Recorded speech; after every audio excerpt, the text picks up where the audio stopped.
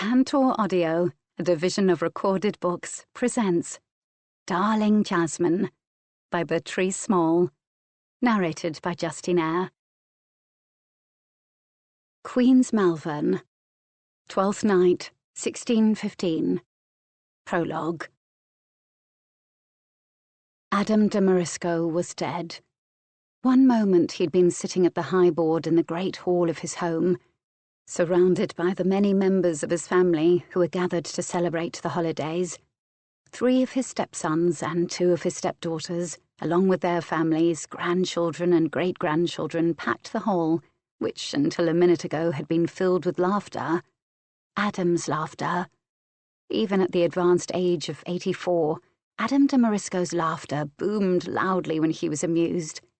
It was a particularly ribald jest spoken by his daughter-in-law, Valentina Burke, that had occasioned his latest bout of mirth. Wiping his eyes, he had taken his wife's hand up in his and kissed it tenderly. Smiling out at them, he had said, "God bless you all, my dears."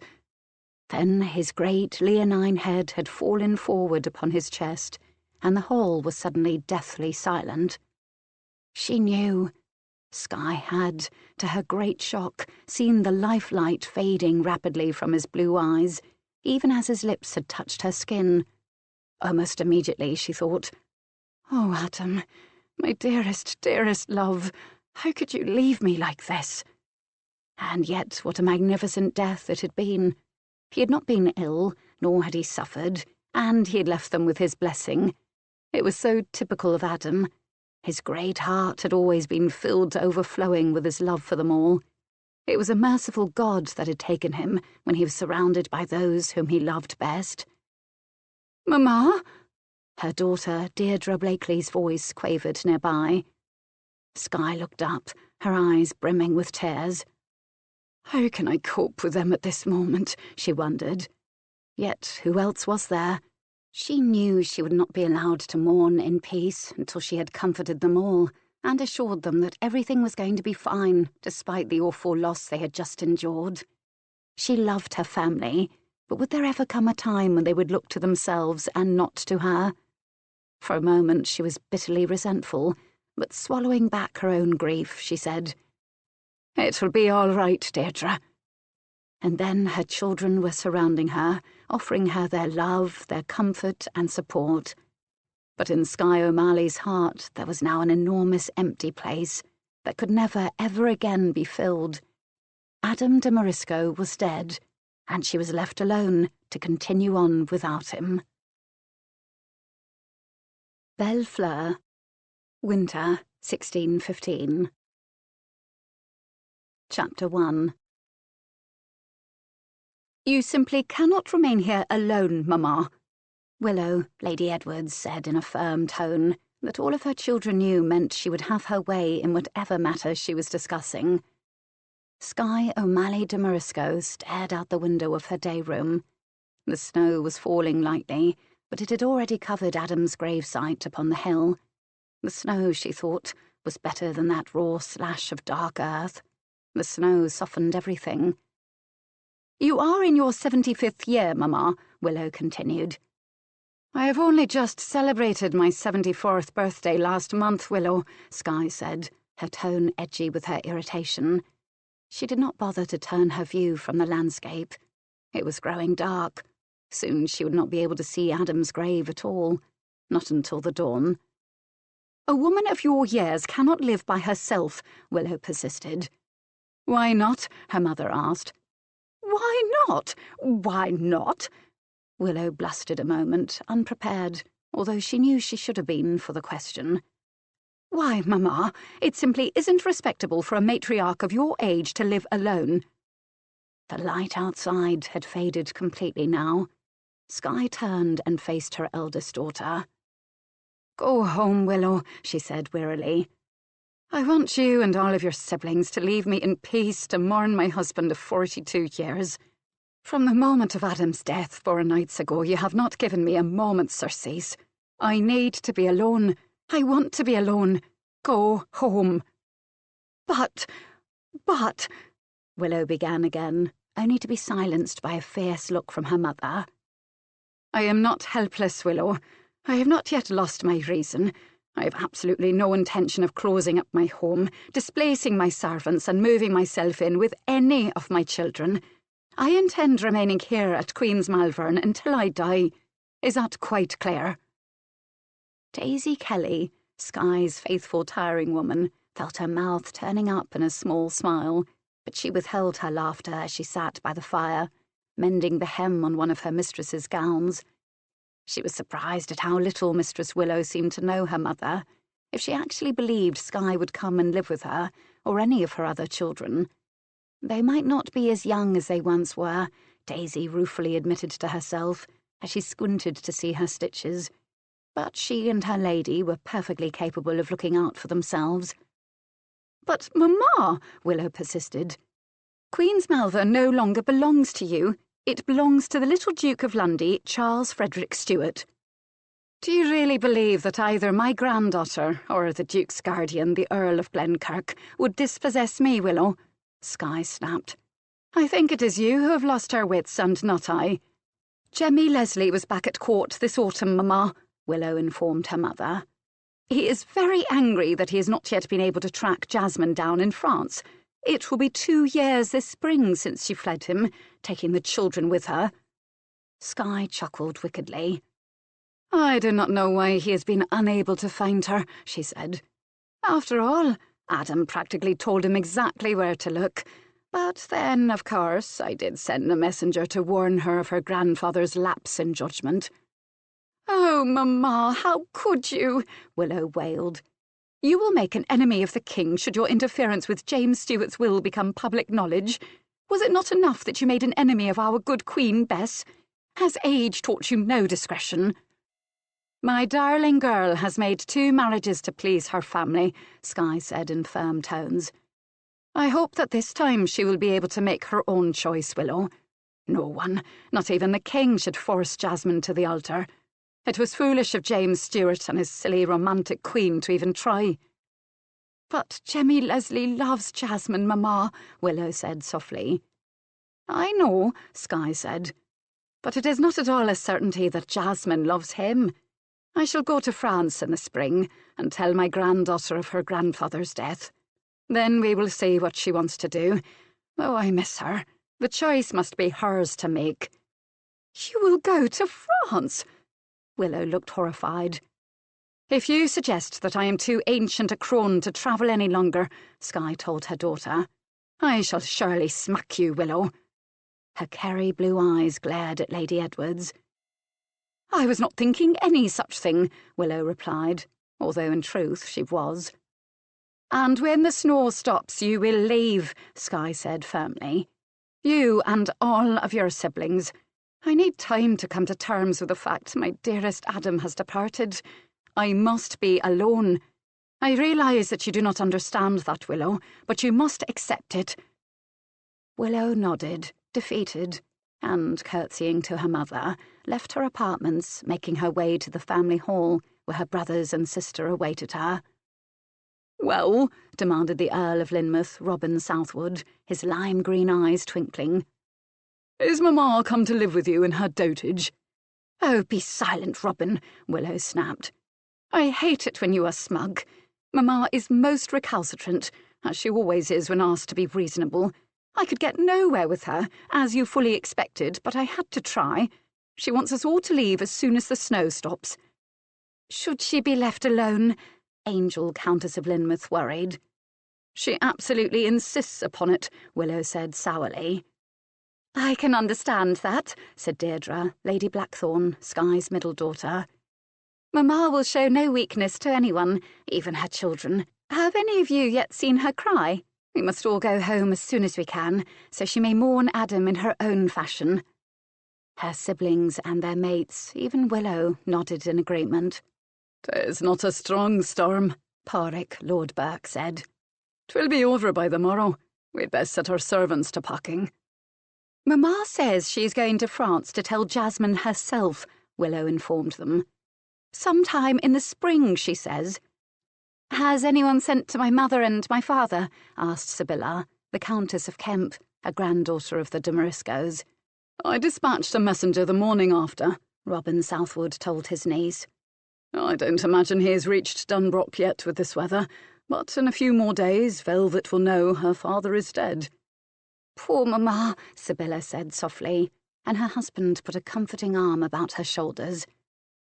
Aye, Velvet will be devastated, Merrow Flaherty said soberly. She adored Adam. Hell, we all did now, didn't we? He was the one father we can all remember. None of Mother's other husbands lived long enough, though I may recall them slightly. The others nodded solemnly. Adam was father to us all, Lord Burke said. And a good father, too. We learned much from him. Do you think Mamma can survive his loss? Deirdre wondered. She will miss him greatly, Robin said quietly. But I do not think Skye O'Malley is ready to give up the ghost yet, sister. She has survived the others well enough. But she was younger then, Willow noted. True, Robin agreed with his elder sibling. But she is stronger now than she has ever been. We will leave our mother to mourn our father as she wishes to do. Then we will see. I wonder if she will wed again, Valentina Burke mused.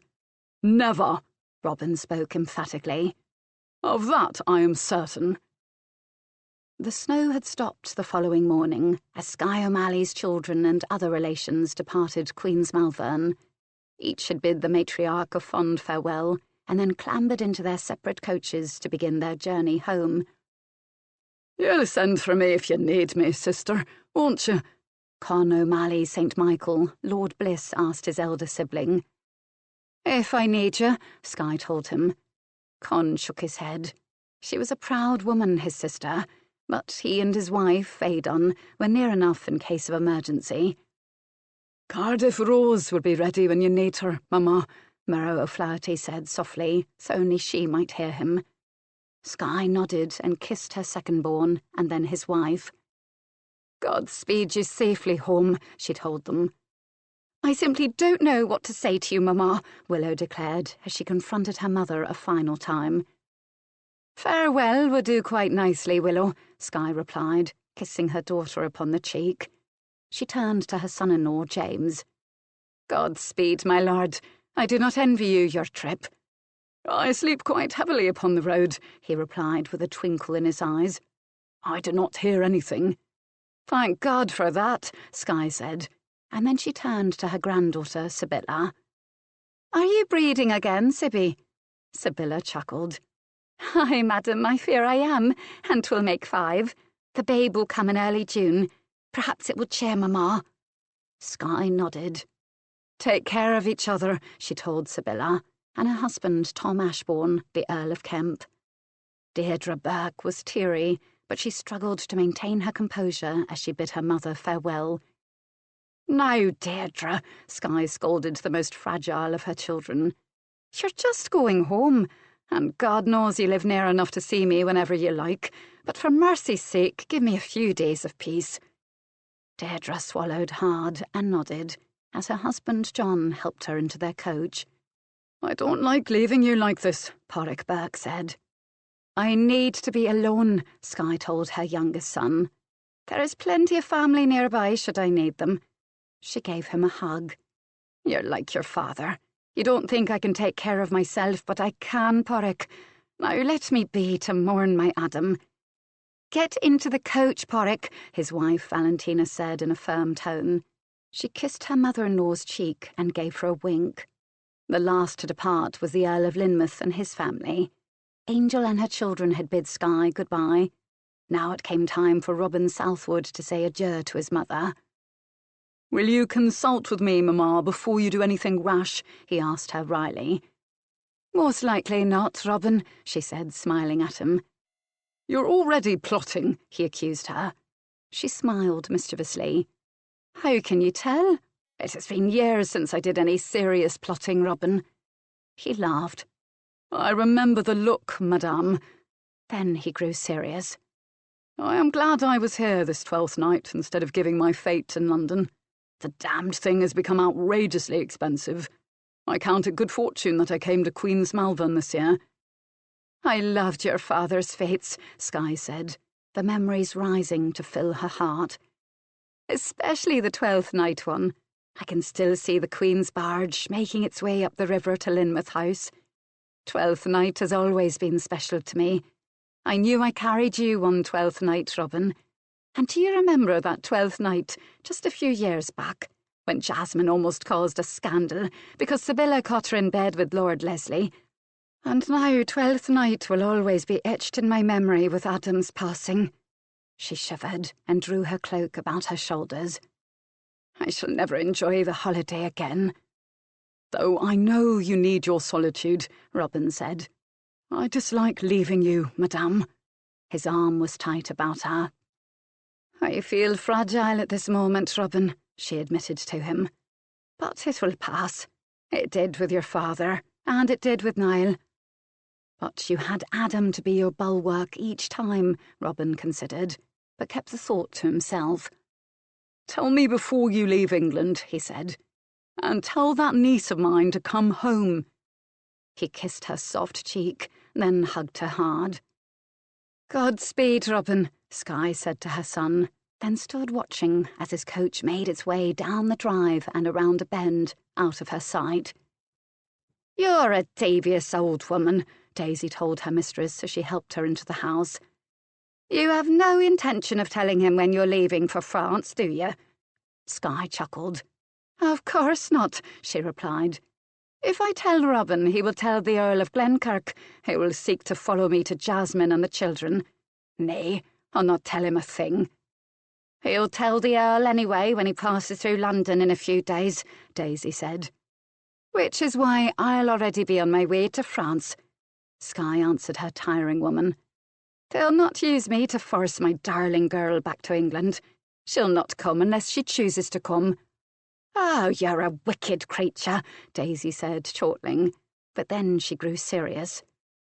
How will you mourn his lordship if you go, my lady? I do not have to remain at Queen's Malvern to mourn my Adam, Skye told her servant. Adam is always with me, no matter where I go. I'll begin packing this very day, my lady, Daisy said, and I'll pray for a calm sea when we cross to France. You do not have to come with me, Daisy. I can take a younger lass to serve me. I think Martha would do you not? I do not, Daisy said indignantly. You're not going off without me this time, Mistress Skye. We're of an age, you and I. If you can travel, then so can I. Martha, indeed. Why, the chit is a slattern, and not fit to serve a child. Martha, humph, Daisy snorted. Then she bustled off to begin packing for their trip. Skye had not yet removed her cloak.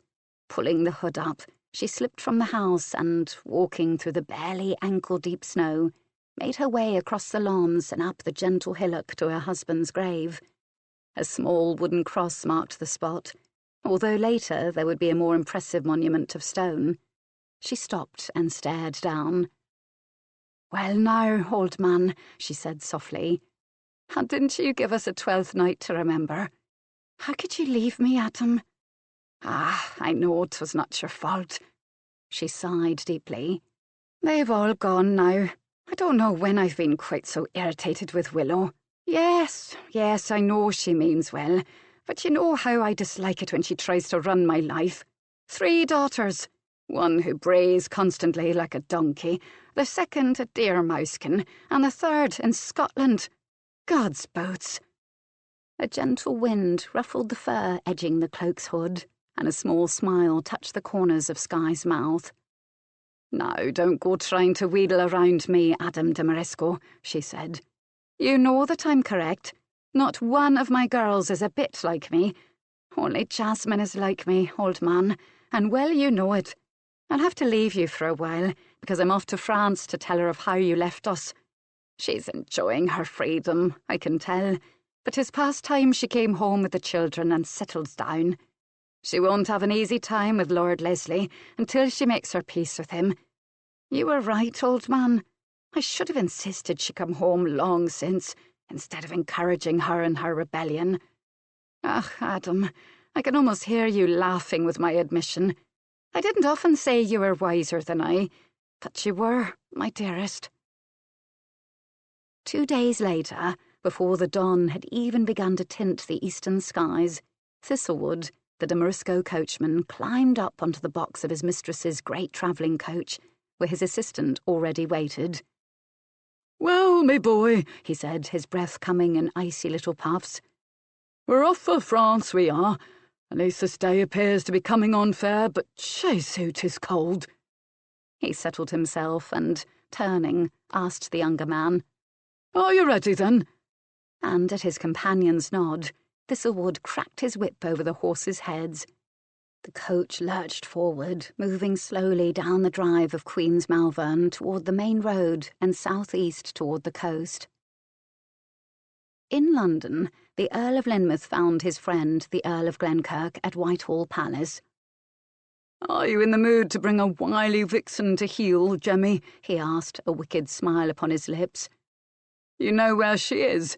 James Leslie replied, his tone cold. "No, but if you are quick, I know how you may find her," Robin Southwood replied. Then he went on to explain that his stepfather had died, and Skye had said she would go to France to tell Jasmine. "In the spring," James Leslie said. "Then there is time. My mother said in the spring, but she is guileful as always. I would wager she'll be on the road now, racing for the coast, because she knows full well that on my way home I've come to London to tell you. I set 2 riders on my brother Murrow, who did not go straight home, as he said, but rather has headed for Harwich, according to information I received today. Mamma will cross to Calais from there. You must get to Dover so you may intercept her and follow her to wherever my niece has hidden herself." The Earl of Glenkirk's green eyes narrowed in contemplation. Thanks to Robin Southwood, he was finally to catch up with the recalcitrant Dowager Marchioness of Wesley, Jasmine de Morisco Lindley, a woman he had once believed himself in love with, but whom he had learned to hate these past 21 months, since she had made him the laughing-stock of the court by jilting him in the face of King James's order that they marry. Worse, she had taken the king's grandson, the late Prince Henry's infant, their child, with her. Yet the king had appointed Glenkirk the boy's legal guardian. But now, for the first time in almost 2 years, he had a serious chance of catching Jasmine, and this time he instinctively knew he would catch her. He had known she was in France all along, but the 3 times he had crossed the Channel to entrap her, she was always gone, and her French relations always claimed no knowledge of her, shrugging in that particularly irritating Gallic way the French had. Yet his informants were his own relations who had married into France. They had played a very crafty cat-and-mouse game these many months, but somehow Jasmine always knew when he was coming and was gone, with her children, before he could reach her. This time it would be different, because no one knew he was coming, because he would follow the old Countess of Lundy right to Jasmine's door. And then... He smiled wolfishly. "I take it," Robin Southwood said, "that you are pleased with my information, my lord." "Aye," Glenkirk said. "One thing, my lord," the Earl of Lynmouth spoke in quiet yet serious tones. "Charles Frederick Stuart is now the Duke of Lundy, but Queen's Malvern is my mother's home, and has been for decades. You may take whatever vengeance you wish on my niece, Jasmine, but you will treat my mother with the dignity and respect to which she is entitled, and you will not dispossess her. If you render her any discourtesy, you will not have just me to contend with, my lord. Remember that Brock Cairn is her son-in-law, and related to the king, and Brock Cairn is Jasmine's stepfather as well. And do not forget Ulster, Kemp, and Lord Burke. They would be most unhappy should Mamma be discommoded in any way." The Earl of Glenkirk gave his friend a frosty smile. "I am more than well aware of Madame Skye's familial connections, Robin. I have no quarrel with your mother, although I suspect she's more behind this than either of us knows. Besides, did you not know that Queen's Malvern belongs to her outright? It is not entailed upon the title." "Of course," Robin said. "She and Adam bought it years ago from the Queen. Bess was always short of money. While it was a royal property, she loaned it to them. The old Queen sold it to my mother and stepfather when she couldn't pay her bills and needed the ready coin." "So you need have to worry that your mother will come to live with you," Glenkirk mocked his friend. "Live with me?" The Earl of Lynmouth laughed. My sister suggested to Mamma that a widow of her many years should not live alone, and insisted Mamma come to live with her. Need I tell you the outcome of that altercation, Jemmy? My mother has done what pleased her since birth, and will continue to do so until the day she dies. But between us, I'm not certain that God above wants her back too soon." Glenkirk laughed loudly. "You may be right," he said. Robin Southwood took his leave of James Leslie and continued on with his family to his home at Lynmouth in Devon. There he found his man, but an hour ahead of him. "He was right, my lord," the servant said. "Cardiff Rose was docked at Harwich and was scheduled to put out today with the tide for France. Your mother was expected aboard her. I passed her coach 2 days ago on the road as I left, but they wouldn't recognise me now." "Do you think James Leslie will find Jasmine this time?" Angel, the Countess of Lynmouth, asked her husband. "If he didn't dawdle, he could have gotten to Dover and be in Calais before Mamma," the Earl considered. "Even with a fair wind, it will take her at least overnight from Harwich. The Dover crossing is far shorter, my love." He patted her pretty hand. "Why did Madame Skye not take that route then, Robin?" she inquired, curious. "Because Mamma would not want to come anywhere near London for fear of being recognised by someone, although there are few now at court who would know her. Still, she would not take the chance. She would risk the sea before she would risk being found out in her little deception. This time, however, she is doomed to failure." "But surely Jemmy will not reveal himself to her until she is safely with Jasmine," Angel said. "Nay, he will not," Robin agreed. "Actually, I am not certain what he will do, but I believe my niece has made an enemy of the man who is to be her husband. She will have to work hard to win him back." "I think," Angel said, "that it is James Leslie who must put aside his pride and work hard to woo Jasmine, else their life together be a misery. Neither of them is easy." Robin laughed. "You are a wise woman, sweetheart," he told her. "And you were beginning to sound like my mother." "Why, Robin, what a lovely compliment," Angel Southwood said, her eyes twinkling, her pretty mouth turned up in a smile. He chuckled. "With any other woman, I might believe her to be sarcastic, but not you, my love. You actually are pleased I have said you remind me of Mamma." Angel nodded. "She is a grand woman, Robin." "Aye," the Earl of Lynmouth agreed. "She is a grand woman, but dear heaven, she is no less troublesome in her old age than she was as a girl." He chortled again. "James Leslie is going to have his hands full with those two. I do not envy him his journey." Chapter 2. James Leslie had left London with his servant, Fergus Moore, almost immediately. They had embarked from Dover, as the Earl of Lynmouth had suggested, and were waiting upon the docks when Cardiff Rose put into Calais. Standing in the shadows, they watched as the vessel was made fast, its gangway run up, the unloading done. Skye's great travelling coach had made the short journey lashed to the deck of the ship. Now it was carefully rolled off onto the land, to the doors of a large warehouse. Immediately the doors were opened, and sturdy horses brought forth to be harnessed to the vehicle. The activity in and about the coach held little interest for the Earl of Glenkirk once it had begun. He watched the gangway, and eventually Madame Skye came forth, the captain of her ship escorting her to her coach, her servants following. But only when she was settled in the conveyance and her 2 coachmen up on their box did the Earl say quietly to his companion, "Time to mount up, Fergus. We dare not lose the old lady." "There is only one way off the docks, my lord," Fergus replied.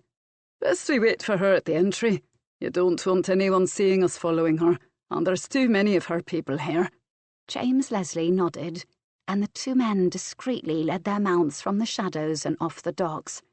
Shortly afterward, the coach rolled onto the street of the town, and the Earl began his secret pursuit.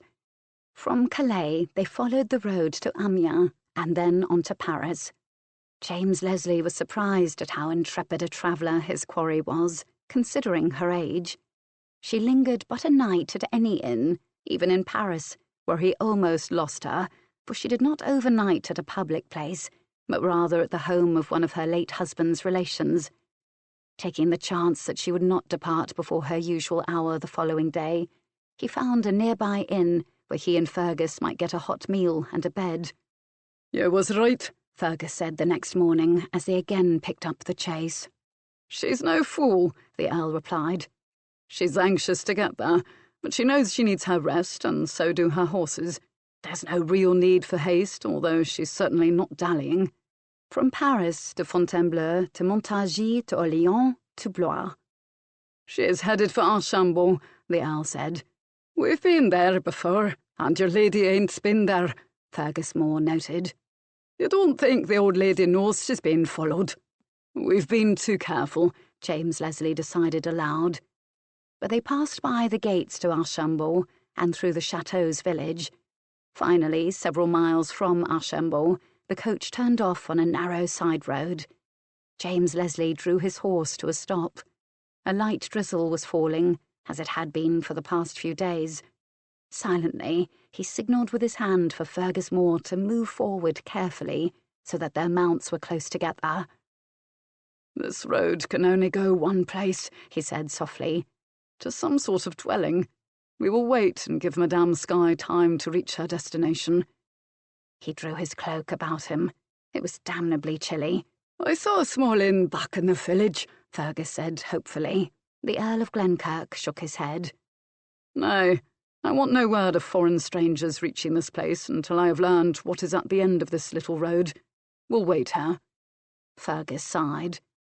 They waited, and after a half an hour, the Earl deemed it safe for them to move down the narrow track. Several minutes later, they rounded a bend, and before them was a small lake.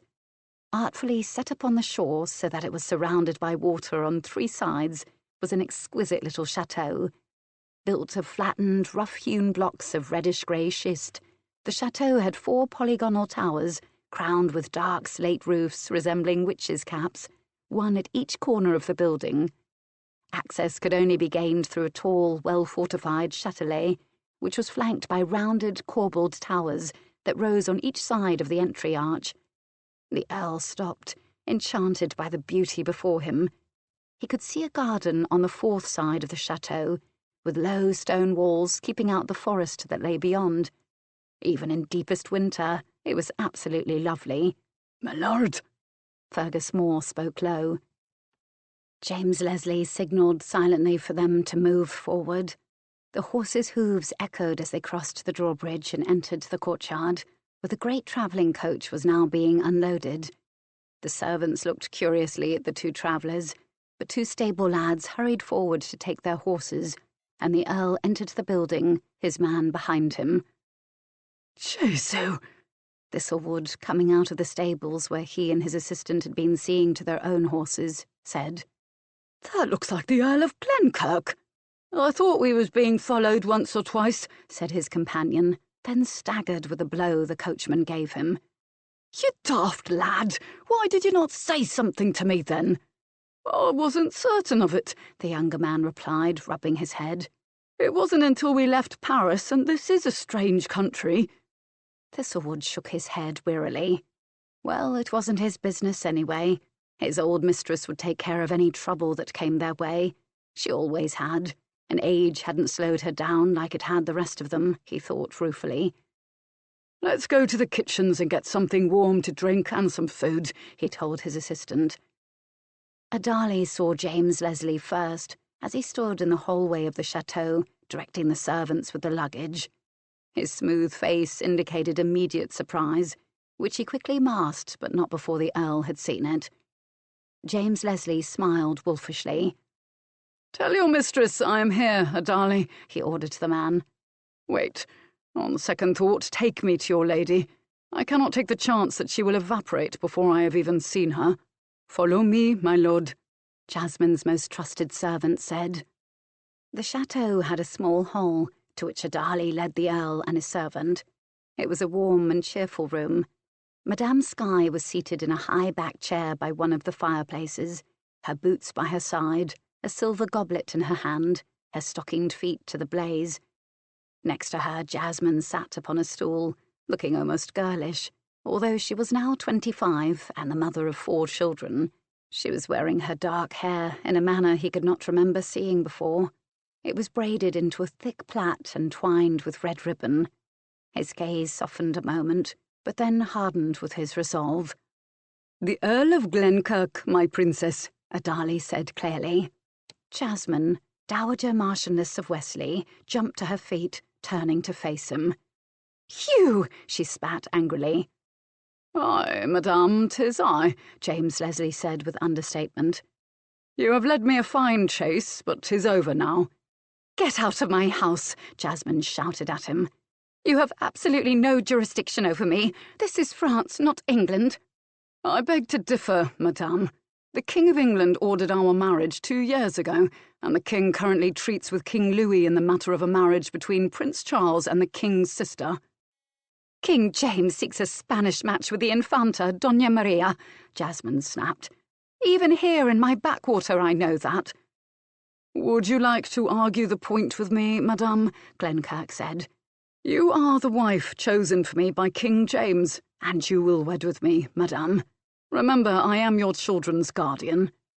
"You are Charles Frederick Stuart's guardian," Jasmine replied.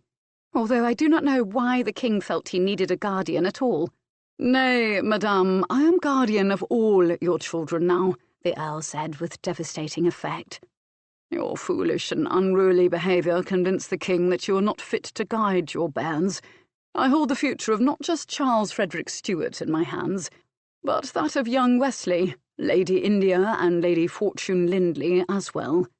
"You bastard," Jasmine said furiously. "Nay, madame," he replied mockingly. "My parents were betrothed for some months and wed at least 10 minutes before my birth." Jasmine turned to her grandmother. "Madame, how could you bring him here? Is this why you have come? I shall never forgive you." "I did not bring him, my dearest girl," Skye said quietly. "I followed your grandmother from the moment she arrived in Calais," the Earl said. "Robin?" Skye asked him. He nodded. "He suspected you would not wait until spring," James Leslie said. "He sent 2 servants to follow Captain O'Flaherty's carriage, certain he would not go home but to Harwich instead." Skye nodded, a small smile upon her lips. "Robert Southwood is indeed my son," she chuckled. "And he has his father's guile." "If you did not bring him here to Bellefleur, Grandmamma, then why have you come?" Jasmine inquired. "Your grandfather is dead," came the immediate reply. Jasmine gasped, and her eyes immediately filled with tears that flowed down her smooth cheeks. "Oh, Grandpapa," she half-whispered. Then she turned on the Earl of Glenkirk. "This is all your fault," she cried. "If you had not hounded me from England, I should have had these last few months with him. Now I shall never see him again, and it is all because of you, James Leslie. I hate you, I hate you!" "Nay, madame," he said in icy tones. "Whatever you have lost is your fault, not mine. You did not have to disobey the king and run from me almost 2 years ago. A marriage was arranged between us. I loved you.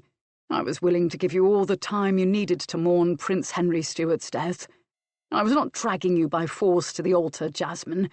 You, however, took it upon yourself to gather up your children and, in direct defiance of King James's order, decamp from England. I knew you were in France. 3 times I came, but I could not find you, for your relations hid you well. Now, however, the game is up. We will return to England, where you will wed me in a large and public ceremony, standing before that same court who found such amusement in the April fool you made of me those many months back." "I will not," she said angrily. "Oh, but you will, madame," he answered her. "I am a royal Mughal princess," she began. "Who cannot return home to India," he cut her off. "You have lived in Europe for 10 years, Jasmine. You are an English gentlewoman now, and no longer an imperial Mughal. Your grandmother must have a few days' rest, then we shall begin the return journey to England. Do not attempt to escape me again, my darling Jasmine. Cadby needs its young master, and would you keep Rowan Lindley's son from his inheritance? And what of your daughters? I'll wager you have let them run with the peasants' children. None of them, I am certain, has begun any learning. They are English nobility, and you would do well to remember it. I will kill you before I allow you control over my children, Jasmine snarled at him. Be silent, both of you. Skye's voice suddenly cut into the conversation. Adali, get Lord Leslie some wine, and then take his man to the kitchen for food. What is your name, Scotsman? Fergus Moore, your ladyship. Go with Adali, Fergus Moore. Your master is safe with me, Skye told him, and then, turning back to Jasmine, said, I came to tell you of Adam's death, my darling girl, but I also came to tell you that it was time to resolve your difficulties with Glenkirk. Past time. While it was outrageous of the king to insist upon this match, I am beginning to believe it is a good idea. You cannot remain here at Bellfleur, isolated and alone, but for the children and your servants. It is not good for you, and it is certainly not good for my great-grandchildren. Jemmy Leslie is right. Henry Lindley is the Marquis of Westley as his father before him was. He's almost 7 now, and I will wager his French is better than his English. He must go home to Catby and learn to be its master, and an Englishman again. India will be 8 next month, and Fortune is 5.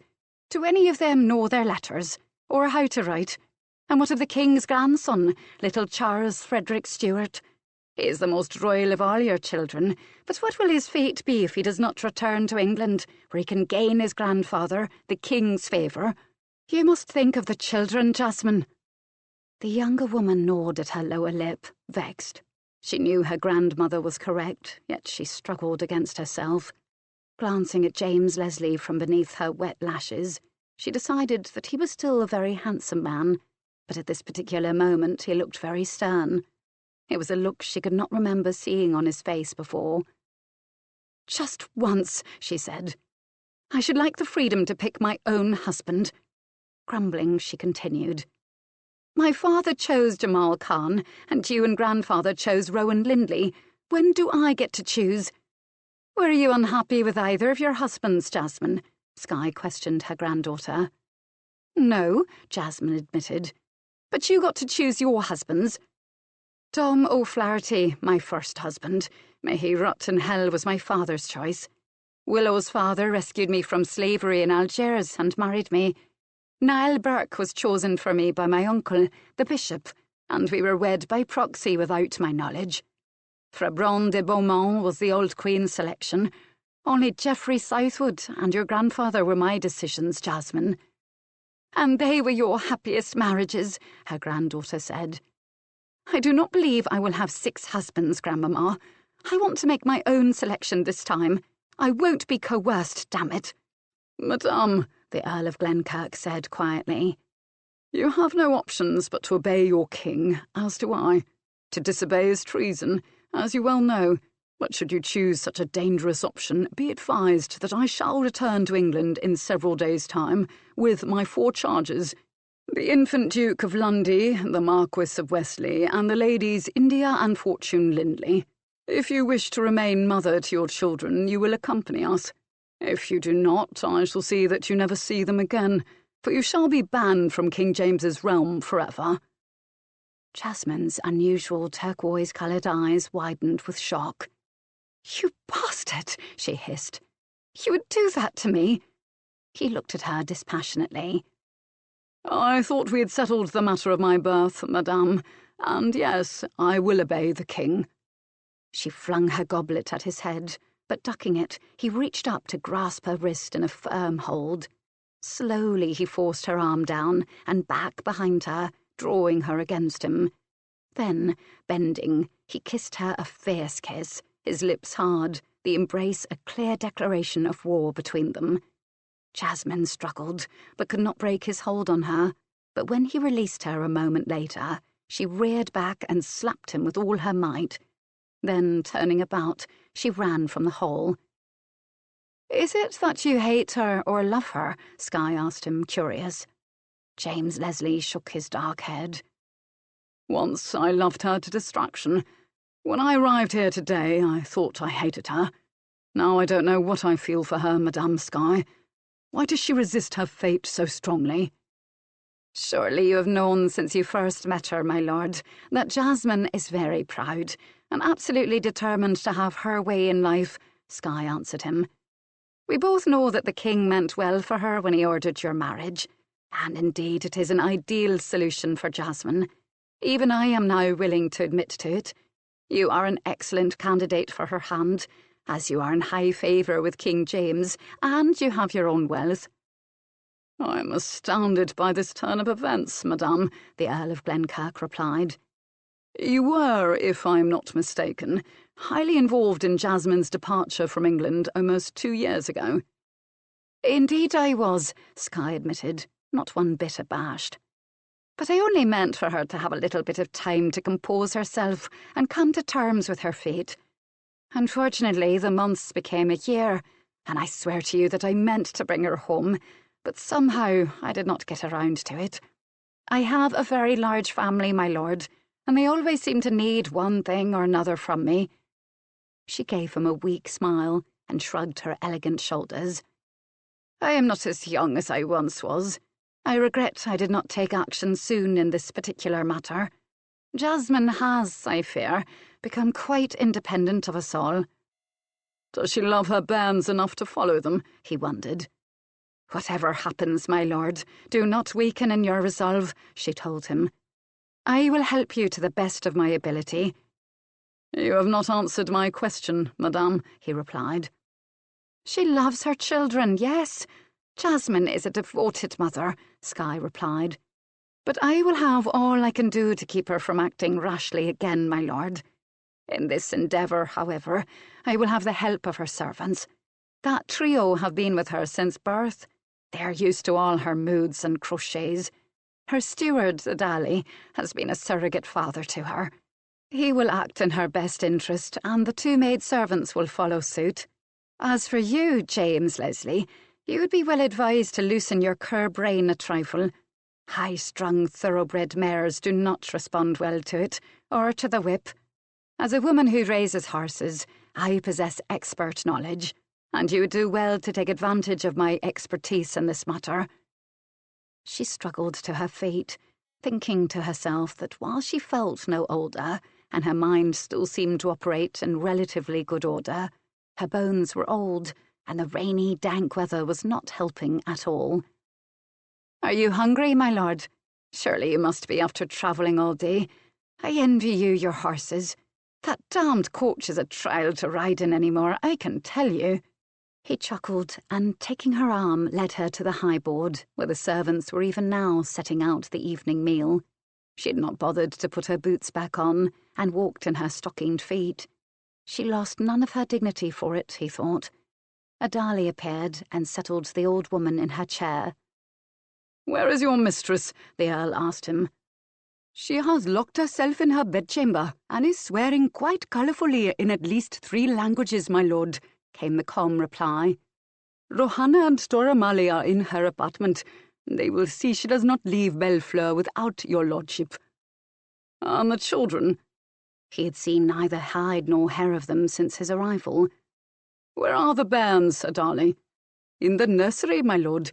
Would you like to see them now or after you have eaten? They are already abed, however." "Madame Skye and I will see them on the morrow, Adali," James Leslie replied. "Shall I see a tray is taken up to my lady?" Adali asked. "No," came the answer. "If your lady wishes to eat, then she must join us here at the high board. She is not ill. Go and tell her we would welcome her company." "Very good, my lord," Adali responded, his smooth, light-tan face bland as a pudding. He could but imagine what his mistress was going to say to such an invitation, but he was strangely comforted by the Earl's firmness. Over the last months, his lady had become more and more intractable and mulish. She had allowed her offspring to run wild. The 3 older ones spoke a mixture of pidgin French and English to each other, and French to the servants. Jasmine had practically neglected them in her grief over Prince Henry's death. She lavished all of her attention upon his son, who turned 2 the previous September, and the lad was in danger of becoming very spoiled. It would be good for his lady to have a man in the house again, in her bed again. Now all they had to do was convince her of that fact. He found his mistress now out of her bedchamber and directing her 2 maidservants in packing her trunks. "We'll be gone before either he or my grandmother awaken in the morning, Adali," she said. "Is there something you can put in the wine tonight to assure them a sound sleep?" Adali signalled the 2 maidservants to cease their activity.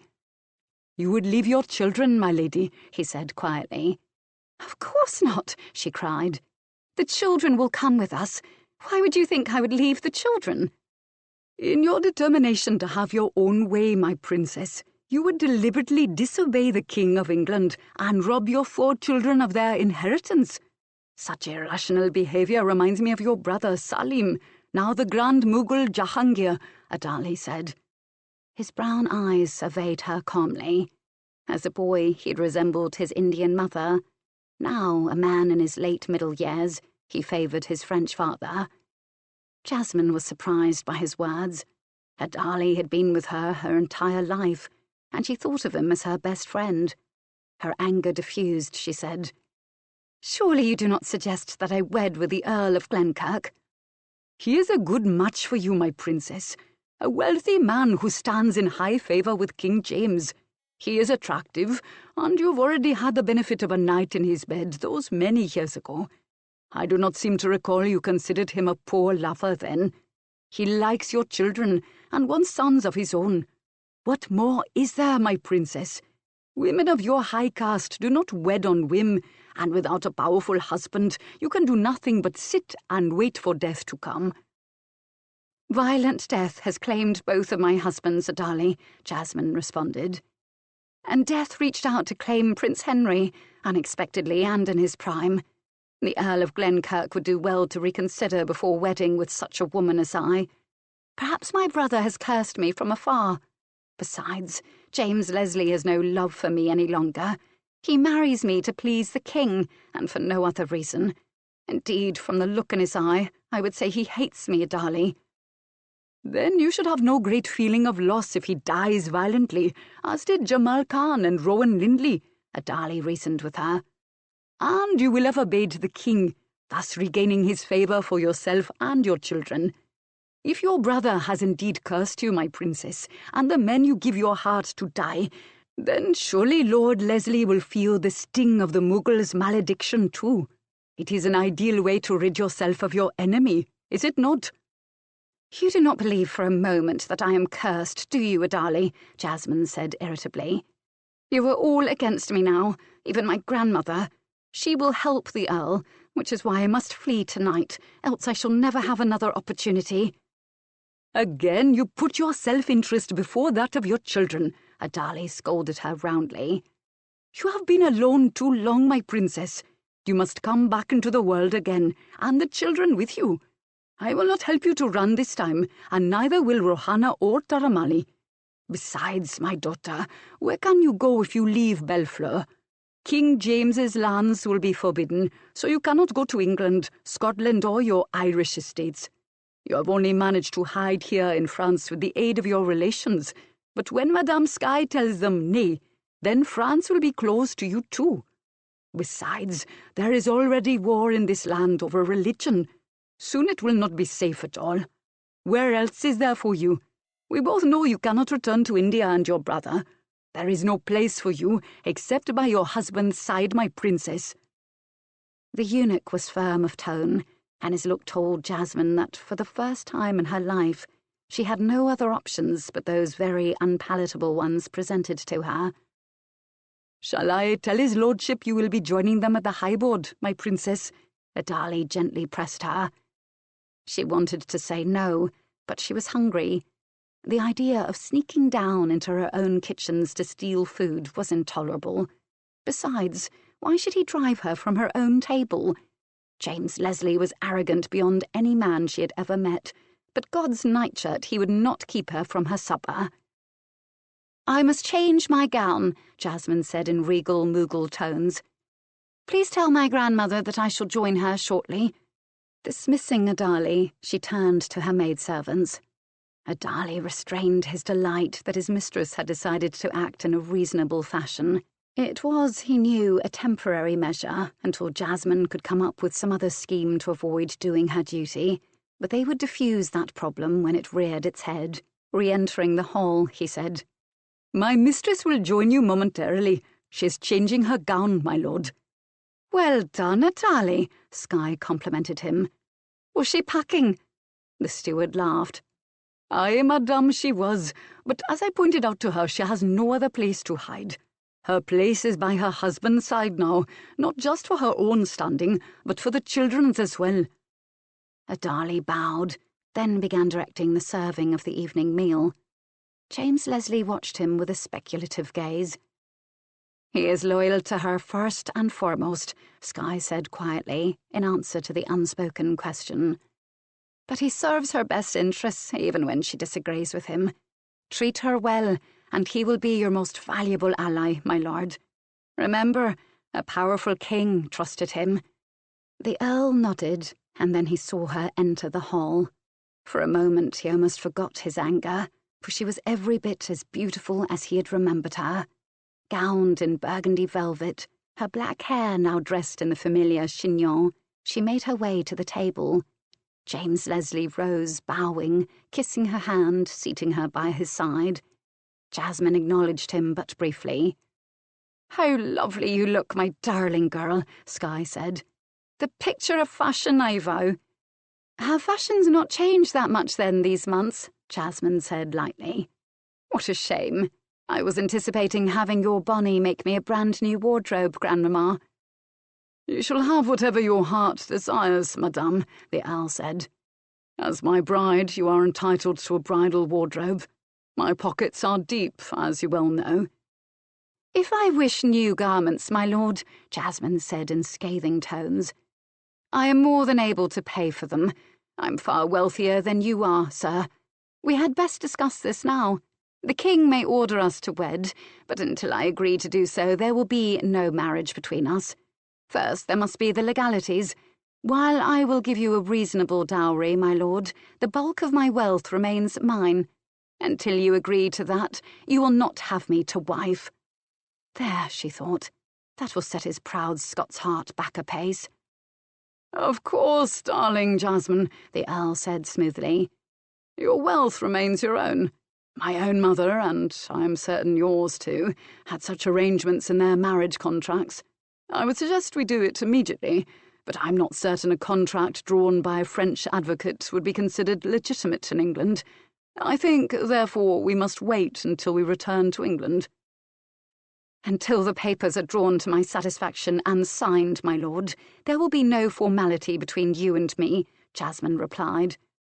"Naturally, madame," he returned.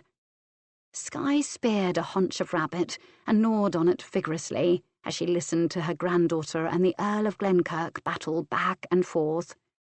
James Leslie had obviously taken her advice and was going gently with Jasmine, but Jasmine was not making it easy on the man. "Why she has decided he is her enemy, I do not know," the matriarch thought to herself. "If I were 20 years younger, I should be tempted to cast a lure for him myself were I a single woman."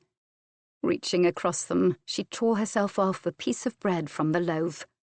"I mean it, James Leslie," Jasmine snapped.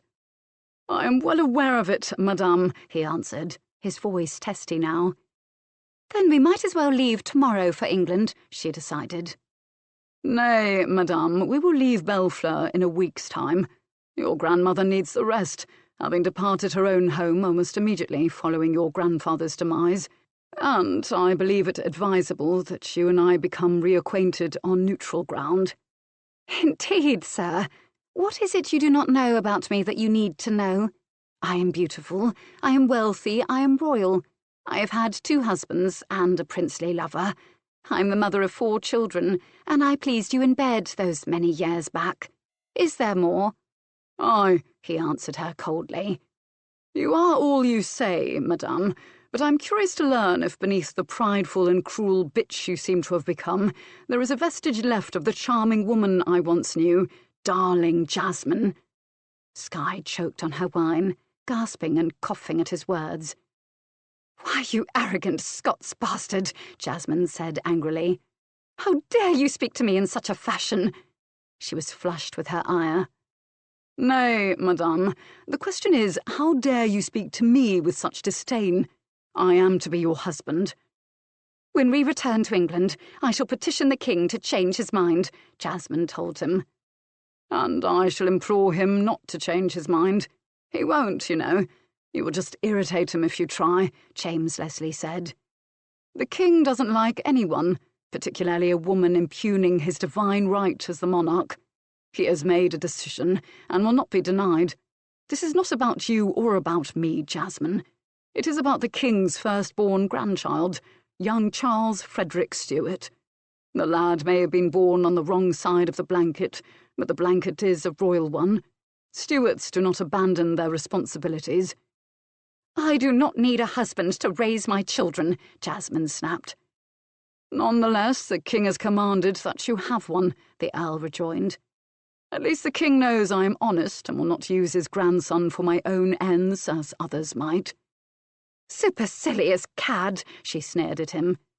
Vicious vixen, he snarled back. Beast! Bitch! Cease!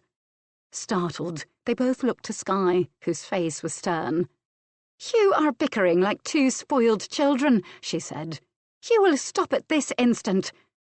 Turning to Jasmine, she continued. The king has ordered you to marry this man. He is handsome, rich enough not to see you only for your fortune, and as respectable as any widow might wish. And I approve of him. In this family that carries more weight than James Stuart's majesty. Therefore you will marry the Earl of Glenkirk, my darling girl. I wish the choice could be yours, but alas, it cannot under the circumstances. As for you, James Leslie, she fixed her gaze upon him. You will treat my granddaughter with dignity and respect when she is your wife. I hope you will come to love each other, for that is the best kind of marriage to make. But if you cannot, at least you will honour each other and the Leslie name. She rose from her place at the high board. Now, I am an old woman, and I am exhausted with my travels. Adali, Skye called to her granddaughter's steward. Take me to my bedchamber before I expire with weariness. She took his arm and walked from the hall with not another word to them. James Leslie picked up his goblet and sipped the wine thoughtfully. If you would like, he said quietly, we could stay in France until the spring, renewing our acquaintance, madame. The sea is chancy at this time of year. We were fortunate in our recent crossing from England. His tone was almost conciliatory toward her. It might be better, Jasmine considered.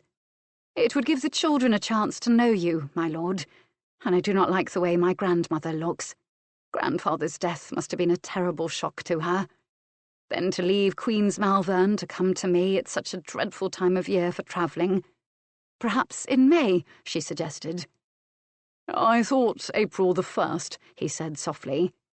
You cannot be serious, Jasmine said, remembering how she had tricked him almost 2 years back into leaving her alone until April 1st, when she had promised him she would then set their wedding date.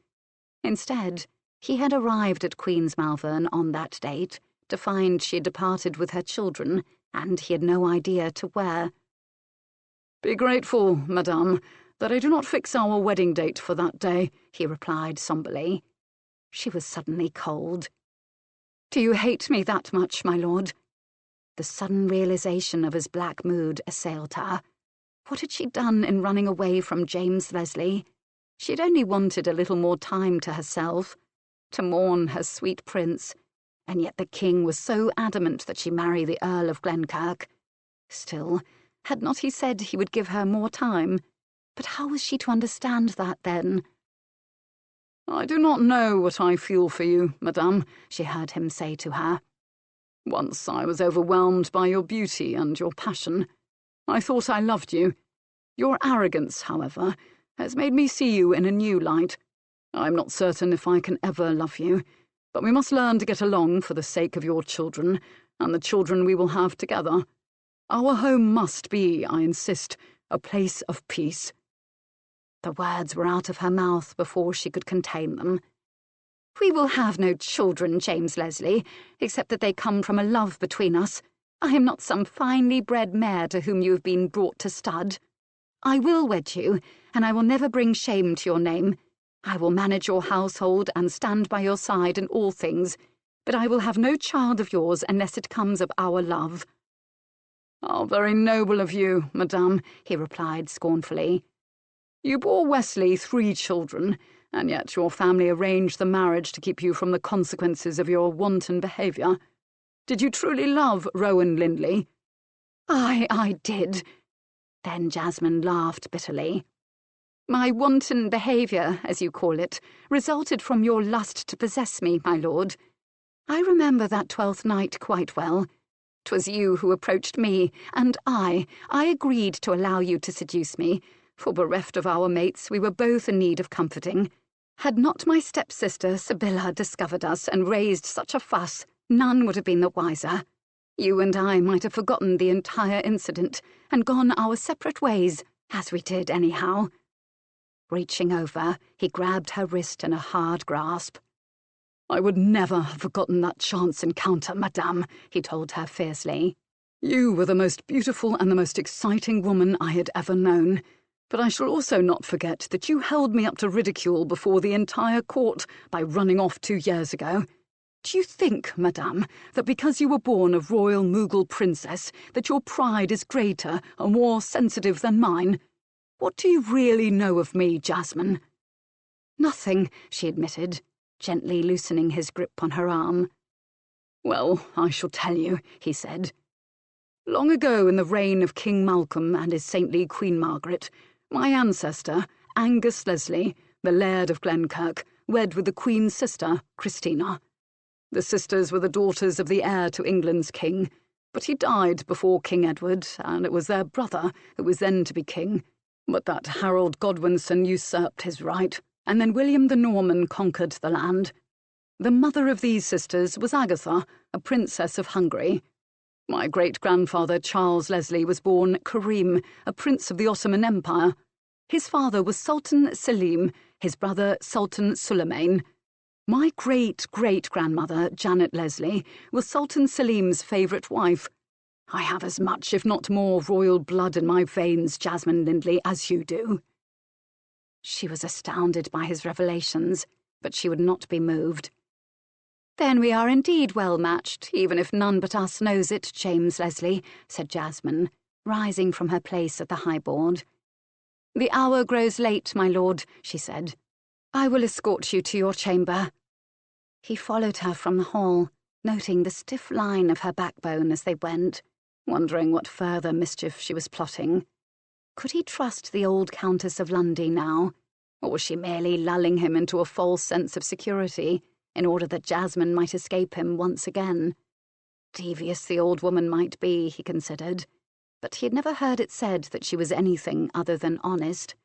He had to trust her.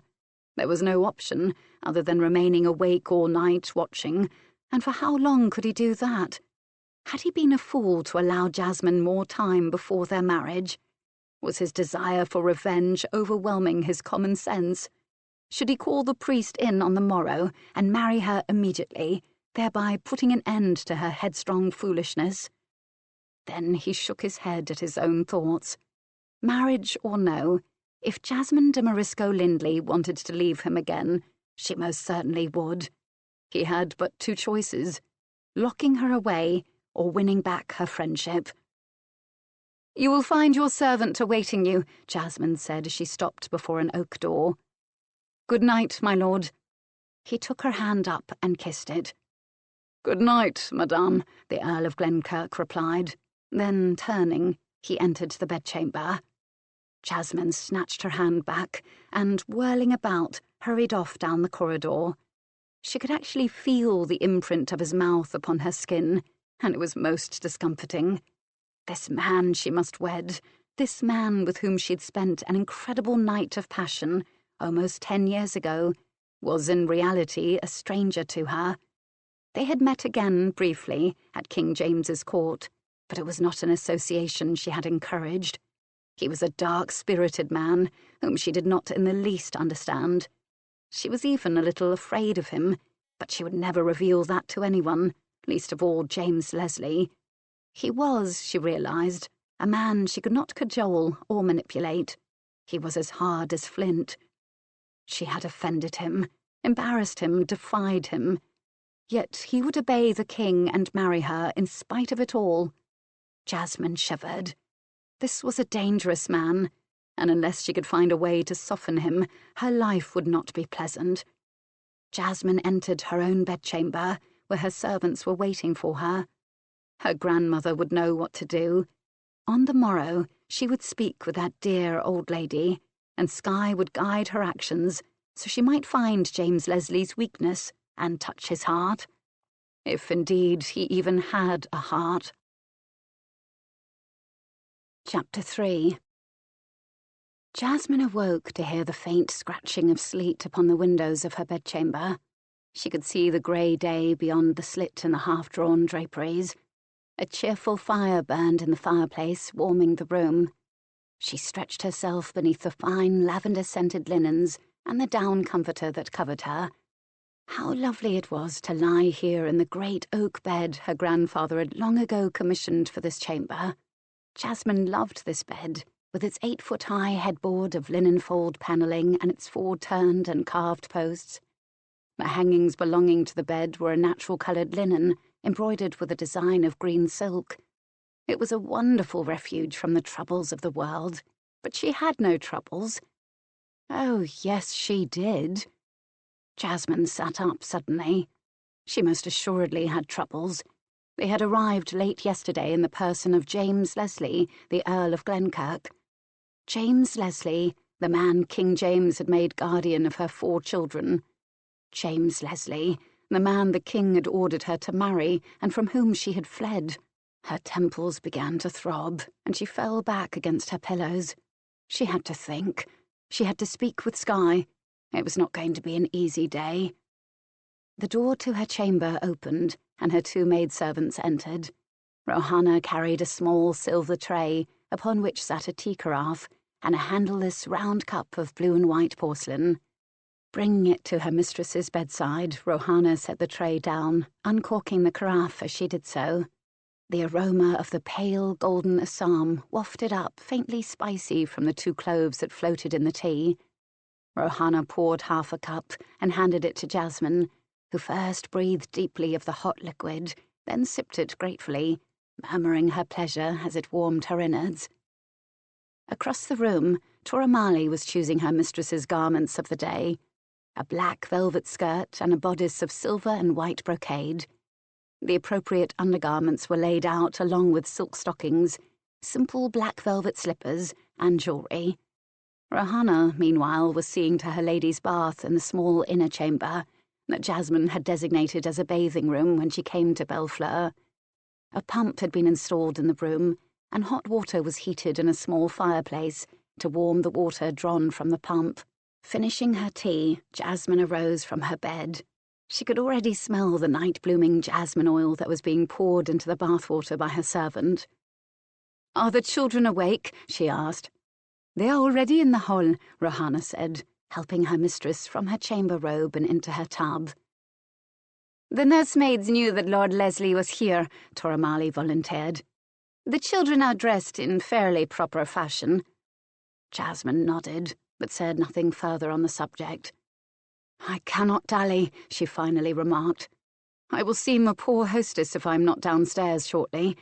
Is my grandmother awake yet?" "Madame Skye has elected to remain abed this morning," Toramali said. "That ancient daisy of hers came into the hall to tell Lord Leslie and to fetch something to eat for the old lady." Jasmine bathed and dressed quickly. She could barely sit still while Rohanna did her hair.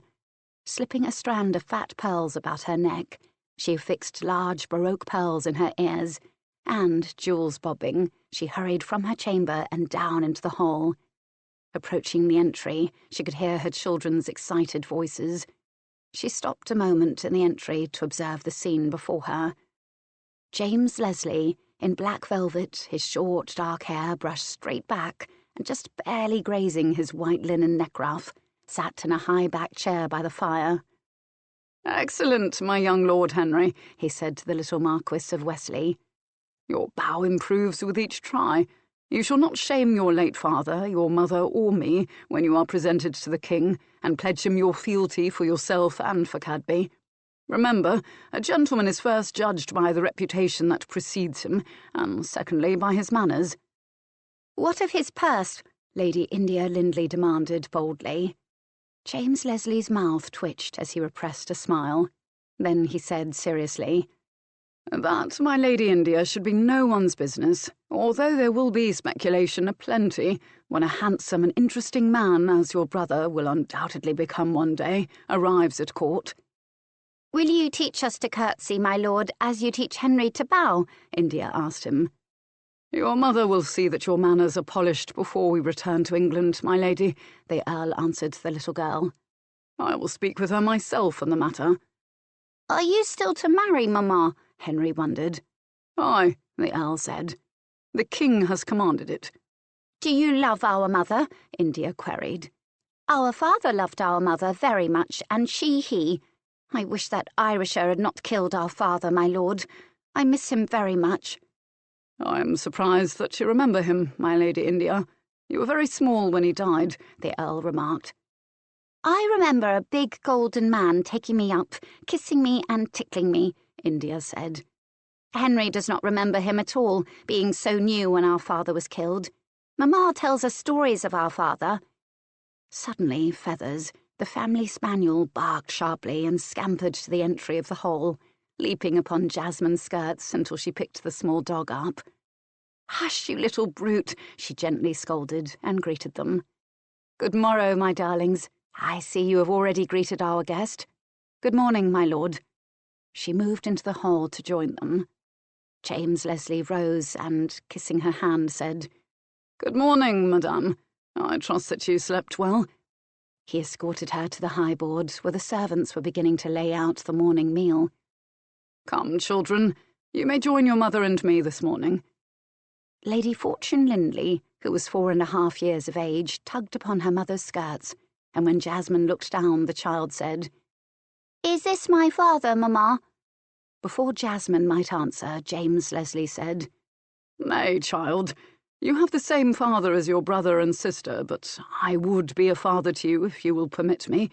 To all of you." "Do you have any little boys and girls of your own?" India questioned him. "I did once," James Leslie said, and his face grew sad.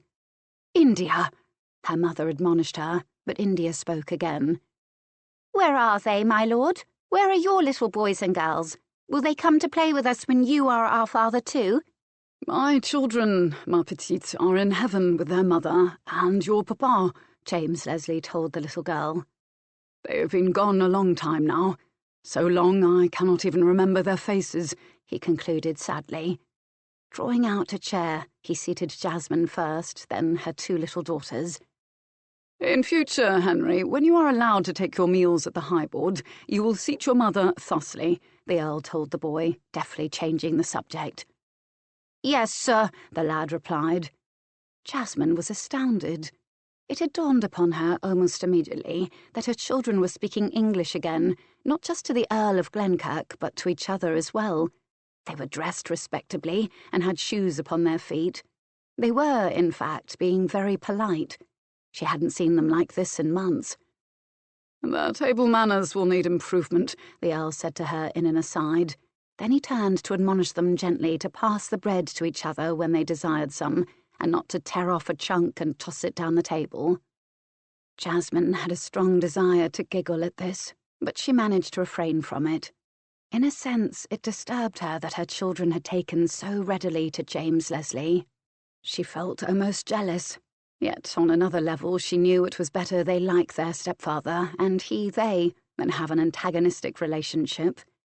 The little ones did not have to know how she and the Earl felt about one another. James Leslie was obviously a good influence upon Henry, India, and Fortune, judging by what she had seen this morning. She had to admit, although she did so silently and reluctantly, that an authoritative male figure in her household was possibly not a bad thing for her children. Absently, she fed the small dog in her lap a bit of ham, patting Feathers as he licked her fingers. "He is quite spoiled, I see," the Earl remarked. "Rowan gave him to me when he was only a puppy. He was a birthday gift when I was 18, Jasmine replied. Actually, my real gift that year was Maguire's Ford and its lands. I remember how angry my Uncle Porrick was that Rowan had obtained the grant for me. At the time, I thought nothing of it. Now, I too wish she hadn't gifted me with anything other than my precious feathers. She scratched the dog's silky head, her beautiful face both thoughtful and sombre. You have not been back to Ireland since? He asked. Jasmine shook her head. Nay, the former Lord's son, Rory Maguire, is my agent.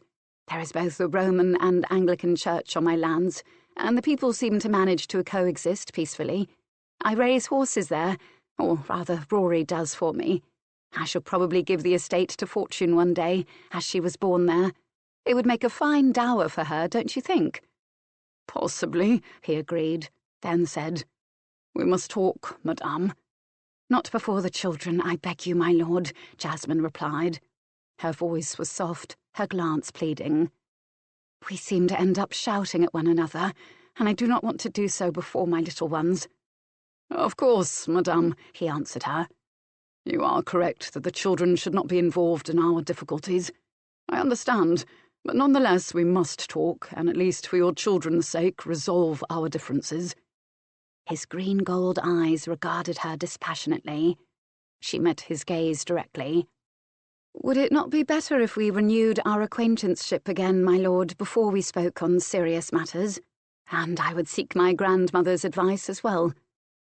James Leslie swallowed a mouthful of egg poached in cream sauce and marsala wine and seasoned with peppercorns. It was a particularly tasty dish, and he wondered if the cook was Jasmine's or belonged to the chateau. Wiping his mouth with his napkin, he said, The last time you consulted with your grandmother regarding our future relationship, madame, you fled England. I'm not certain her counsel is a wise one.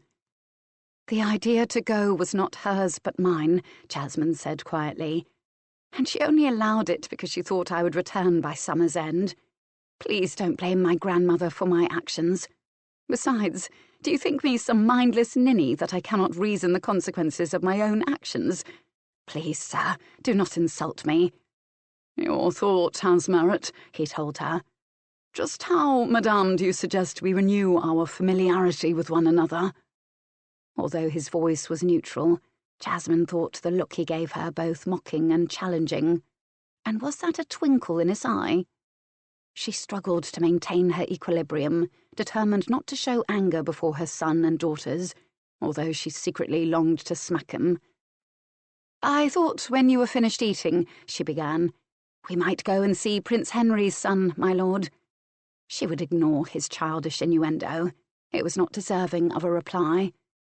The Earl of Glenkirk swallowed back a chuckle. So he could not get her to rise to his bait, eh? He realised how very little he really knew her. The idea of remaining in France and truly getting to know Jasmine was actually beginning to appeal to him. He swallowed a piece of ham, washing it down with a goblet of excellent cider, and said to her, Is my youngest ward in good health, madame? As all my children are, my lord, Jasmine answered.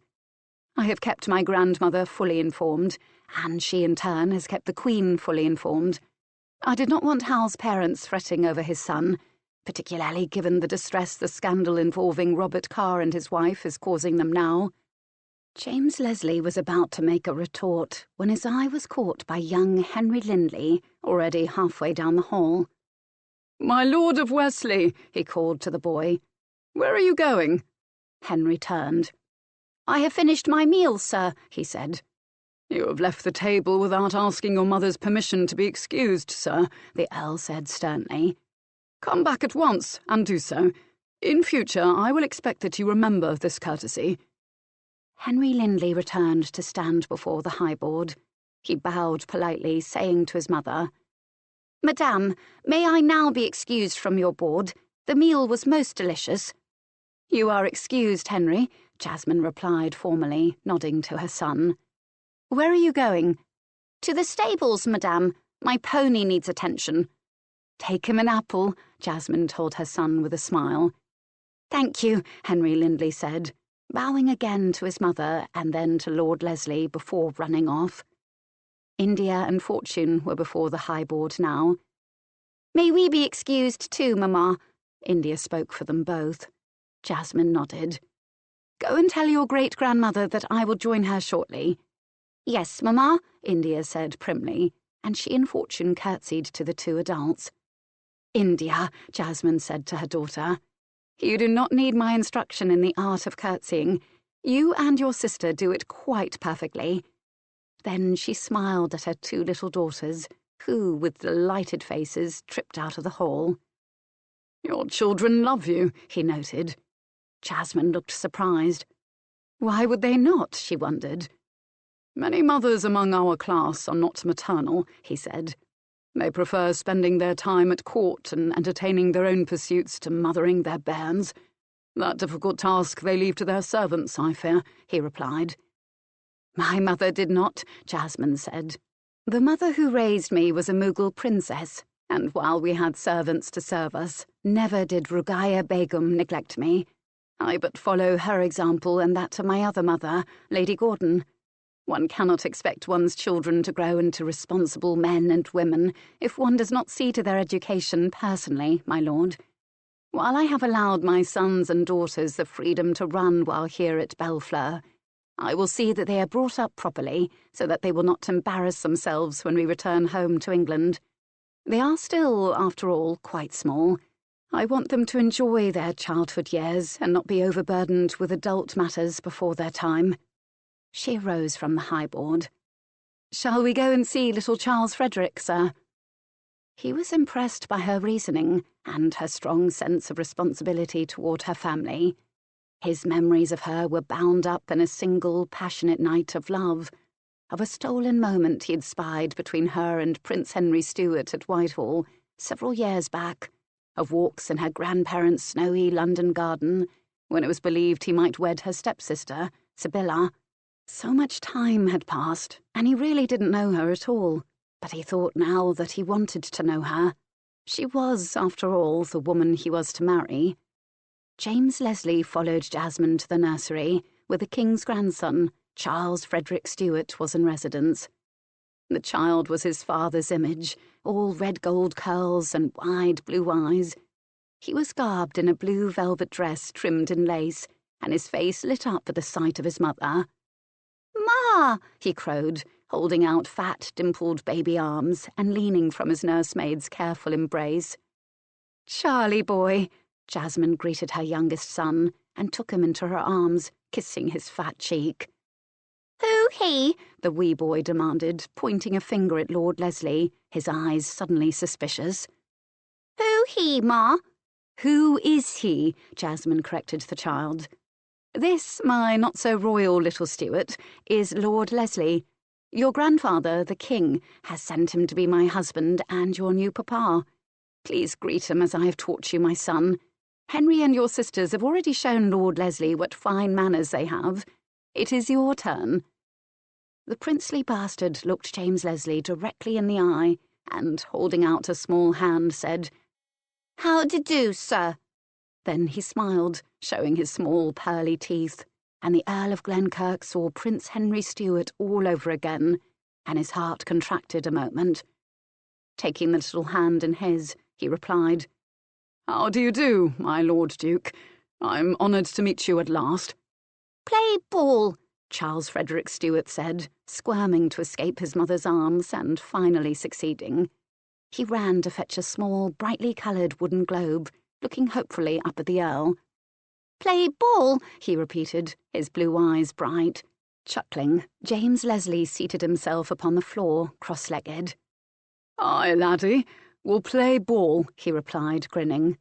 The little boy rolled the shiny orb across the floor to the Earl, who stopped it neatly and rolled it back to him. "I shall leave you to entertain each other," Jasmine said. "Grandmamma will be waiting." She hurried from the nursery, leaving James Leslie to entertain her son. She had been surprised by his easy agreement to Charlie's request to play ball. She had been touched to see them both seated upon the floor, rolling the round toy back and forth between them. James Leslie did indeed have a heart, at least where her children were concerned. Absently, Jasmine stroked the silky head of the spaniel she had once again picked up. "What do you think, Feathers? Is this a man we can live with?" The dog looked up at her with soulful brown eyes. Jasmine moved along the corridor of the upper hallway to her grandmother's bedchamber and, knocking, entered. Skye was comfortably ensconced in the large bed, her eyes closed. Daisy had just removed the breakfast tray. "Is she sleeping again?" Jasmine whispered. "I am quite awake, darling girl," Skye said, opening her eyes. "And well rested. I always sleep well at Bellfleur. I wanted to put you in the master chamber last night, but Daisy told Adali no," Jasmine began, putting the dog down. "And quite right, too," came the reply. "I do not need to be reminded of your grandfather, Jasmine. He is always and forever in my heart. To sleep in that magnificent bed he commissioned built for us when we were wed would have undone me entirely. I have no memories of this room. Some of the children slept here, but I do not recall which of them. It was so long ago. Adam and I were happy here." "I am so sorry, Grandmamma," Jasmine said. "I did not say it last evening when you arrived. I was so stunned by your news, and then by Lord Leslie's arrival. I allowed my own problems to overwhelm me. I should have been at Queen's Malvern for you, Grandmamma. I should have been there for Grandfather. Now I shall never see him again." "Neither will I," Skye said softly. "Of all of them, I loved him best of all, darling girl. But don't ever say I said such a thing, for your aunts and uncles would be heartbroken." "I understand," Jasmine said. "I loved my first husband, Jamal, and yet I loved Rowan Lindley better. No disrespect can be intended in such an admission." The younger woman climbed onto the bed next to the altar. "What am I to do about Lord Leslie, Grandmamma?" she asked. "Oh, I know I must wed him now, and this morning he has shown himself to be kind and patient with the children, but what am I to do about him? He really is most arrogant. Do you know, he told me he is descended from an Ottoman sultan and is as royal as I am. Is it true, I wonder?" "I wondered about his lineage," Skye said, fascinated by her granddaughter's revelation. "A Scot without a doubt, but there is that slight, almost imperceptible slant to those green eyes of his. A tiny bit of tartar in the blood. Interesting indeed. Now, what to do about him indeed, darling girl? Since you must wed him, you have no choice but to win him over, I think." "Would the king not reconsider, Grandmamma?" Jasmine wondered. "Nay, he would not. James Stuart is every bit as intractable as his late cousin Elizabeth Tudor, and the truth of the matter is that you must have another husband, Jasmine. I would have liked it if you could choose for yourself this time, but it is not to be. You must marry James Leslie, so the sooner you begin to soothe his ruffled feelings, the better." "I think I may have an idea," she chuckled. "What?" Jasmine asked, curious in spite of herself. "I think that you and the Earl would do better without the encumbrance of an old lady and 4 children, Skye said. "In a week or 2, I shall take the children to visit their relations over at Archambault, and then we shall go on to Paris. By then the worst of winter will be over, and I shall return to England with my great-grandchildren. You and James will follow when you will. You will have all the time in the world that you need to become reacquainted. Then, when you return to England to marry, it will be a happy occasion. I would like you wed at Queen's Malvern, and I shall make my desire known to the Earl." "He wants us wed before the entire court," Jasmine said glumly. "A wish hatched in the heat of anger," Skye replied. "If I say Queen's Malvern, he will acquiesce," she concluded with a smile. Jasmine laughed at the arch tone in her grandmother's voice. "Even at your age, madame, no man will refuse you," she said. "God's blood, I wish I were more like you." "You are too much like me, I fear," Skye chuckled. "I hope you will attain a degree of wisdom far sooner than I did.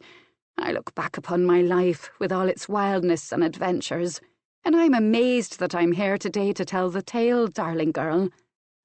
Jasmine looked up into her grandmother's face. "Don't ever leave me," she said quietly. Skye patted the younger woman's hand comfortingly. "One day I will go," she said, "but not yet, darling girl. And even when this weary old body of mine has released its hold upon my soul, I shall yet be with you, Jasmine. You will only have to remember me, and I will be there to whisper in your ear." Then she chuckled again.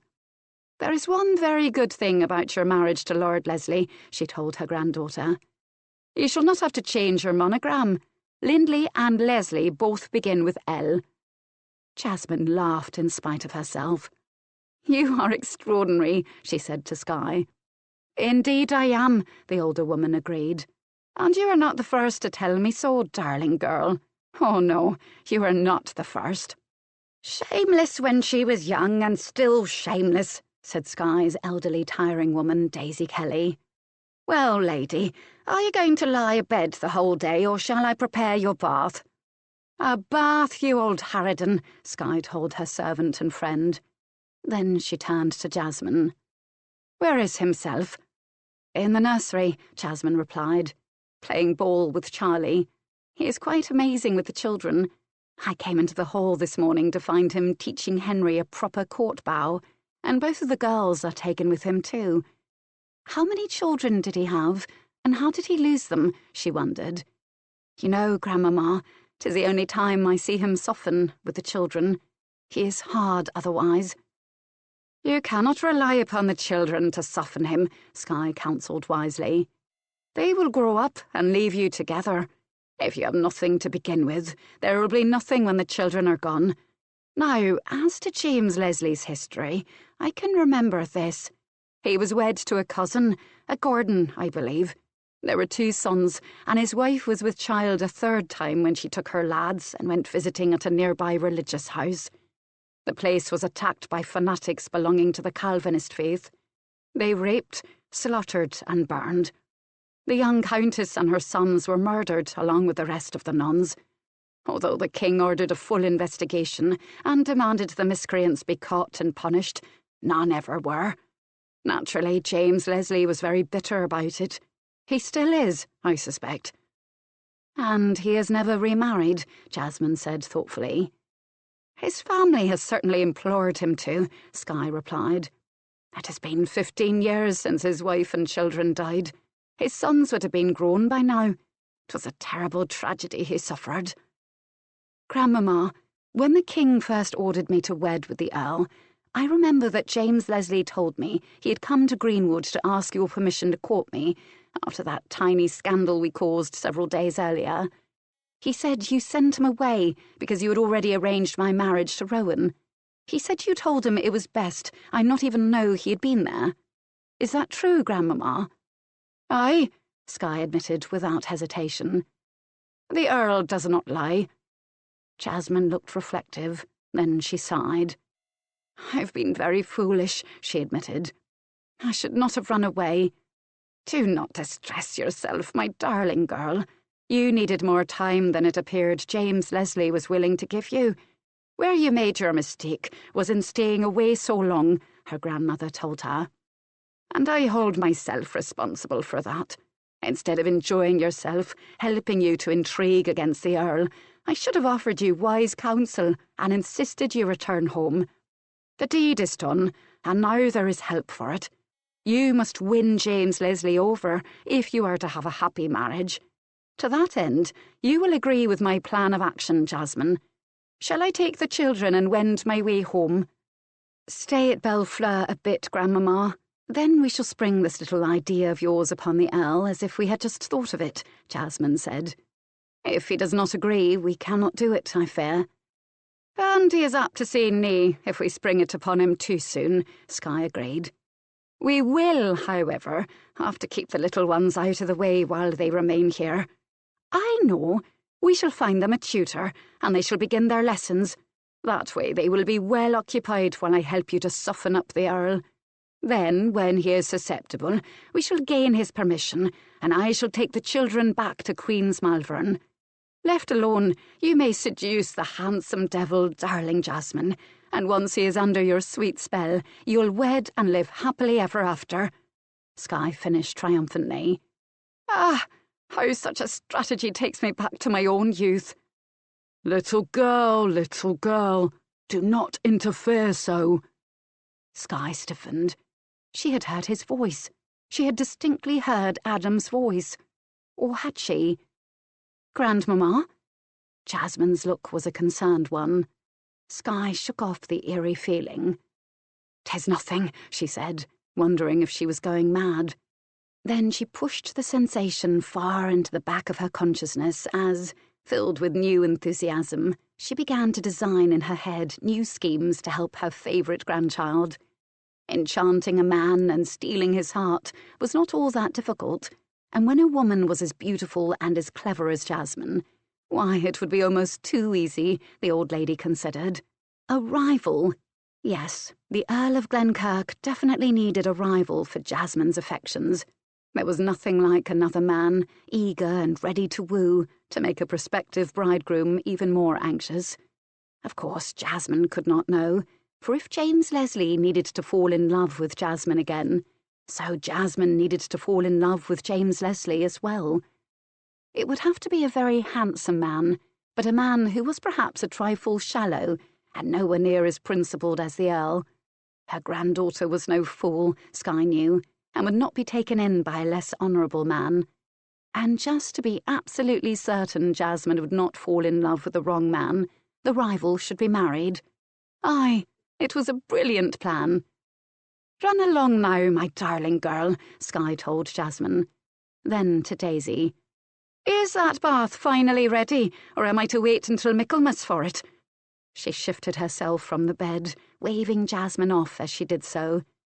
"God's boots, I had forgotten how damp this chateau gets in the winter.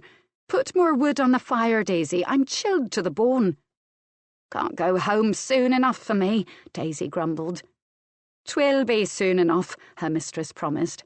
"I just have one or two little things to do, and then we'll be off." "You've got that look in your eye," Daisy said. "I haven't seen that look in 20 years, I haven't." "What look?"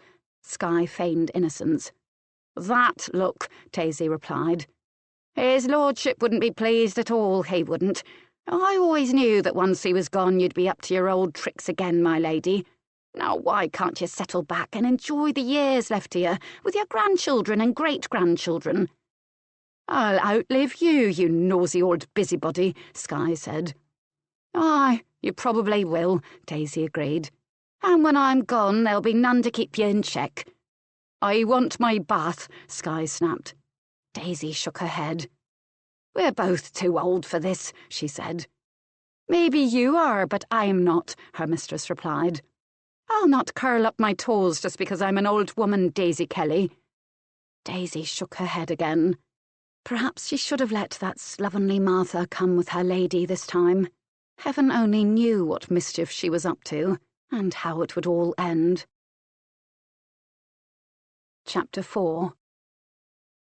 "Ma chérie," Alexandre de Saville, Comte de Cher, greeted his sister-in-law with a kiss upon each of her cheeks. "I had not thought to see you again in this life, for I love Archambault and scarcely leave it, and for you it is the same with your beloved Queen's Malvern." "Adam is dead," Skye said without further preamble, allowing the servants to take her fur-lined and trimmed wool cloak. "Ah, ma pauvre sœur," the Count said, his face collapsing with sadness. "But he was not ill." "He was old, Alexandre," Skye replied. 13 years older than you, and 10 years older than me." "When?" The Count escorted his guest into a bright salon, where a warm fire burned, and seated her. Almost immediately a servant was at their elbow with wine. "12th night," Skye answered him. Nay, he was not ill, and he was in the midst of his family. One moment he was laughing at a jest, and the next he was gone. It was quite a shock for us all, and for Adam most of all, I imagine," she finished with a small touch of humour. "'Twas a beautiful death, as you describe it," the Count said. "God assoil my brother's good soul." He bowed his head a moment. Skye sipped her wine, marvelling at the delicacy of the vintage. His silent prayer over, the Count raised his silver head and looked at his sister-in-law. It was kind of you to bring us this news personally, but I imagine 'tis not your only reason for being in France. You have come to take Jasmine and her children back to England, have you not, ma sœur? Skye nodded. "'Tis past time, Alexandre." Then she went on to explain how Lord Leslie had followed her to Bellefleur. "Once he loved her, but now I do not know," she concluded. "At least he is fond of the children, and that is a beginning, I think." "But not enough," the Count observed wisely. "What will you do to help our beautiful Jasmine, ma sœur? For you will do something. Of that I am quite certain." He chuckled. Skye laughed. "Am I so transparent in my old age, then, Alexandre? You are correct, of course. I do want to help my darling girl. I thought if I can obtain Lord Leslie's permission, I would bring the children here for a visit, then take them to Paris and finally home. This way my granddaughter and her husband-to-be will be forced to renew their friendship and work out their difficulties. Perhaps after I'm gone you will invite them to Archambault. A bit of time alone together, and who knows what may transpire." "Ah, l'amour," the Count agreed. Then he said, "Of course you may bring Jasmine's children for a visit, chérie. Hélène and I would be delighted to have you. We too are great-grandparents. Our grandson, Philippe, the next Comte du Cher, has a little son, Antoine, named after my father. He will enjoy his cousins from England." "I was saddened to learn of your son's death," Skye said. "These damned religious wars," Alexandre de Saville replied irritably. "My son, Adam, had nothing to do with any of it, and yet he fell victim to the madness on his way home from a visit to Nantes. His wife, Louise, succumbed of melancholy shortly afterwards, poor girl. They had but one child. Philippe is a good man, however.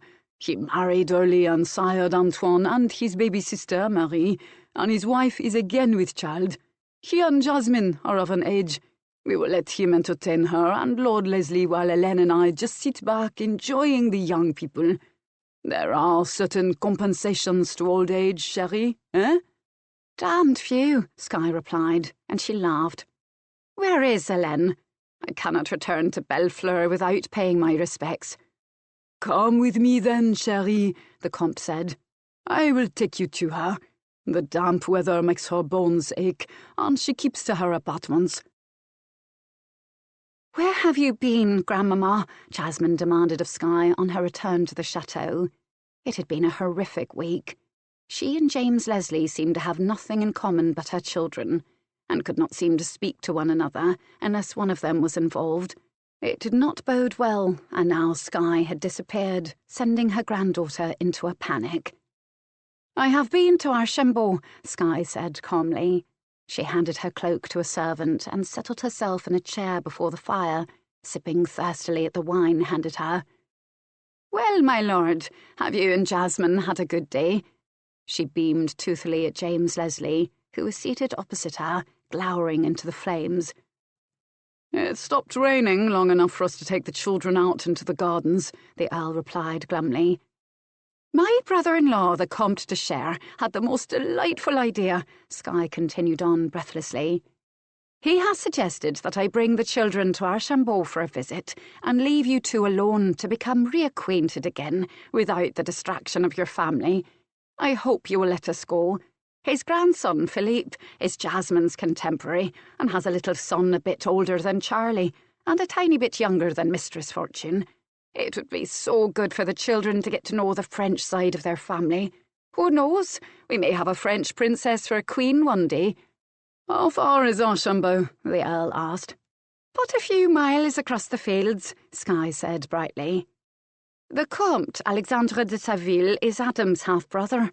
His son, named for my husband, was killed, and so it is his grandson Philippe who is his heir.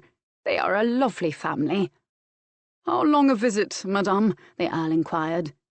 "A week, or perhaps 2, Skye ventured, refusing to acknowledge her granddaughter's outraged look. "I will think on it, madame," James Leslie said. "It is a ridiculous idea," Jasmine burst out. "Why should it matter if my children know the de Saville children? Once we have returned to England, it will not matter at all. Besides, Charlie is not quite weaned yet. I couldn't possibly let them go, Grandmamma. The decision is not mine to make, my darling girl, Skye said with a nod in the Owl's direction. And as for little Charles Frederick, it is past time, Jasmine, that he was weaned. Why, the lad will be 3 in the autumn. I never nursed any of my children for so long a time. As for your children, and the de Saville children, one never knows when one might need help from a relation. 'Tis better to know one's relations, even the distant ones, if possible. Alexandre de Saville is your great-uncle. His son Philippe is your cousin. It could one day prove a valuable connection. Why, I believe even Lord Leslie has relations here in France. Is that not so, sir? Indeed, madame, it is. 2 of my father's uncles wed Frenchwomen. Their families live near Fontainebleau, southeast of Paris. I am acquainted with both branches, the Earl answered. There, you see, Skye crowed. The Earl knows his French relatives. Her smile took them both in with its warmth. I do not want my children separated from me, Jasmine said stubbornly. Her look was definitely mutinous, her turquoise eyes angry. I am their mother, and it is up to me what they do. Nay, madame, it is up to me as their legal guardian, James Leslie replied. I think your bairns should go to Archambault to visit with their cousins. As for young Charlie, 'tis past time, madame, that he was separated from your tit. He's got teeth to chew his food, and you'll make a mother's boy out of him if you continue on as you have. Oh! Now Jasmine looked truly affronted. My dears, Skye quickly spoke, I do not want Alexandra's little suggestion to be the cause of dispute between you. Jasmine, my darling girl, be reasonable. The children have been cooped up here with you at Bellefleur for months. They need a change, and they need to be with other children of their own class. It will give them a chance to practice their manners and deportment before their return to England, where they must take their place in our society. You know that at one time or another they will go to court.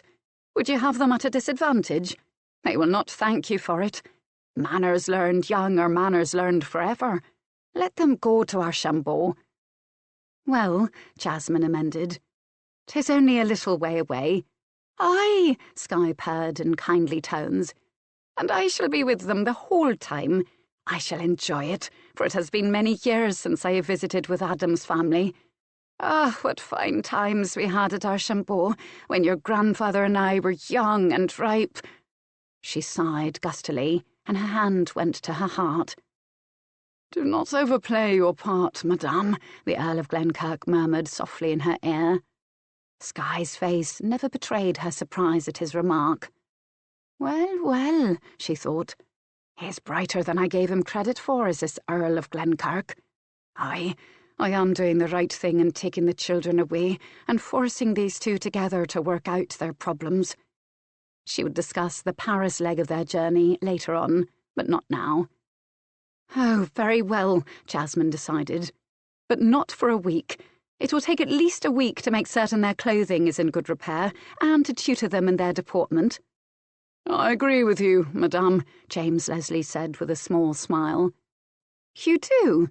Jasmine was somewhat surprised. We cannot always disagree, he replied, a twinkle in his eye. Perhaps not, she answered him, not certain what he exactly meant by the wry remark. It was 10 days before Jasmine was satisfied that her children were ready to leave for Archambault. She'd kept her small staff busy washing, pressing, brushing their clothing, until Skye had complained the nap would be worn off the fabrics altogether. The little trunks were packed neatly, the nursemaids given detailed instructions as to the children's care and what to do in the event of this or that. Finally, irritated, Skye snapped at her granddaughter. I have raised 7 children, my darling girl, and I will be with my great-grandchildren. I know what to do. We leave on the morrow, and I'll hear no more about it. The Earl of Glenkirk repressed a small smile. Jasmine looked so worried. She was a good mother, but far too obsessed with her offspring. He didn't doubt for a moment that this little trip to Archambault for Madame Skye and the children was all the old woman's idea. She'd promised to help him, but he had not been certain he trusted her, especially after the last time. It would appear now, however, that his fears were groundless. She was whisking Jasmine's youngsters off so that he might be alone with their mother. He didn't know how she was going to do it, but he suspected that the children would not return to Bellefleur. He chuckled softly. What a holy terror Madame Skye was. He was glad to have her on his side this time. In the morning, his arm about Jasmine, he watched as the grand old lady and the children departed Bellefleur. The rain had gone, and the day was bright and sunny. It was the end of February, and there was a definite hint of spring in the air. Jasmine sniffled, and he warned her softly. "Do not cry, madame, lest you distress the bairns. They are happy for this little adventure. Do not spoil it for them." "I have never really been parted from them," she murmured low, attempting to disengage his arm, but he held her firmly. "See how fine Henry, India, and Fortune look upon their ponies," he pointed out to her. "They sit their mounts well. Was it you who taught them, madame?" "Aye," she said. "My father taught me when I was very small. In India, women do not sit upon horses, but my mother had ridden with my father, and so he taught me. What freedom I had! I could hunt tiger and other beasts with my father and my brother Selim. It was something my sisters were never allowed to do, if indeed they even considered such a thing." She waved after the pony cart containing Charles Frederick and his nursemaid. He turned her gently to re-enter the chateau. "How many sisters did you have, madame?" he inquired. "I have 5 sisters and 3 brothers. 2 of my brothers and 3 of my sisters live in Scotland. The others live in Italy." "I was my father's youngest child. My siblings were grown when I was born," Jasmine told him. "I had 3 brothers, though 2 are dead, and 3 sisters." "Why did you leave India?" he asked her bluntly. "My eldest brother, Selim, now the Mughal Emperor Jahangir, had an incestuous lust for me. He murdered my first husband, a Kashmiri prince, in order to clear his path to my bed. My father was dying and knew that my foster mother would be unable to protect me once he was gone. So he sent me secretly to England, to my grandmother de Morisco, with whom he had had a tenuous sort of contact over the years." Jasmine laughed softly. "Before I left India, my father learned that the priest who had been my tutor throughout my childhood was actually my cousin.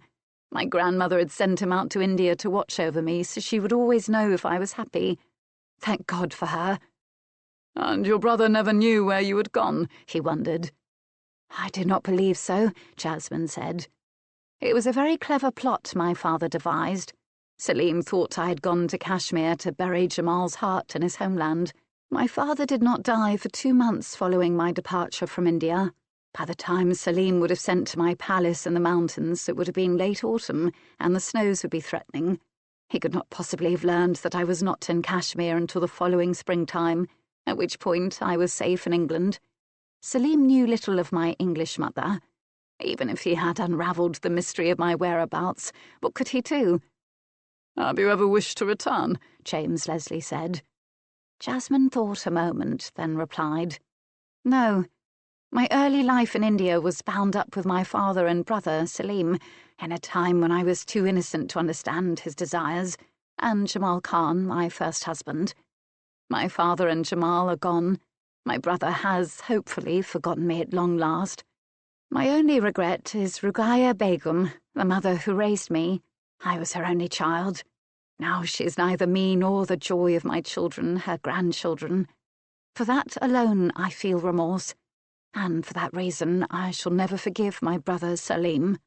He could see the genuine pain in her eyes as she spoke the words, and James Leslie wanted to ease her sorrow. "Let us ask your cook to pack us a basket, and we shall go for a ride, madame. 'Tis a fine day, and I am certain that you know many a pretty trail hereabouts." She was almost startled by his request, but January and most of February had been so wet and dreary. They had all been cooped up inside the chateau. Now, with the children gone, she was free to indulge herself in pleasure. She felt almost guilty, but then, shaking the feeling off, she replied, "Aye, 'tis a good day, my lord, for a ride."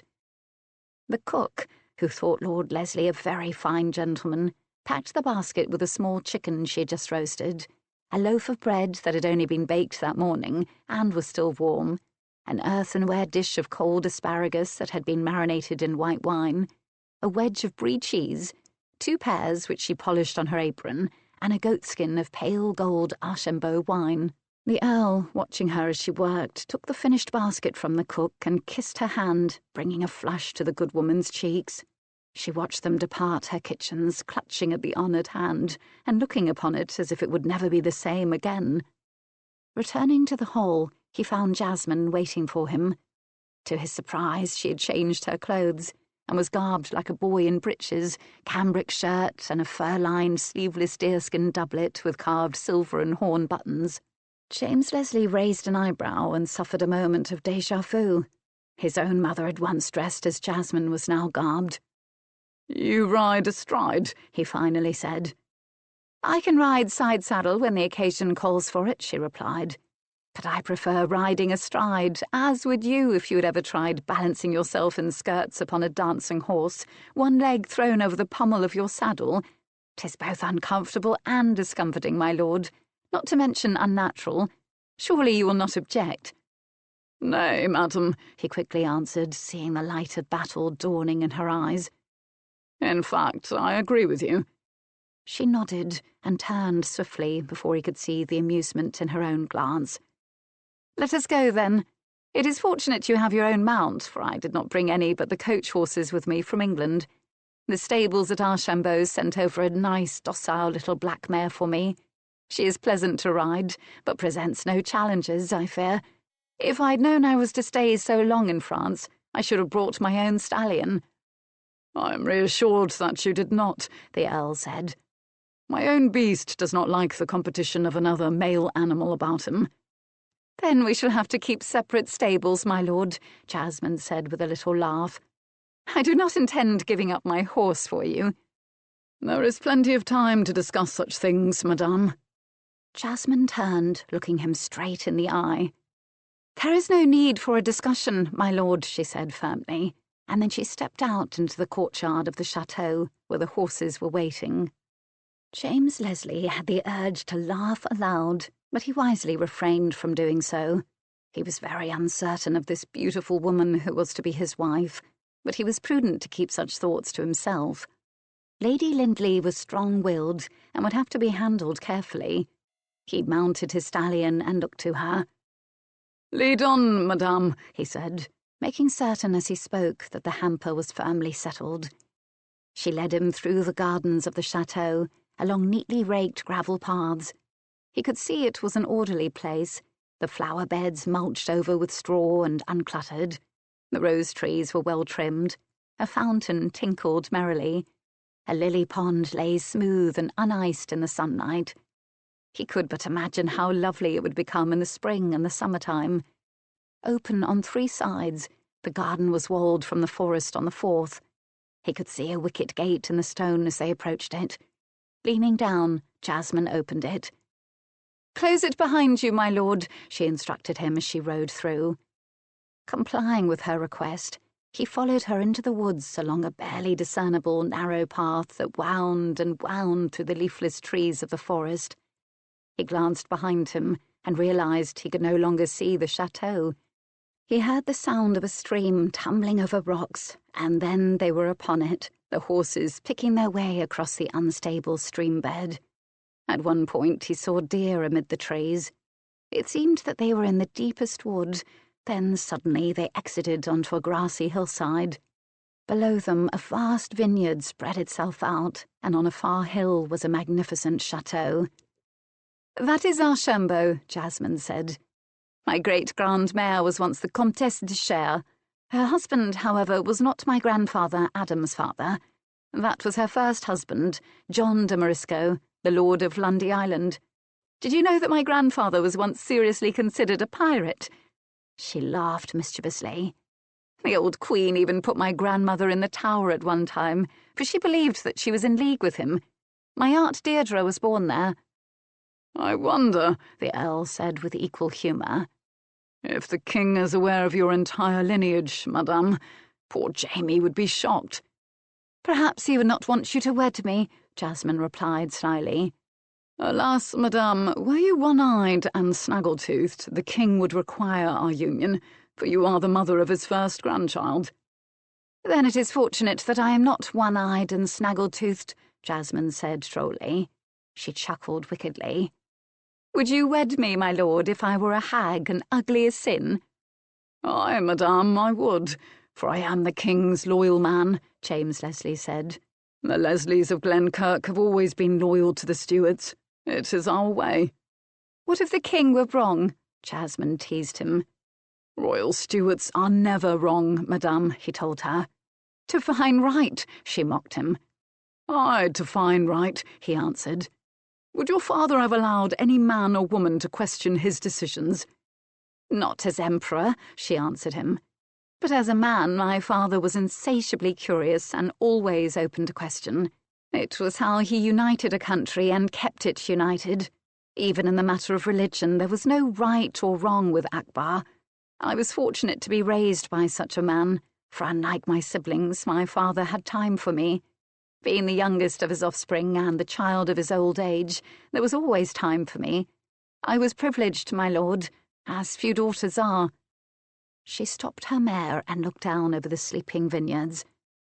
Shall we stop and eat here, sir? The sun is warm and the view fair. Agreeing, he dismounted, then lifted her from her own horse. While Jasmine spread a cloth she removed from her saddle pouch upon winter-dried grass, the Earl took the basket from the pommel of his saddle where it had been hanging. They sat, and she spread the contents of the basket upon the cloth. He used his own knife to slice the bread, the cheese, and the chicken into edible portions. There were 2 small silver goblets in the bottom of the basket, and Jasmine removed them, gracefully pouring the golden wine from the goatskin into them. They ate, enjoying the food, but there was a paucity of sententious conversation between them. Jasmine gazed out over the vineyards below them and at the chateau on the hill beyond. James Leslie was equally quiet.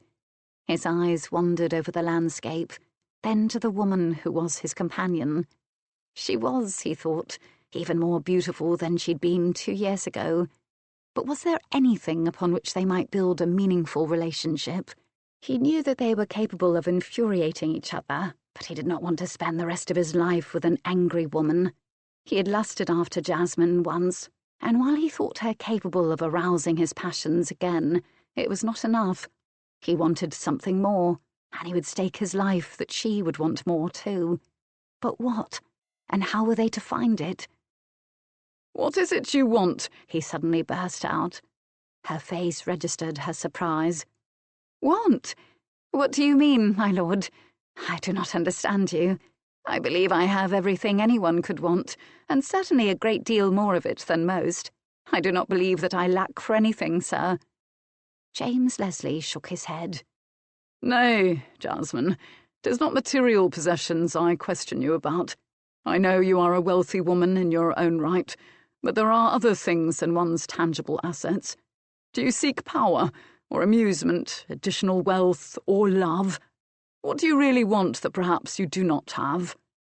Ah! The light of understanding dawned in her beautiful and unusual turquoise-coloured eyes. Love? I had not thought if I should love again. The men I loved die sudden deaths. Jamal and Rowan were murdered in their prime, and in both cases I was the direct cause of their deaths. Jamal's because my half-brother coveted me, and Rowan's because my crown-appointed estate agent meant to kill me, and Rowan was in his way when the gun discharged. As for my poor Hal, she sighed.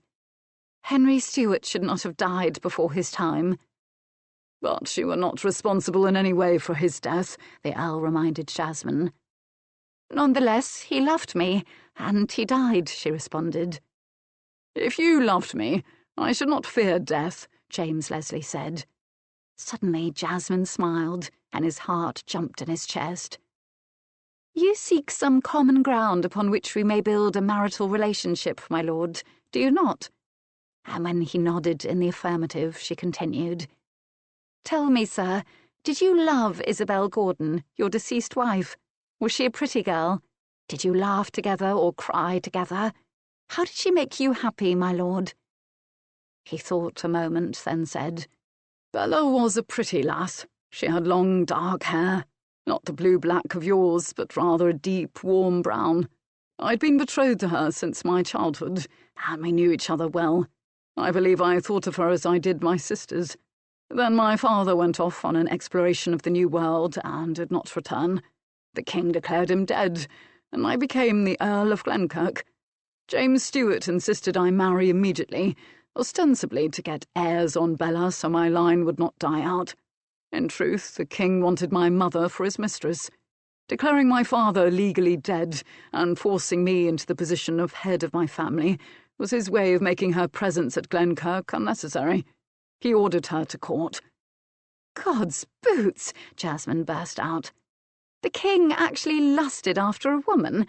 Why, I thought him completely faithful to Queen Anne. Other than his passion for my mother, he was. It began before he married the Queen, but 'tis a long story, and I will not bore you with it, Jasmine. Suffice it to say, my mother fled Scotland and has not been back since. She lives in the Kingdom of Naples with my half-brother and 2 half-sisters. My stepfather died 2.5 years ago. And she did not choose to return? How curious, Jasmine thought. No, she did not. She still fears James Stewart, although I have assured her that he is a changed man from their youth. She says that cats do not change their stripes, and that the climate of Naples agrees with her far more than that of Scotland. I think her memories of Scotland, however, are too sad for her to bear, whereas she and Lord Bothwell were happy all their years together in Naples. Were you happy with your Bella? Jasmine queried him. I was. She was a good lass, a good mother, and a wife a man could be proud of, madame. You have not said if you loved her, Jasmine pressed. I did love her, but in a youthful and inexperienced way, I believe, as I look back. We were comfortable together, and had she not died so tragic a death, I believe we would have been happy for the rest of our lives. "'Tis how I loved my first husband," Jasmine said. But not how you loved the second, he replied. Jasmine smiled softly and munched silently on a piece of cheese for a long moment. "Nay," she finally admitted. "I loved Rowan Lindley in an entirely different way. It was as if we were one at times. You knew him, my lord. You knew the kind of man he was. Kind and generous, loyal, a man who could laugh. That fate could snatch him from me and from his children is something I shall never understand." "And yet you were able to love again," the Earl said. Jasmine smiled again. "Aye, but who could not love Henry Stewart? Everyone adored him. I did not seek his favour, you know. In fact, I resisted him quite strongly, but he would not have it." She laughed with the memory. "Hal would have his way in the matter, and I have his son to remember him by. 'Tis a precious gift, and more than most royal mistresses gain." "But that gift has forced you into the king's arena, madame," the Earl noted. "Perhaps you should have been satisfied to take just jewellery and titles from Prince Henry." Jasmine chuckled. "There is no man in England who could gift me with jewellery, sir, for the jewellery I possess far surpasses anything you have ever seen. Rowan knew it, which is why he gave me Maguire's Ford. And Hal knew it too. As for titles," she shrugged. "I was born a royal Mughal princess. Only a queen's crown would impress me, and it could not be." "So, madame, you possess lands, titles, gold, and jewellery in your own right, but still you must wed me. What can I give you that will make you happy, Jasmine?" "Why do you care if I am happy or not, James Leslie?" she demanded of him. "The king has ordered us to wed, and wed we must, whether I am happy or not happy. You have said you will obey James Stewart because the Leslies of Glenkirk have always been obedient to the royal Stewarts. What difference does it make if I am happy?" The muscle in his jaw tightened. Jasmine Lindley could be the most irritating woman when she chose to be. Here he was holding out a rather large olive branch, and she was apparently refusing it. "Madame, I am not some monster who has been foisted upon you," he began. "Nor are you being martyred to any cause by being wed to me. There are several ladies in England who would be but too glad to be my countess. Once even your own stepsister sought that honour." Do you wed me just because James Stewart orders you to, sir? Jasmine asked him. I do not like the idea that we must wed each other because of a royal command. When I was a young girl, I accepted such a marriage, but it was my father's dictate, and not that of a stranger. He swallowed the wine remaining in his cup, wishing that there was more, and sighed. I cannot change what is, Jasmine, he said quietly. When I arrived at Bellfleur several weeks ago, I was very angry with you. I believe I was close to hating you, and I did, I will admit, seek revenge upon you for embarrassing me so publicly. Being with you, however, has caused my anger to drain away. I admire you. You are a woman of courage and determination. There are some men who might not appreciate such characteristics in a wife, but I do. I'm not certain I can offer you love now or ever, nor can you promise me love. But I will respect you, and I can offer you companionship. You will not suffer as my wife, and I will be a good father to your children. I swear it on the souls of my own dead bairns. Will you force me to wed you before the court? She asked. He shook his head. I am past vengeance, Jasmine. We can wed here at Bellfleur or at Queen's Malvern. The choice is yours, I promise you. But please, madame, let it be soon. We cannot afford to incur the king's displeasure much longer. Is he angry at you too? She was surprised. Aye, he said with a little grin. He said, when there corners the ewe, he should nae gie her freedom to choose her own pasture in her own time. Fortunately, the car mess has kept him occupied, and he has not had too much time for me, but it would please him if we wed soon. He longs to see the little laddie, for he has not seen him since Charles Frederick was a wee bairn, and the boy is his grandson. Promise me you will not let them take him from me, Jasmine said. That, I will admit to you, is my greatest fear. Once the Queen told me how they took Hal from her, and she rarely ever saw him, and must beg permission from his governors when she wanted to be with him. I could not bear it if they took Charlie from me. And her eyes filled with thick tears at the very thought. He reached out and brushed the tears from her soft cheek. They will not take him from us, he promised her. Henry Stewart was the heir, and the custom of farming the heir out an old one. 'Tis no longer done, thanks to the Queen. Besides, darling Jasmine, your Charlie is but a royal bastard. He can never be heir to the throne. His importance is in his relationship to the King and the Queen, not in his future. But what if they want him? She persisted. What they want is to see the laddie and know him. I am his guardian because they know I am an honest man and will not use the boy to my advantage or to build my power base. Charlie will remain with his family. I promise you this, madame. I am afraid, she said softly. He took her gloved hand in his big hand. You must trust me, Jasmine. 'Tis a great leap of faith for you, I will admit, but I beg you to trust me. He could feel that her hand was cold beneath the leather. He attempted to warm it between his two hands. A wind had sprung up, and the sun had now disappeared behind a hand of clouds. The promise of spring earlier in the air had entirely disappeared, and winter, it seemed, was returning. We had best go, she said, disengaging her hand from his and standing up. She brushed the crumbs from her breeches and began packing up the basket and cloth. You will consider what we have spoken on this day, he asked her. We will marry in the spring at Queen's Malvern, Jasmine told him with a small smile. But not upon the 1st of April, my lord. 'Tis an infamous date for us, and I would begin our relationship on a more cheerful note. Would you not agree? I think perhaps the 15th of the month would be suitable. I do not like May. Marry in May, rue the day, 'tis said. You do not favour June? Do you really wish us to try the king's patience that far? She gently teased, as he helped her to mount her mare. She smiled down at him, her eyes twinkling. Of course June is a lovely month, my lord. Did you not wed Wesley in April? He asked her, vaulting into his own saddle.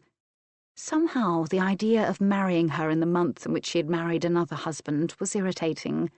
Perhaps it was even the same day, thereby making it easier for her to remember. Even her monogram would remain the same. L for Lindley, L for Leslie. I married Rowan on April 30th, my lord, she replied, her tone just slightly frosty. But it is obvious that you prefer June, so let it be June 15th. It will do just as well, I think. The Earl felt a momentary chagrin. He had behaved like a churl, and she had caught him at it and called his bluff. Now he would wait an additional 2 months, and the explanation given the king must be his. He swore softly beneath his breath, and to his mortification Jasmine giggled, or he thought she did. When he looked over at her, her face was a smooth mask of bland innocence. She led him through the vineyards of Archambault and onto the carriage road from Paris that he had ridden over before. They cantered easily along the path until they came to the almost hidden way leading to Bellefleur. Now she spurred her mare into a gallop, and her hair, so neatly in its chignon, blew loose, flowing behind her. He urged his stallion onward, realizing they were to race home, and as he drew even with the mare, she looked over at him and laughed. Pulling past her, he reached the chateau's bridge before her and drew his beast up to await her, but she did not stop, and the mare raced by him into the courtyard of the castle. Jasmine leapt down. "I won!" she bragged triumphantly. "I thought the race ended at the bridge," he protested, dismounting. "Why would you think that?" she demanded. "Because it was the logical end of the course," he replied. "Nonsense," she mocked him, hurrying into the chateau, handing off her gloves to a servant. "A race ends at the door of the house. I thought everyone knew that." "I didn't," he said, an edge to his voice. "Why not?" she countered. "Because you didn't tell me, madame," he shouted. "Have some wine," she offered. "It will calm your nerves, my lord.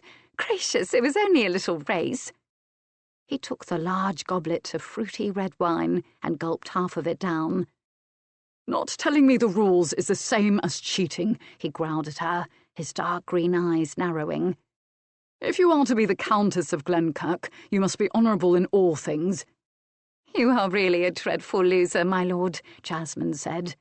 "It was a silent challenge, and to believe the race ended before it ended was just plain silly.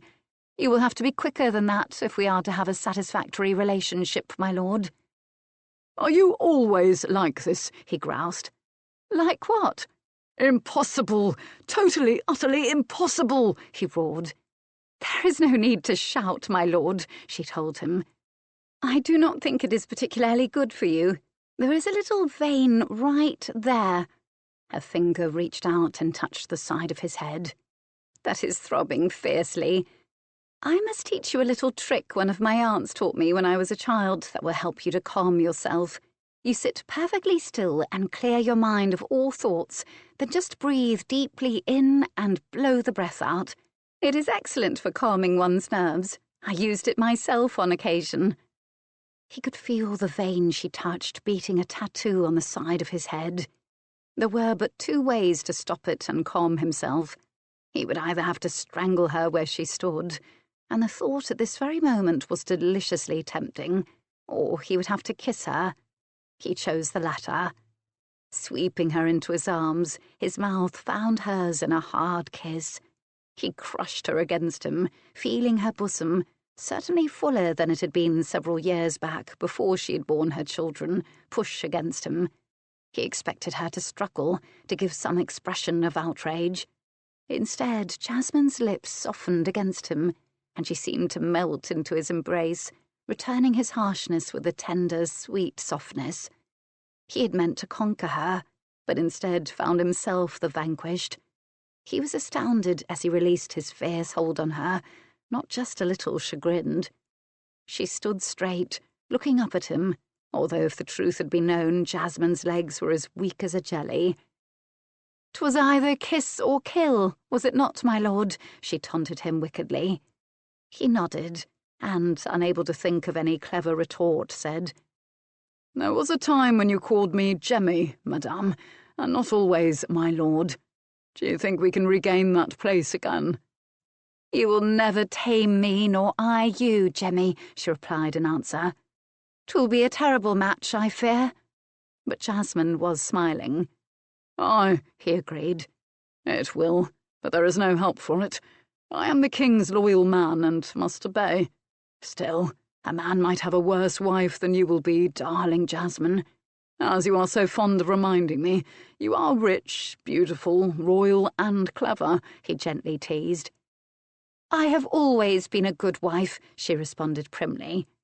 "You will learn if you do not thwart me. I shall be loyal and bring no shame to your name, Jemmy Leslie."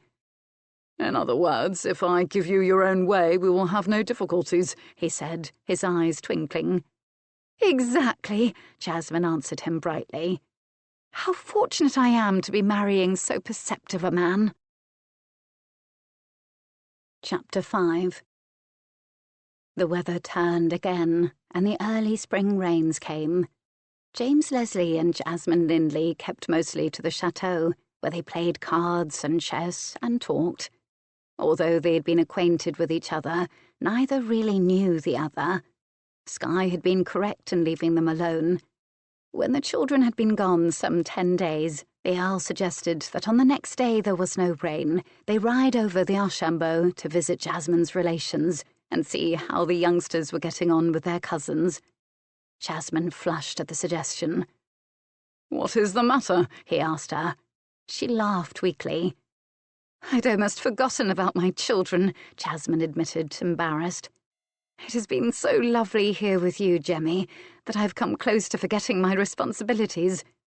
"You are the best of mothers," he reassured her. "No one would fault you for enjoying your time away from the children. When we return home to England, we shall spend as little time at court as is possible, that we may spend most of our time with our family." "Will we live in Scotland?" she asked him. "My mother transplanted well there, but has always insisted upon her English summers, as she is wont to call them. Is Glenkirk beautiful, Jemmy?" "Very beautiful," he said. "But we will only live there part of the year, Jasmine. Perhaps the autumn and winter months. Autumn is the best time in Scotland.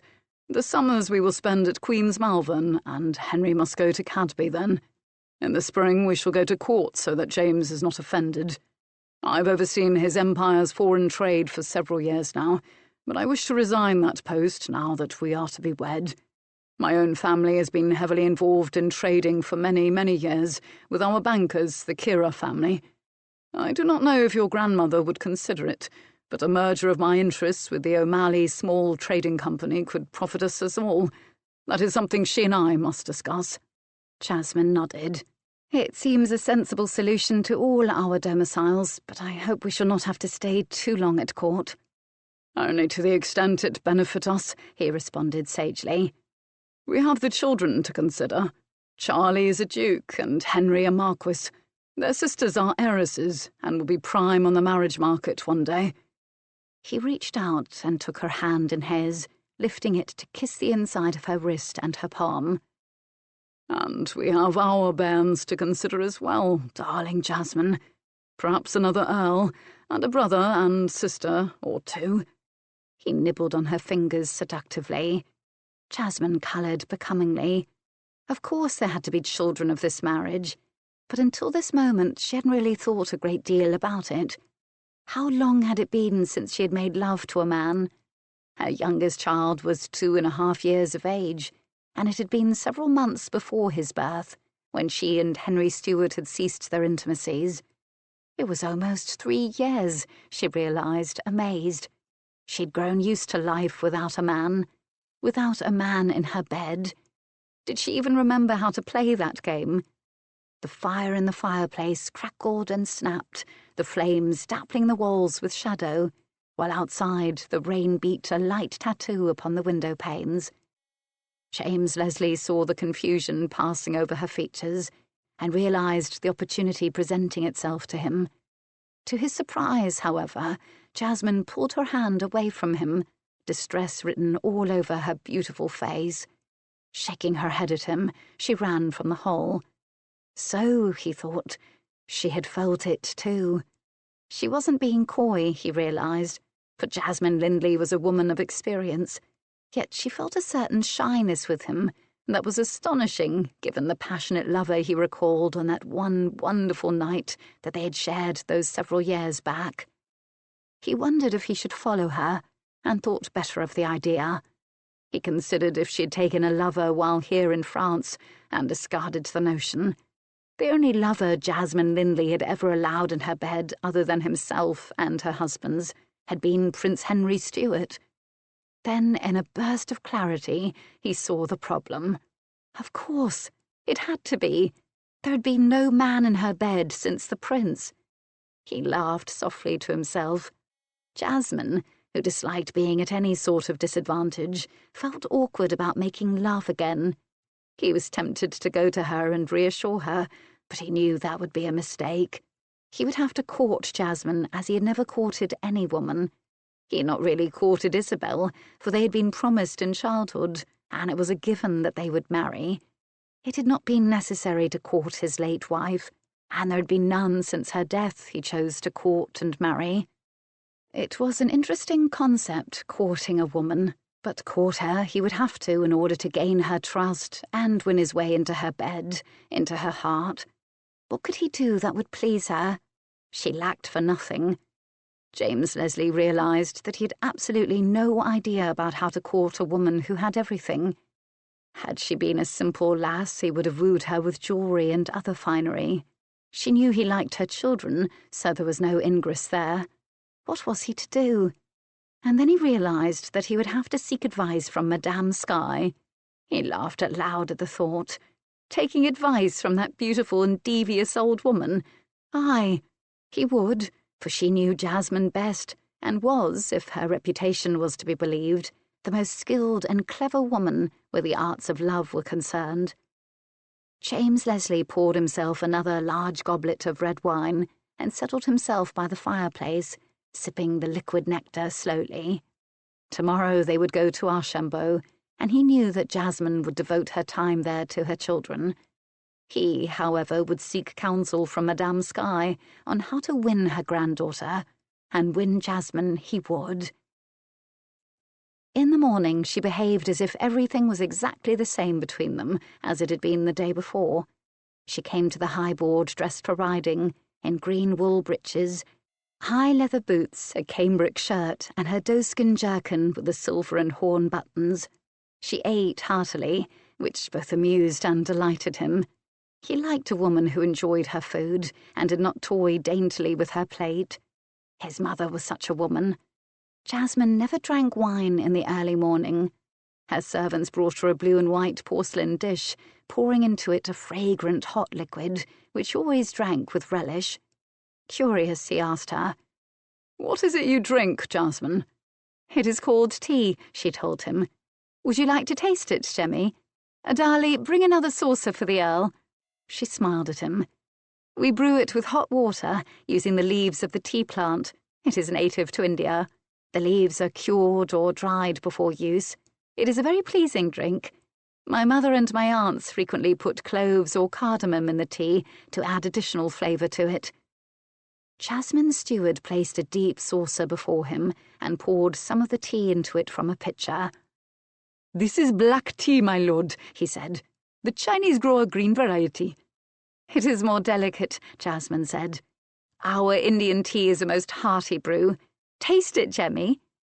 He sipped at the hot liquid, finding the taste pleasant, but not particularly stimulating or exciting as wine, ale, or cider. "I'm thinking of suggesting to Grandmother that we import tea into England," Jasmine told him. "The Dutch have been doing it for the past 6 years, although they do not know how to market it and have not had a great success with it." "The Dutch are excellent merchants," he replied. "Indeed they are," she agreed. "But they still do not know how to sell tea. Tea is not spices or cloth that can be easily hawked to any housewife in the market. Tea must first be sold to the rich and the powerful. Only when they have taken it to their bosoms and made it a drink of the exclusive will the masses seek to have it." Her analysis of the situation surprised him. He had always known that Jasmine was an intelligent woman, but he had put that particular brand of intelligence down to female common sense. But she was beyond that, obviously. "You may be right, Jasmine," he said slowly. I can see where having tea drunk by a select few would eventually make it modish and very desirable to the general population." She rose from the high board. We'll talk to Grandmamma about it, she said. Come, Jemmy, and let us be off. I've not seen my darlings in almost 2 weeks, and I'm eager to be with them. They took the direct road to Archambault, arriving quickly, and Jasmine was out of her saddle almost immediately, sweeping her children, who were awaiting her upon the steps of the great chateau, into her all-encompassing embrace. On the top step, Madame Skye stood with a distinguished gentleman, the Earl rightly guessed to be the Comte de Cher. Alexandre de Saville shook James Leslie's hand and bade him welcome. The Earl then kissed Madame Skye upon her pale cheeks. "So, James Leslie," the old lady said, tucking her hand into his arm as they entered the chateau. "Have you made any progress with my granddaughter?" "We will wed on the 15th day of June," he replied. "Ah, good. I'm glad you've managed to bring Jasmine around to a more sensible frame of mind in this matter," Skye replied. They entered an elegant salon, and he saw at once that they were alone. "I need your advice, madame," the Earl said, "and as we have privacy for the moment, perhaps it is the time to seek it." She raised an elegant eyebrow. "You seek my advice? How interesting," Skye said, a small smile playing with the corners of her mouth. "Then, sirrah, you've decided that I am not your enemy." He chuckled. "I think you are a devious, wicked lady, madame, but I still need your advice. And no, I do not believe we are enemies, nor have we ever been." They sat upon an upholstered settle, and he took her hand in his. "I believe that Jasmine has become shy in things of an intimate nature, Madame Skye. She is not comfortable once matters pass a certain point. It is not in her nature, I believe, to be cold." Skye said. "I considered other reasons for her reluctance, but the only one I believe true is the fact she has not known a man since some time before wee Charlie's birth. I think she may feel at a disadvantage." "God's boots," Skye answered him. "What is the matter with the girl? You are handsome and well-made, and she has shared your bed on one occasion and not found you displeasing." "We are being pushed into doing our duty," the Earl replied. "I think I need to court her, Madame Skye, but how does one go about courting a woman with everything? What can I do or say or give her that she has not heard or received? My first wife and I were promised as bairns. I did not court Isabel, but then we were both very young and used to one another. Our families had agreed to our marriage, and that was the way it was done in Scotland at that time." Skye nodded. Now here was a small tangle that needed unknotting. She had not considered that Jasmine, once become sensible, would behave like a sheltered virgin, and her a woman with 4 children. It was simply ridiculous. "I will speak with my granddaughter," she said. "Nay, madame, I beg you do not," the Earl implored her. "She would be mortified to learn that I knew her secret. Just instruct me in how to please her, so that she will lose her shyness with me, and matters may progress naturally." "God's blood!" Skye swore passionately. "What is the matter with you young men of today? In my day the men were bold. They swept a woman off her feet and into their arms without their permission. None of my daughters were like me, but this one granddaughter is. You will gain your goal with her by being audacious and gallant, and not by pussyfooting around." "But, Madame Skye," he attempted to interrupt her. "There are no buts where love is concerned, James Leslie," she told him sternly. "Do you know that Jasmine's grandfather seduced me the first time he met me? Like Jasmine, I was mourning a loss and had been without a man, but Adam wanted me, and he took me." Her gaze softened with a memory. "I should have seen that he was the man for me then and there, but I outlived 2 more husbands before he realised that his first manly and fearless approach to me had been the way to my heart. We were fortunate, and in those days it seemed as if time went on forever." She was silent a moment, then sighed gustily before looking at him again. "Seize your opportunity, damn it! Give my granddaughter a taste of passion again. You cannot help but overcome her outrage with it." She chuckled wickedly. "I envy the girl, my lord. I do." He raised the hand he'd been gently holding to his lips and kissed it. "Thank you," he said. She nodded, her kerry blue eyes twinkling yet wise. Then she said, "I believe that you and Jasmine should be together alone for a few more weeks, James Leslie. What would you think if I took the children on to visit Paris, and from there home to Queen's Malvern, where we will await you? It is already mid-March, and if I am to prepare for a wedding and notify the family, I cannot linger much longer in France. The children yet prove a distraction to their mother, so perhaps it is better they travel with their great-grandmother." "I tend to agree, madame," the Earl said, restraining the chortle that threatened to burst forth from his throat. He had known that the old lady would not allow Jasmine's bairns to return to Bellfleur, but he had not been certain exactly how she would manage this feat. Madame Skye was absolutely brilliant in her tactics. "I will hire a goodly force of the Comte's men to escort you first to Paris, then on to the coast. The roads are not all that safe, as you know, particularly now with another war threatening to break out." "Aye, that is wise," Skye agreed. "I know Alexandra will be more than happy to give you the loan of some men-at-arms." The door to the salon burst open, and Jasmine, looking agitated, entered the room. "What is this that Henry tells me, Grandmamma? That you are taking the children to Paris? I will not allow it." "Darling girl, do not be foolish," her grandmother soothed her. "Aye, we are off to Paris in a few days' time, and from there to England, where we will begin making preparations for your wedding, and notifying the family of your return. In the meantime, you and Lord Leslie will have more time to work out any little difficulties between you, and to know one another better. You are quite fortunate to have me relieve you of your responsibilities, even temporarily, Jasmine." Jasmine glared at the Earl. "And you agree with this plan?" He considered placating her, but remembering Madame Skye's words, he said, "Aye, I do, my dear. I realise that I'm being selfish, but I very much want you to myself for the time being." "Oh?" Her cheeks pinked slightly. "You know that I adore your bairns, Jasmine, but as I am marrying and not the wee ones," he murmured, catching at her hand and kissing it longingly. "This time alone is precious, and I will have it, my darling Jasmine." "As I will have you."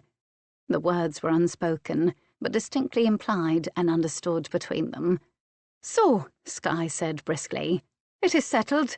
Run back to the children and enjoy your day with them, darling girl. I must keep your betrothed with me a moment or two more to discuss certain arrangements about the wedding regarding his family." Bemused, Jasmine exited the salon. "What arrangements?" he questioned her when the younger woman was gone. Skye laughed. "There are none," she chuckled. "I just wanted Jasmine to consider what had happened without further distractions. 'Twas nicely done, my lord. You were forceful yet loving. Continue on in that manner, and you will gain your objectives." Eventually, he joined Jasmine and the children, all of whom were delighted to see him, and rushed at him crying, "Papa, Papa!" He shook young Henry's hand and kissed the others warmly. The 4 youngsters were in excellent health, and obviously having a wonderful time with their de Saville cousins. "We're going home to England soon," Henry said. "I know," the Earl answered him. "Your mother and I will come shortly afterward and be married at Queen's Malvern on the 15th day of June. Will you stand by my side as my witness, Henry?" The boy Marquis of Westley nodded enthusiastically. "Aye, Papa, I will, and gladly." Then he sobered a bit. "Do you mind that we call you Papa? I know you are not yet wed to our mother, but—" "I'm pleased and honoured that you would accept me in such a capacity, Henry," James Leslie answered.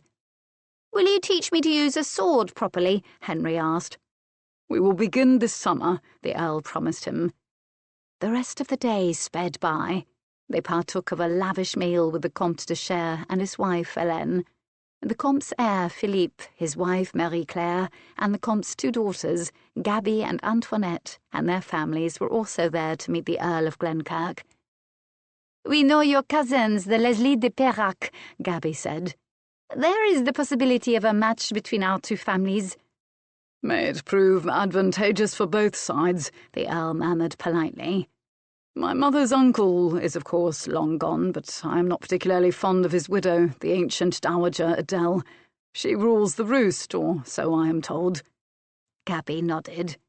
"I know the old witch well, but 'tis one of her great-granddaughters who is to wed our middle son.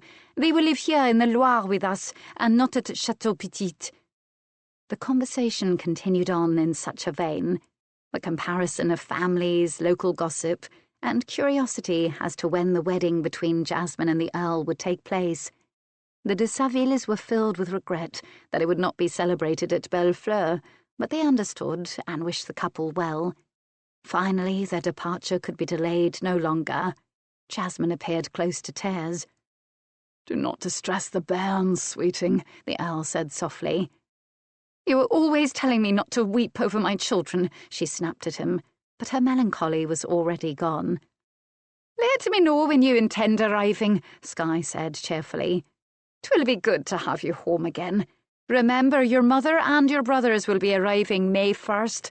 How delighted my Velvet will be to see her grandchildren at long last." "I cannot help but think that you and Jemmy have somehow manipulated me, Grandmamma," Jasmine muttered darkly. "Why, darling girl, what a dreadful thought," Skye protested. "I am doing you a great favour. If you think it is easy for a woman of my years, yet in deepest mourning, to travel with 4 active children, then keep them and bring them yourself." "You would swoon if I agreed to such a thing," Jasmine teased her grandmother. "Nay, I do appreciate your kindness, but I will miss them." She hugged the older woman warmly. "Get on with you, you clever vixen," her grandmother said. "I will see you in England, and do not dally too long with that delicious man you are to marry, although I should not blame you if you sampled a few of the honeymoon delights while still here in France. Spring is coming, Jasmine, and the sap is rising in all living things." She and the Earl laughed at Skye's parting remark as they rode back to Bellefleur. "Can you imagine her in her youth?" Jasmine said. "The thought is absolutely terrifying," he replied, grinning. Then, "Are you game for some chess this evening, madame?" "After I have bathed," she said. "Do you not tire of being beaten, Jemmy?" She giggled mischievously, and, kicking her mare into a canter, let him chase her back home. This time, however, he did not stop until his horse had reached the inner courtyard of the chateau, beating her by several lengths. "Your stallion's legs are much longer than my mare's," she complained prettily. "Just wait until I have my great beast back under me. Only then will we be evenly matched." "I already think us evenly matched," he said, lifting her down from her horse. Then he kissed her in a slow and leisurely fashion, letting his lips taste her mouth with outrageous sensuality. "You do not have to wait to return to England, Jasmine, to have this great beast beneath you," he murmured softly, nuzzling at a strand of hair that had come loose in their ride. His big hands remained still, moulding her slender waist between his fingers. Was she breathing? Aye, she was breathing, but barely. His hands were burning through the soft tanned deerskin of her jerkin, through the cambric of her shirt. His mouth on hers had been startling, but when he pushed at her hair with the tip of his nose, her head had swum tipsily. She reached out to put her hands upon his shoulders, steadying herself against his bulk. "I think you go too quickly with me, Jemmy," she whispered breathlessly. "And I think you go too slowly with me, Jasmine," he quickly countered. "We are neither of us children, and know the path we are taking." A slow smile lit his features, crinkling the corners of his green eyes. "Let us make a wager on the outcome of tonight's chess match between us. Are you game?" She nodded. His hands felt so strong on her flesh. "What hazard do you propose, sir?" She suddenly had the most incredible urge to be naked before him, and to have him naked before her. What madness was this? She struggled to put the wicked images invading her mind aside. "If I win," he said softly, "I will enter your bed this very night, my darling Jasmine." His gaze engaged hers. "And if you lose?" she asked low. "The stake is yours to choose," he replied. You will not enter my bed until we are wed. The words were out of her mouth before she even had time seriously to consider them. Why on earth had she said them, she wondered, feeling a sense of loss as his hands fell away from her waist. Did she really want to hold him off until the middle of June? It was too late to recant. He chuckled.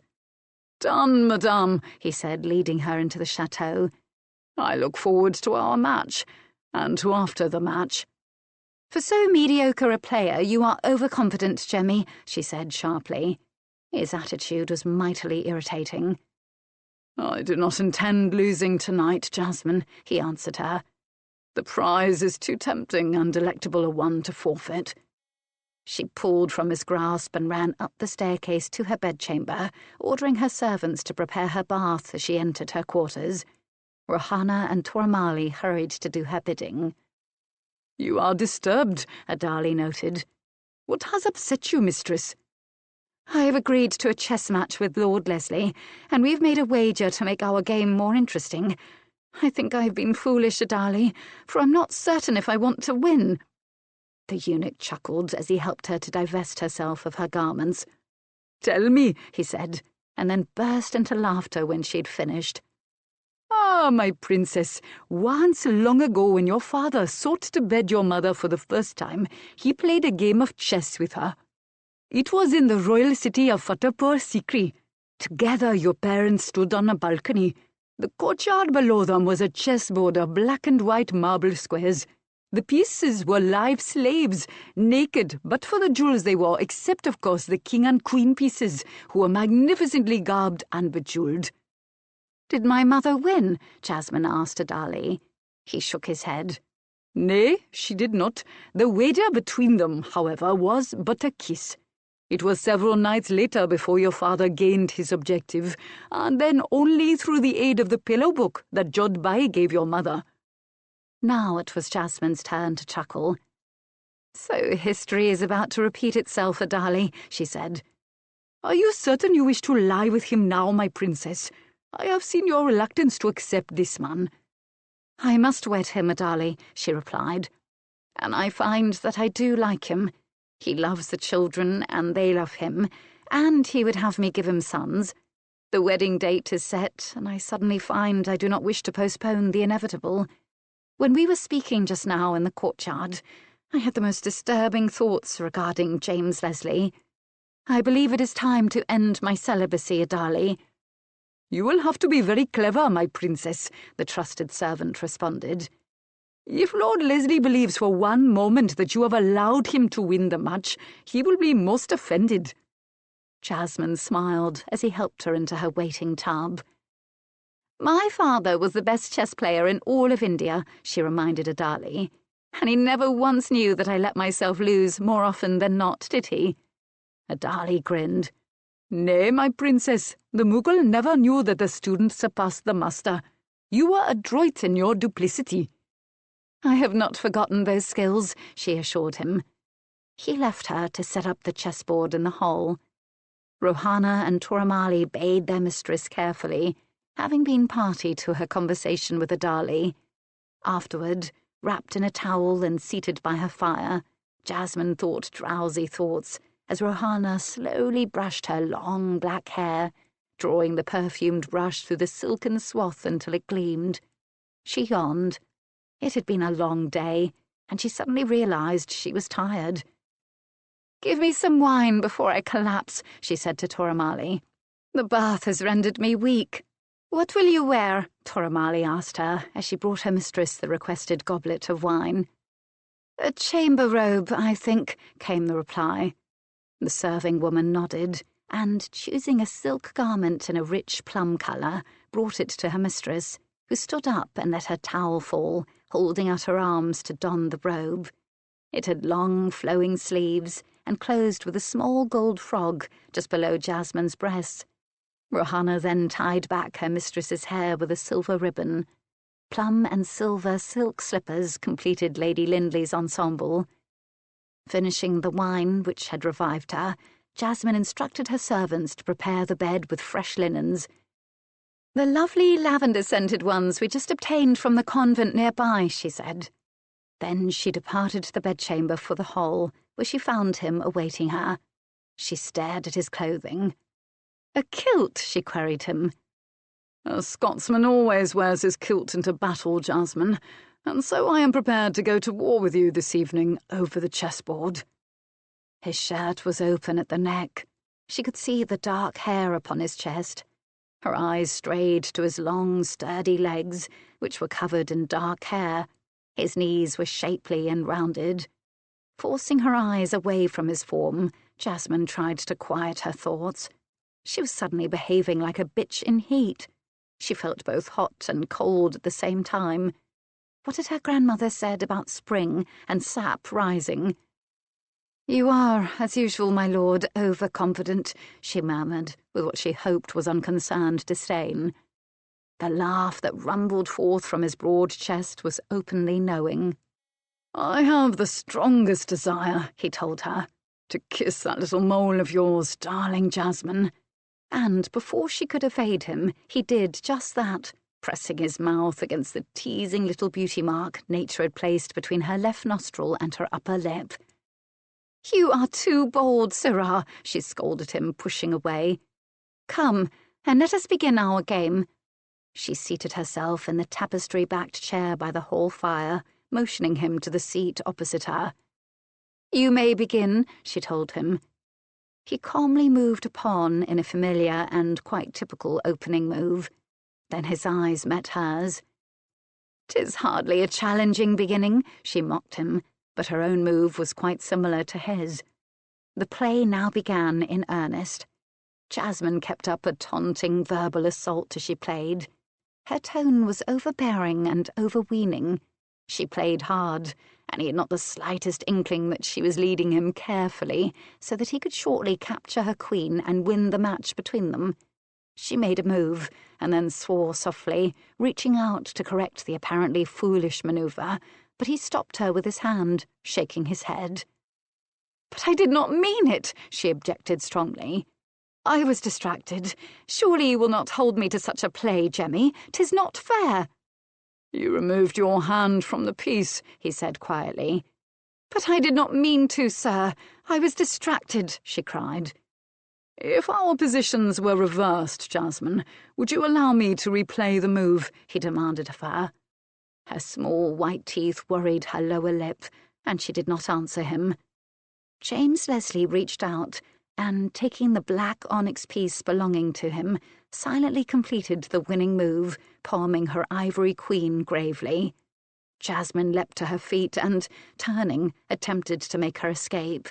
He was quicker, however, and his hard arm wrapped itself about her slender waist, drawing her back against him. "Nay, madame, you cannot go until you have paid your forfeit," he said softly, and his other hand firmly cupped one of her breasts. His warm breath in her ear sent a shiver up her spine. "Jasmine," he murmured the name she'd been given at birth. "How I long to possess you again. I've never forgotten that night we shared so long, long ago." His thumb rubbed her nipple until it was stiff and tingling. "The servants," she protested. "Are too well trained by your Adali to enter the hall unless called," he told her, even as he pushed the chess table aside with his big stockinged foot and drew her down upon the thick sheepskin rug before the fire. His elegant fingers fumbled a moment with the golden frog closure of her gown, finally releasing it so the plum-coloured silk fell away, revealing her naked form to him. He stared at her, almost awed. "How is it that after 4 bairns you still have the figure of an exciting young girl?" he wondered aloud. His fingertips caressed the generous swell of her bosom. "I do not," came her soft reply. "My belly is no longer flat, and my breasts are much fuller than the last time we found ourselves in this situation. I have the body of a woman, Jemmy Leslie." "To my eye, you are the most beautiful creature I've ever seen," he assured her. His dark head bent to press a kiss upon her left breast. "I like your sweet titties," he said. "You cannot continue to have me at such a disadvantage," she told him, her fingers unlacing his shirt, her hands pushing it from his shoulders. It fell about his waist. What does a Scotsman wear beneath his kilt, Jemmy Leslie? She teased him provocatively. With a grin, he stood, loosening the garment so that both it and his shirt fell about his ankles. Only the badge of his manhood, madame, he answered her, stepping away from the discarded clothing. Take your stockings off, she ordered him. I'll not make love to a man with a bare bottom and stockings on his feet. She kicked her slippers off as she spoke. Chuckling, he complied with her request, finally joining her upon the sheepskin. Do you remember the last time? He asked her. A small smile touched Jasmine's lips. Aye, she said. It was after my uncle's 12th night gala. We seduced each other, and Sibby caught us and raised such a ruckus. My stepfather wanted us to wed to save my reputation. Poor Alec, caught between his two girls, one who wanted you desperately, or so Sibylla thought. And one who refused to wed me, he reminded her. You said you would not be forced to the altar. He smiled at her wryly. Yet now you are, and with the same man you refused those years back. I fell in love with you then. Did you know it? Jasmine shook her head. Nay, she admitted. I did not. Bending, he brushed her lips with his. Well, I did, my darling Jasmine. I fell in love with you then, but when I finally gathered up my courage to go to your grandparents, you were to wed with Rowan Lindley. I was too late. A laggard in love. That is why I cannot let you go now, Jasmine. I will never let you go again. How fierce you sound, she told him, her hand stroking his handsome face. Am I to have no say in this matter, Jemmy Leslie? Only if you swear to belong to me forever, he replied, catching her hand in his, kissing each knuckle upon it, then turning it over to kiss her palm ardently. Swear, he growled at her. In response, Jasmine laughed softly. Not yet, I think, she replied. If I allow you to become too certain of me, Jemmy, then you will grow careless in your affections and actions toward me. Better I keep you dangling, at least until we plight our troth come summer. She retrieved her hand with a seductive smile. You are a bitch, he said, half amused, half angry. Aye, she drawled slowly. He lay by her, half raised upon an elbow, looking into her fair face. Drawing his head down, she kissed him a deep, sweet kiss. Would you have me be some simpering fool of a woman, my lord? Best you know what you are getting. Perhaps you will even change your mind and ask the king for release from this match. Nay, madame, he told her, looking into her turquoise-coloured eyes. I am no easier than you are. We are well matched, I believe. His head dipped, and taking a nipple in his mouth, he began to suckle upon her, while his hand kneaded her other breast. The first strong tug on her flesh sent a frisson of pleasurable sensation through her body. It had been so long since she had been with a man that it almost seemed as if it were the first time. Jasmine drew in a deep breath and exhaled it, feeling the tingle all the way to her toes. Her fingers threaded themselves in his dark hair, pressing into his scalp. She sighed, enjoying his attentions. The last time they had made love, the only time they had made love, she amended to herself, James Leslie had ended a period of celibacy in her life that began with the murder of her first husband, Prince Jamal Khan. Now he was ending another love drought for her. She wondered if her pleasure in him came from the cessation of her passionless state, or if he would indeed prove to be an excellent lover. Releasing her nipple, the Earl of Glenkirk began to lick at Jasmine's perfumed flesh. He encircled the nipples with his tongue, rousing them into tight little nibs. He laved the flesh between her two breasts, and then across her torso, blowing softly upon the glistening wetness he left behind. The natural fragrance of her body began to mix with the scent of her bath oil, and but contributed to his arousal.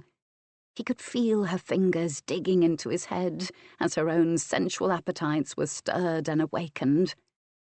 Raising himself up, he kissed her mouth, feeling her lips soften and yield beneath his. her tongue pushed into his mouth, demanding he caress it with his own. Their kisses melted into one another until there was no longer a beginning or an end. She loosed his hair, and her hands slid away from his head, caressing the graceful curve of his neck, feeling the prickles of sensation she encouraged in him beneath her fingertips. His broad, furred chest pressed down into the soft swell of her bosom. He groaned as Jasmine smoothed her hands down his long back, then cupped his hard buttocks for a brief moment. He was hard and ready then, but she held him off. Repositioning herself just slightly, she reached down and began to caress him with such a delicate yet tantalizing touch that he almost spilled his seed, so filled with boiling lust was he at that moment. He groaned. "Patience, my lord," she cautioned him. "A woman's passion is not so quickly raised as is a man's." In response, he pushed her hands away, for any more fondlings of his sensitive weapon and he would be ruined. Rolling onto his side, he squeezed her Venus Mont gently, smiling, pleased, as she gasped with surprise. A single finger insinuated itself between the fleshy folds that hid her little pleasure pearl from public view. He found the jewel and began subtly to taunt the tiny nub until she was writhing. My God, Jasmine thought in her last moment of clarity. He certainly takes instruction well. Explosion after explosion of sensation rolled over her burning body. She ached with both pleasure and hunger for more pleasure. Before she might peak, however, he stopped, and before she might protest, he pushed 2 fingers into her throbbing passage, going deep, his teeth sinking into her shoulder as his hand moved to awaken her further. "Please!" The word exploded from her tightly constricted throat. He withdrew his hand from her, and swinging over Jasmine's eager body, he drove himself into the wet, hot receptacle she offered him. The walls of her sheath enclosed themselves about his throbbing member, pulsing all around him in their ardour. He felt her legs wrapping themselves about his torso, even as he sank deeper into her scalding flesh. "Oh, wanton!" he groaned into the silken tangle of her black hair. It had been so long. Jasmine could feel her heart pounding in her ears. He filled her full with his fierce passion, thrusting and withdrawing, until her head was spinning wildly. She pushed her hand into her mouth to stifle the cries that threatened to burst forth from her throat, but seeing it, he tore the hand away, and her song of pleasure rang throughout the hall. "Jemmy, Jemmy, oh God, yes, oh!" She shuddered as she tumbled from her peak and down into the warm darkness of repletion. He flooded her with this tribute, groaning with his satisfaction as his lust burst, then finally drained away. Sprawled half atop her, he breathed deeply the fragrance of her dark hair until he was finally able to raise himself and roll off her entirely. Reaching for her hand, he said, "Madame, you surpass my memories of you. I am mad for you, Jasmine. Tell me at least that you gained some measure of delight." She laughed weakly. "My lord, I believe we have found something upon which we may agree. The passion between us bodes well for a happy marriage of sorts, I think." "But there must be more between us, Jasmine," he said quietly. "I know," she agreed. "But is this not a good beginning?" "So you are willing now to do your duty as the king has ordered," he teased her gently, nibbling upon her fingers. "There, my lord, is another thing we have in common. We are both dutiful, and know our obligations to the crown and to our families," she replied. She pulled her hand from his, and then, grasping his hand, began sensuously to suck upon his fingers, one at a time, her eyes engaging his, her mouth turning up in a small smile. "Is there anything else, madame?" he murmured. Jesu, the wench was a witch. She had already drained him so deeply he thought little left of himself, yet her mouth, now tantalizing his fingers, was arousing him once more. He could already feel a stirring in his loins. "We both like children and the simple life," she said. "Aye," he agreed. "But they are your children, not mine." A situation easily remedied, Jasmine promised him. She released his hand and, standing, drew her chamber robe tightly about her. Come, Jemmy Leslie. My bed will be warmer and more comfortable than this place before the fire. Now that I am of a mind to do my duty, you will find me very willing, my lord. Turning, she walked from the hall, pausing only a moment at the entry to beckon him to follow her. The Earl of Glenkirk rose, wrapped his kilt about himself, and, gathering up the rest of his garments, trailed after her, a bemused smile upon his face. England. Spring, 1615. Chapter 6. They left Bellefleur, crossing the River Loire at Tours, and travelling up to Paris, where they rested for a few days at the de Saville townhouse, which was located in the Rue Sœur-Célestine. Although Jasmine's coach accompanied them, she and James Leslie preferred riding their horses to being confined within the vehicle. A large baggage coach had accompanied them, containing not only the luggage, but Fergus Moore and Rohanna, the two remaining servants. Madame Skye had departed for England 2.5 weeks earlier, taking Adali and Toramali with her, much to Daisy's great relief. "You're surely losing your wits, my lady, when you volunteered to chaperone those 4 wild creatures back to England," she scolded Skye. "Do I not have all I can do just looking after you? You ain't getting any easier with age, and I ain't no lass any more. I'm just an old widow woman like yourself." Her mistress immediately reassured Daisy that Jasmine's 2 servants would be controlling the children.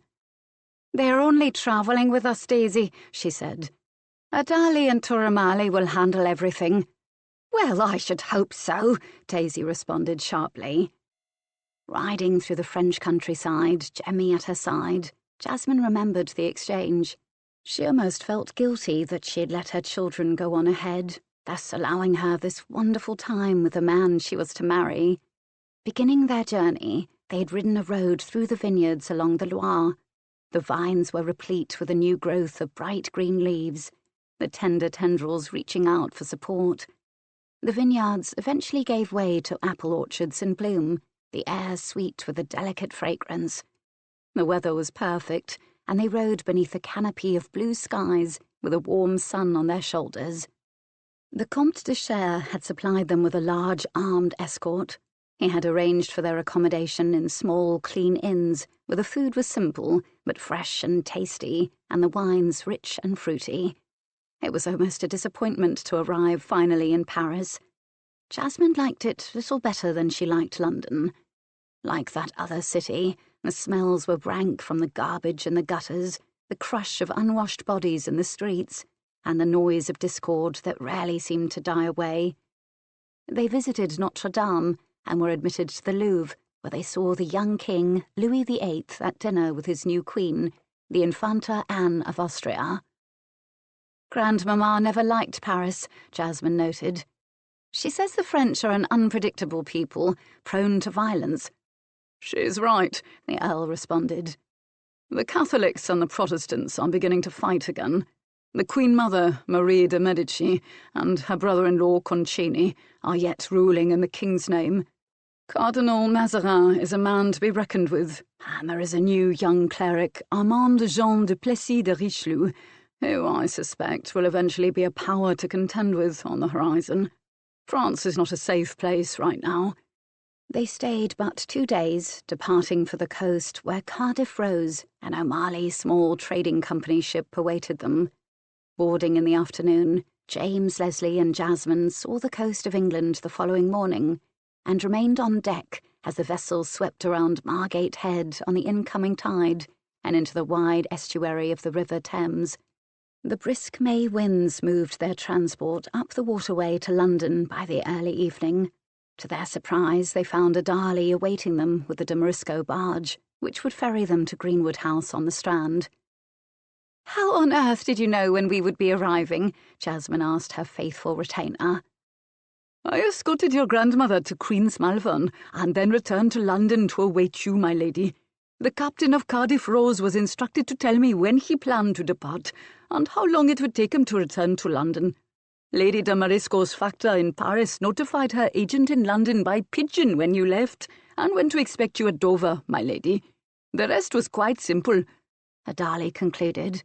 Then he turned to the Earl of Glenkirk. "Greetings, my lord. Your journey was a pleasant one, I hope." But before James Leslie could answer, Adali's sharp eye caught a movement, and he whirled about, shouting, "Be careful of that coach, you barbarians! Has it travelled about England and France only to be destroyed by your carelessness? And go gently with the horses, or you will face my wrath." He turned back to Jasmine.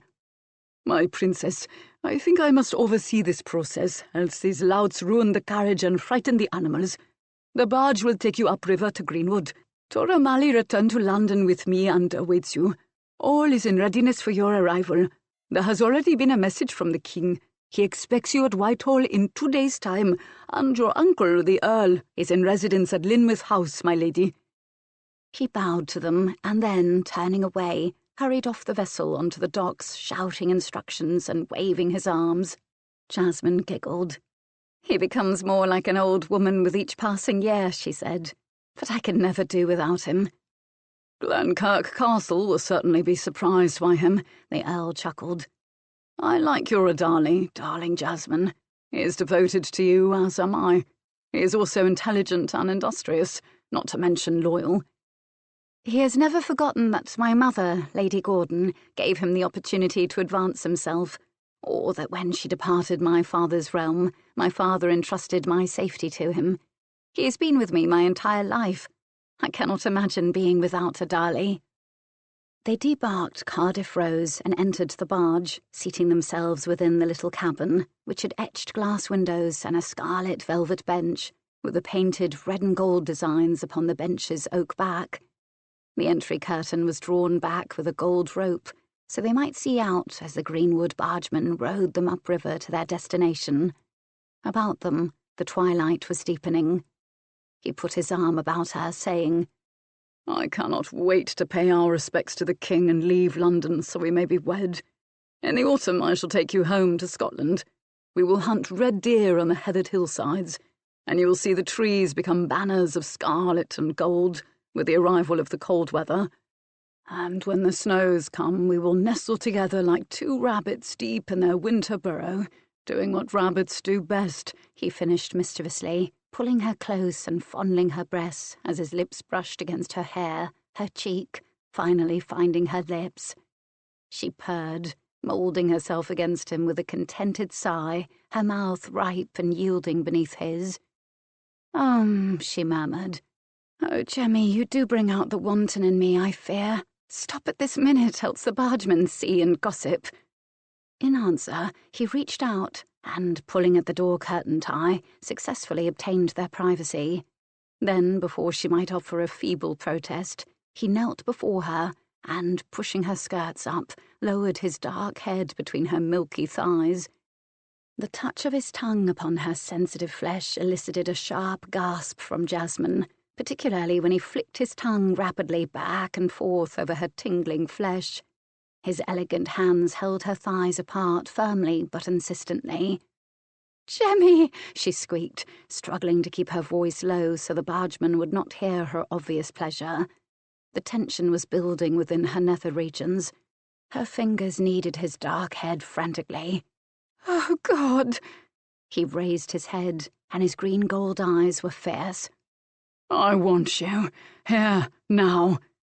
He twisted himself about so that he was seated once more, then he pulled her onto his lap, impaling her upon his manhood, which had somehow broken loose of the restraints of his clothing.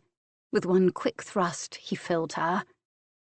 "Oh, yes," she moaned, her head thrashing, feeling as if she was about to erupt with pleasure. They shouldn't be doing this here, not with just a velvet curtain between them and 4 burly bargemen. "Oh, Jemmy!" It was wicked. It was disgraceful. What if they were caught? It was wonderful. She rode him hungrily. His head was spinning. She was wanton. She was delicious. He had never desired a woman like he desired Jasmine. And now she was his. He groaned and, unable to help himself, allowed his hot seed to water her hidden garden, even as she collapsed against him, her dark head falling onto his shoulder. His arms wound about her, holding her close, nuzzling at her perfumed hair. "You are irresistible, madame," he murmured low. "I came to France determined to punish you for your outrageous disobedience, hating you for making me a figure of ridicule, and within 3 months' time you enthrall me, and I am helpless to your charms once again.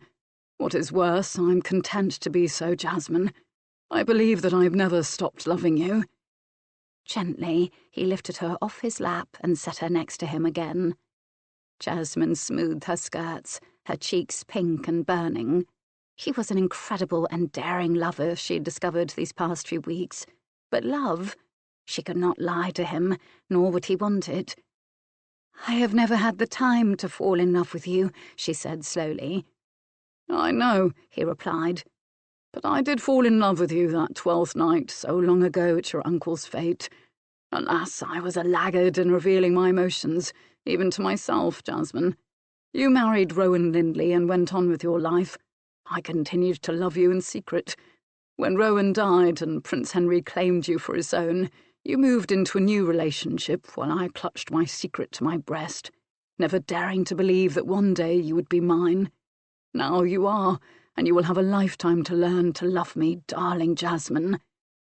"And will I?" she asked him softly. He turned her face to his with a gentle hand. His gaze was warm, and Jasmine was suddenly breathless. "Aye, madame," he answered her low. "You will learn to love me." Then he kissed her lips, and she felt as near to swooning as she had ever felt. "Greenwood Landing!" a voice called out. Instantly, James Leslie leaned forward and drew back the curtain, shielding them. "You made good time," he said to the head bargeman. "Tide still be with us, my lord," was the answer. "And God only knows how many times we've rowed up and down the old Thames." The bargeman guided the boat up against the quay landing. It bumped the stone gently.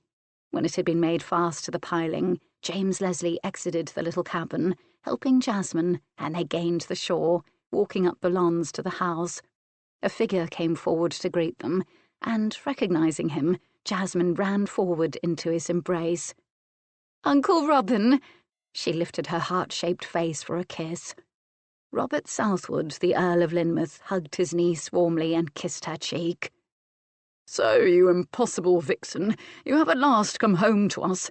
The king is eager to see you, but not so eager to punish you now that he has seen his grandson, I think." Southwood escorted the couple up into the house. "The king has seen Charles Frederick." Jasmine was surprised. "Mamma stopped in London with the children when she arrived 2 weeks ago.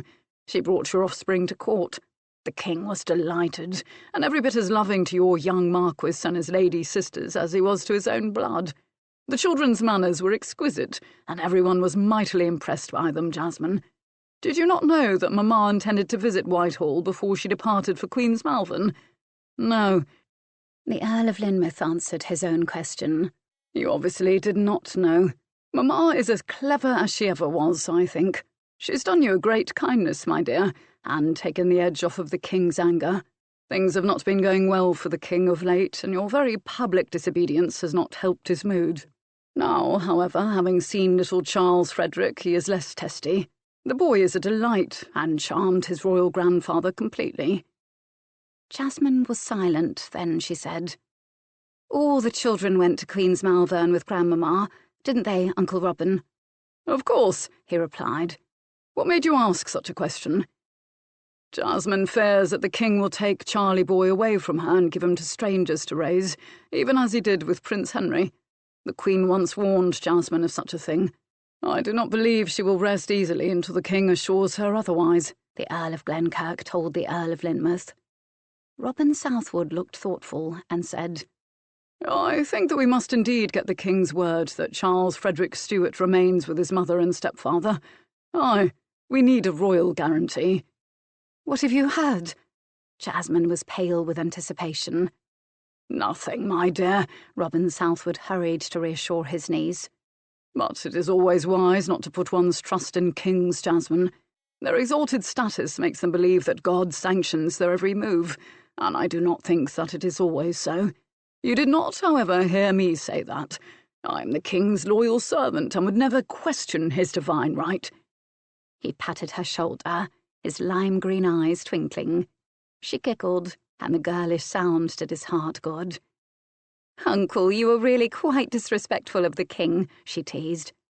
"Never, my dear," he replied. "You will remember that I grew up in a far more impressive court than this one is, and served a greater queen than this king. Like my father before me, I am the perfect courtier. However, I've only come up from Devon to welcome you home, Jasmine, and to smooth your way in 2 days' time when you must present yourself to James Stuart and make your abject apologies to him for your disobedience. After that, I am gone, back to my sweet angel and the children and our grandchildren. I no longer have a taste for this life, I fear. I think the king's little passions will be his downfall. First Carr, and now 2 new young men vie for his favour." They found their way to the family hall and, seating themselves at the board, waited for the servants to serve them. "The king was not always as he is now," James Leslie said. "I knew him from childhood. I think his age and time have conspired to make him behave foolishly. He never had a mistress like so many of his antecedents," Robin Southwood said. "He has always been faithful to the Queen, but for his young men, and those only since he came to England." "But he was not always faithful to the Queen," Glenkirk said quietly, taking a deep draught of his wine. Southwood was fascinated. "No." "The king once had a mistress," Jasmine said. "My mother," Glenkirk answered. "It was a very long time ago. The king developed a passion for her, although she never encouraged him. He sent my father to Denmark to escort his new bride home to Scotland, and while my father was gone, James Stuart forced my mother to his will. When my father finally learned of it destroyed their marriage, and Mamma fled to Lord Bothwell for protection. It is a long story, and perhaps sometime I shall tell you of it. But the king was not always the silly fellow he is now. He was ruthless and cruel, and as tough as any soldier." "Did the Queen know?" Jasmine was curious. "I don't know," James Leslie answered her. "I do not think so, for she is always very kind to me and to my brothers and sisters. I don't think anyone knew but Lord Bothwell, my father, the king, and my mother's servant, Ellen. You must remember the strict way in which the king was raised, surrounded by over-pious and over-moral men, who would have been horrified to learn that their king, their protégé, had coveted another man's wife and taken her despite her refusals." "God's nightshirt," the Earl of Lynmouth said, using a favourite expletive of the late Queen. "I should never have believed such a tale but that it is yours, Jemmy. Your mother married Bothwell, didn't she?" "After my father's death," James Leslie said. "Except that he wasn't dead. He went to the New World and his ship was lost. He was presumed dead, but damned if he didn't turn up several years later at Glenkirk with a wild account of his adventures. By that time the king had had him declared dead, and Mamma was remarried and living in Italy with Lord Bothwell and their 3 children. I convinced him to reveal himself to no one else but me, to remain dead for everyone's sake. Since he had no desire to resume his former life, he agreed. There was, it seemed, a beautiful young lady in the New World awaiting his return." The Earl chuckled. "My father was ever the charmer." "Is he still alive?" Jasmine wondered aloud. "Aye. He married his lady-in-waiting and has since fathered several more children," James Leslie told his audience. "You will be completely at home in this family, I can see," Robin Southwood said. "My grandfather was a pirate. My sister, Willow, was fathered by a renegade Spaniard who lived in Algiers, and Jasmine is the daughter of an Indian emperor." He laughed. "We are not a quiet clan, but then neither, it would appear, are the Leslies of Glenkirk." They had eaten as they talked, a simple meal of sliced salmon, roasted capon, new lettuce braised in white wine, baby peas, bread, and 2 cheeses, a soft brie from France and a sharp cheddar. Now the Earl of Lynmouth arose to take his leave of Jasmine and Jemmy. "I will leave you to yourselves tomorrow," he told them, "but I will come to escort you to Whitehall myself on the following day." He turned to his niece. You must be prepared to humble yourself, Jasmine. You do understand that, don't you? The king is fully prepared to forgive you, providing that you're properly contrite. The Mughal's daughter must mask herself behind the guise of a remorseful and apologetic Dowager Marchioness of Wesley. Are you ready to do that? Yes, Uncle, Jasmine said softly. Such docility, my dear, he teased her. I am most impressed. Now behave that way with the king, and we will have no more difficulties. The Earl of Lynmouth looked at James Leslie. I would congratulate you on the success of your venture, sir, but I can see that you've fallen in love with her all over again, and are as helpless as a babe before my niece's wiles. Try to appear in control of the situation before old King Fool. He saluted them with an elegant bow and departed. Grandmamma says he is much like his father, Jasmine observed when her favourite uncle had gone. She sipped at her wine and reached for a strawberry from the basket just placed upon the highboard. Would you, she teased him, biting into the berry, like to continue our discussion of earlier, the one we began in the barge? Do you think anyone else ever made love while rowing upon the river, Jemmy? She licked the juice of the ripe strawberry from her fingers. I suspect we were not original in our efforts there, he remarked dryly. He leaned over and licked the fruit juice from the corners of her mouth. Oh, good, he observed, and took one of the berries for himself. Holding it by its green stem, he stroked the berry provocatively with his tongue. Then, biting into it, he swiftly devoured it. Jasmine reached out and caught his hand. Raising it to her lips, she slowly sucked each of his fingers free of the sweet juice, all the while holding him in thrall with her turquoise gaze. Rising from her seat, she led him from the hall, but not before the Earl of Glenkirk had reached out to capture the strawberry basket in his free hand. They moved from the main level of the house to its third floor, where the bedchambers were located. She led him into the large apartment that had once been her grandmother's. It consisted of a day room, a bedchamber, and a dressing room. Rohanna came forward as they entered, but seeing the naked passion between her mistress and Lord Leslie, the servant quickly and discreetly withdrew, even as the two lovers disappeared into the welcoming bedchamber. Jasmine took the basket from him and set it upon the bedside table. Her fingers fumbled with the fastenings on his doublet, pulling it open, drawing it off, unlacing the shirt beneath, almost ripping at the fabric as she pulled it over his head. With a little cry, she smoothed her hands over his furred chest, her fingers moving in excited little circles. Their earlier encounters had but whetted her appetite for him. His skin was warm beneath her fervid touch. He matched her actions, undoing her bodice and loosening her skirt tapes so that the garment fell to the floor. Her breasts swelled dangerously over the top of her chemise. He bent his dark head and kissed the pulsating flesh. Then, impatient, he ripped the garment off of her, flinging the remnants of fabric across the room, even as she undid his breeches, drawing them down, letting them fall that he might step from them. She tore his drawers off as he had her chemise. Their mouths meshed in a hot, humid kiss. Their bodies touched their full lengths as he pulled her against him. Crushed against his furred body, she whimpered deep in her throat. "Jemmy, Jemmy!" Her arms slipped about him, her hands slipped down his back to cup his taut buttocks. She kneaded the flesh with supple fingers, feeling his thighs press even tighter against hers, feeling his wiry, thick bush touching her velvety smooth Venus mont. She wrapped a single leg about his leg, forcing them into an even closer juxtaposition. "Oh, bitch," he groaned, taking her face between his hands and covering it with kisses.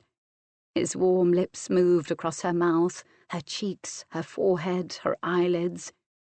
Their tongues intertwined in a lustful dance as his hands moved up to tangle themselves in her hair, pulling the pins from it so that it fell in an ebony swath about them.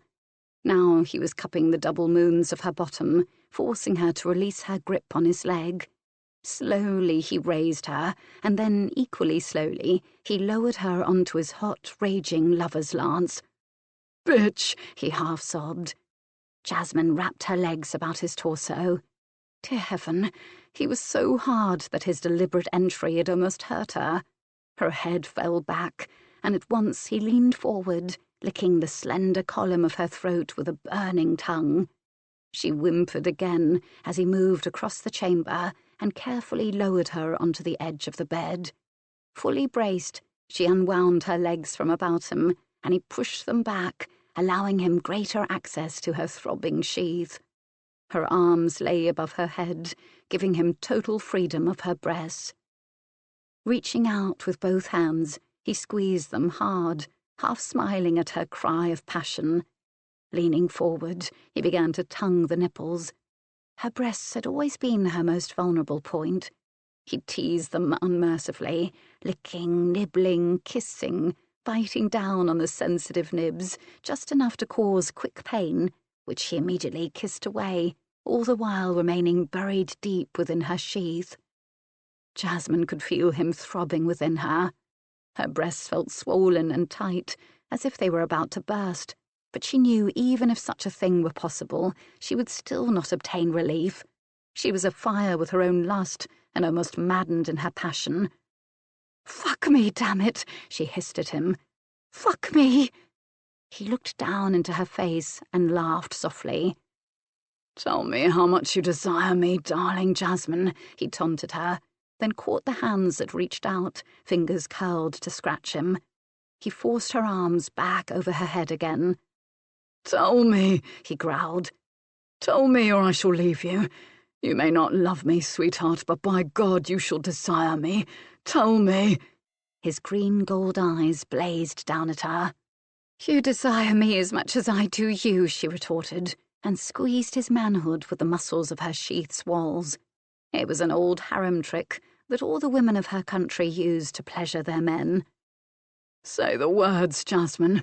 Say that you lust after me," he insisted, a spasm crossing his face as she tortured him. "Say it." Bending, he took a nipple into his mouth and began to suckle hard upon it. She almost screamed. He was killing her. He claimed to love her, but he was killing her. Her whole body had begun to ache with her hunger to be satisfied. "I want you, Jemmy," she half sobbed. "I want you. Now fuck me before you destroy me, you bastard." Almost at once he began to move within and upon her. The rhythm became faster and faster until their combined passion exploded in a furious burst that left him breathless and her unconscious for a few brief moments. She soared so high with her pleasure that Jasmine thought she would never return to earth and cared not, but of course she eventually did. He lay half-sprawled upon her, his breathing rough and harsh, his heart hammering violently. She couldn't move. She was replete with satisfaction and didn't want to move. Obviously, neither did he. They lay there, and she dozed easily, relishing the pleasure they'd just given each other. When finally he pulled himself to his feet, she asked him sleepily, "Did Rohana draw me a bath?" James Leslie shook his head to clear it and glanced across the bedchamber. There before the fire was her oaken tub. "Aye," he said. Jasmine struggled to her feet. "I want to bathe," she told him. Bending, she drew off her stockings with their beribboned garters and padded across the floor, climbing into the tub. "It's still warmish," she announced, and taking up the flannel cloth and soap, began to wash herself, soaping everything he could see and everything he couldn't see. He watched her, fascinated. He had just experienced the most passionate moment he had ever known. Their desire for each other had been such that they had both been close to violence. It had been damnably exciting. James Leslie had always been a conservative man. A responsibility had been thrust upon him at an early age by a less than restrained father and his beautiful, passionate mother, whose indiscreet affair had ended in self-imposed exile from Scotland. His sweet Isabel had been a charming young wife, but there had never been any fire. He had not believed himself capable of fire until now. There was obviously more of his mother's nature in him than he had previously thought. "Jemmy." She was standing in her tub now, the water sluicing down her lush body. She beckoned to him. "Let me bathe you, my lord." In a half-daze, he stepped into the tub, standing patiently as she washed him, the flannel cloth and the soap moving swiftly up and down his long frame, caressing his broad shoulders with a silken swish, sliding down his long legs as she half knelt. He shuddered, just slightly, as her firm touch bathed the instrument of his sex, but if she noticed, Jasmine said nothing. Standing again, she rinsed him thoroughly. "There," she said, her tone pleased. "You're done. Let us get dry. You do me and I'll do you."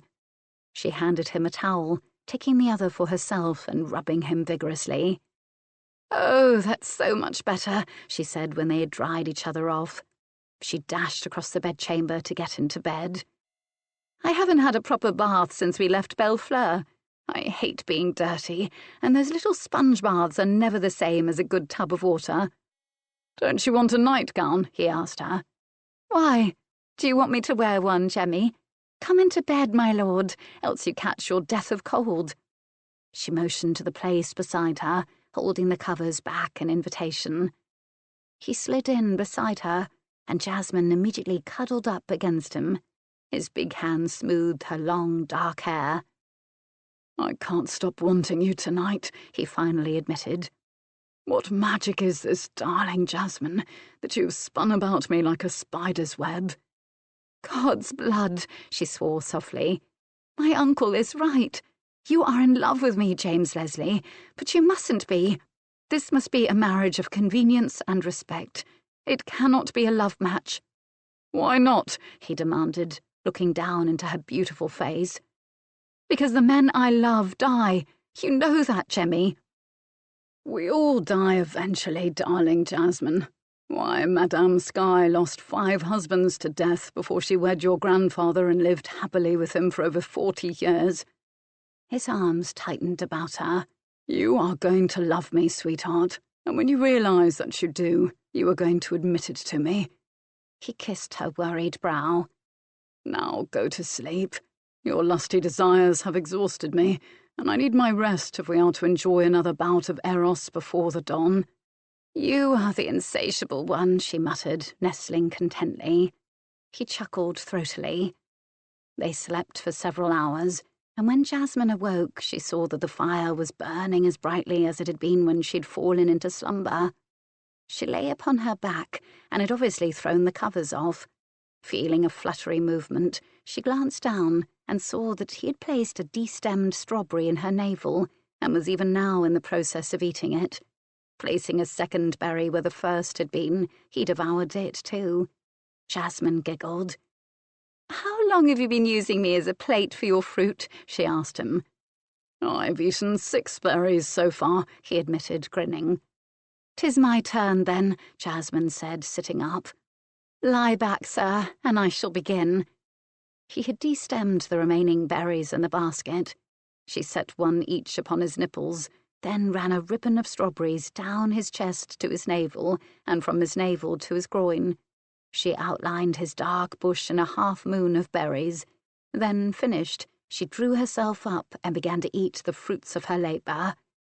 He forced himself to lie very, very still, even when her small teeth grazed his flesh, sending a tingle down his spine. He watched her, totally fascinated as she picked at each berry delicately. His torso was soon covered in strawberry juice, which she licked from his flesh. Finally, only the 6 berries half circling his bush remained. Slowly, deliberately, she ate each one, and when she had finished licking the juice up, she bent lower and took him into her mouth. Half rampant already, he groaned with pleasure as her teeth delicately nibbled upon him and her tongue sensuously teased at his hot flesh. And when he thought he would burst with desire, she released him briefly, climbing atop him to slowly, slowly lower herself onto his hard manhood. Reaching out, he began to fondle her breasts with his hands as she moved on him, her little cries telling him of the pleasure she too was receiving. Jasmine's head was spinning as she rode him. He was big and hard, and she couldn't seem to get enough of his passion. This isn't love, she insisted to herself. This is lust, nothing more than healthy lust. She couldn't love him, for if she did, he would surely meet as bad an end as had Jamal, and Rowan, and her sweet Prince Hal. But oh, he was an incredible lover. "Jemmy, Jemmy," she cried out to him, unable to restrain herself. Oh, God, it wasn't enough, it wasn't. James Leslie saw the frustration and confusion upon her face and took immediate charge of the situation. Rolling her over onto her back, he thrust hard and deep into her, again and again and again. She needed him, even if she couldn't admit it, and he knew it. "Oh, darling Jasmine," he thought to himself, "you are falling in love with me, even if you cannot yet admit it to yourself." Beneath him, Jasmine writhed with total pleasure. There were stars exploding behind her closed eyelids, and a building hot pleasure in her nether regions. Unable to help herself, she clawed fiercely at his broad shoulders as the spasms began to unleash themselves within her with a torrid violence that racked her very soul. She was crying out. Her teeth sank viciously into his shoulder, and then she and he exploded together in an incredible burst of raw passion.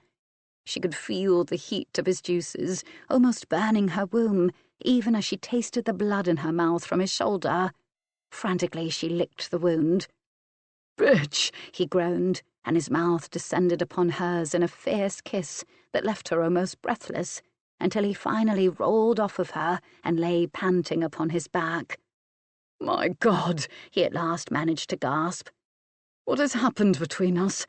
Is it always going to be so wild?" His heart was hammering against his ribs. I don't know," she half sobbed. Dear heaven, it had been wild. She didn't understand this fierce desire between them. Jamal, her first husband, had been a gentle lover. Rowan Lindley, her second husband, had been passionate and tender, as had Prince Henry when she'd been his mistress. This was beyond anything she had ever known. It was a savage passion, with each of them trying to gain a mastery over the other. Would it always be this way between them, she wanted to know? Did they want it always to be this way? Could they survive if it remained this way? Jasmine just did not know. He reached out and took her hand in his. "How can you not love me when our passion is so deep?" he asked her. "I mustn't love you," she whispered. "I mustn't." "You do love me," he insisted. "I know you do." "I am afraid, Jemmy." He cradled her in the curve of his arm. "Why? And do not say it is because the men you love die, sweetheart." "But they do, Jemmy," she said desperately.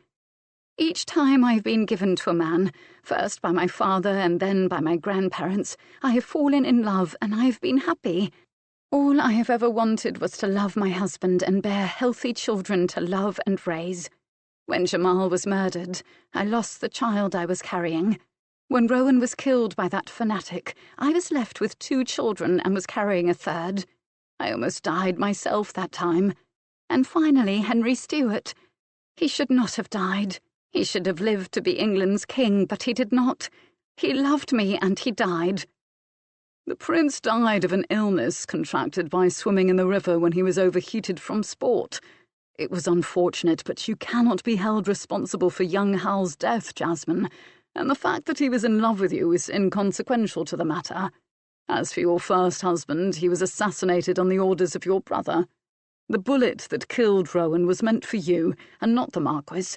Both incidents were lamentable. Jamal, Prince Henry, and Rowan Lindley were unlucky, but that is all there was to their deaths, Jasmine." He kissed the top of her head.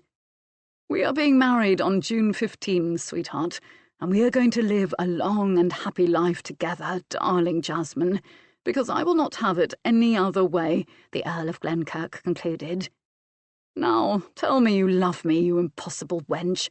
I have certainly waited long enough to hear the words from your mouth." "You are too sure of yourself, my lord," she replied. "Jasmine!" His tone was threatening. She looked up into his handsome face. I do want a long and happy life together with you, James Leslie. I do.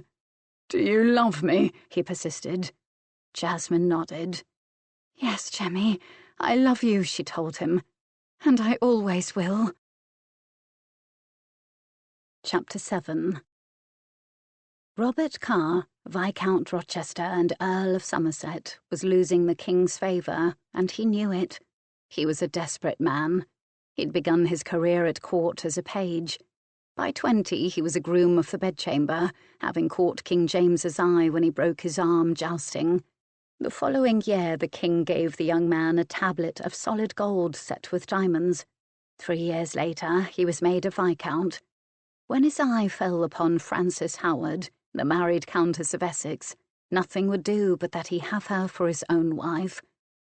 Frances Howard had, at the age of 14, been literally forced to the altar by her family. She and Robert Devereux, the Earl of Essex, detested each other. She had dallied with Prince Henry before he had met Jasmine. Then she and Carr had fallen in love. There would be no divorce, however.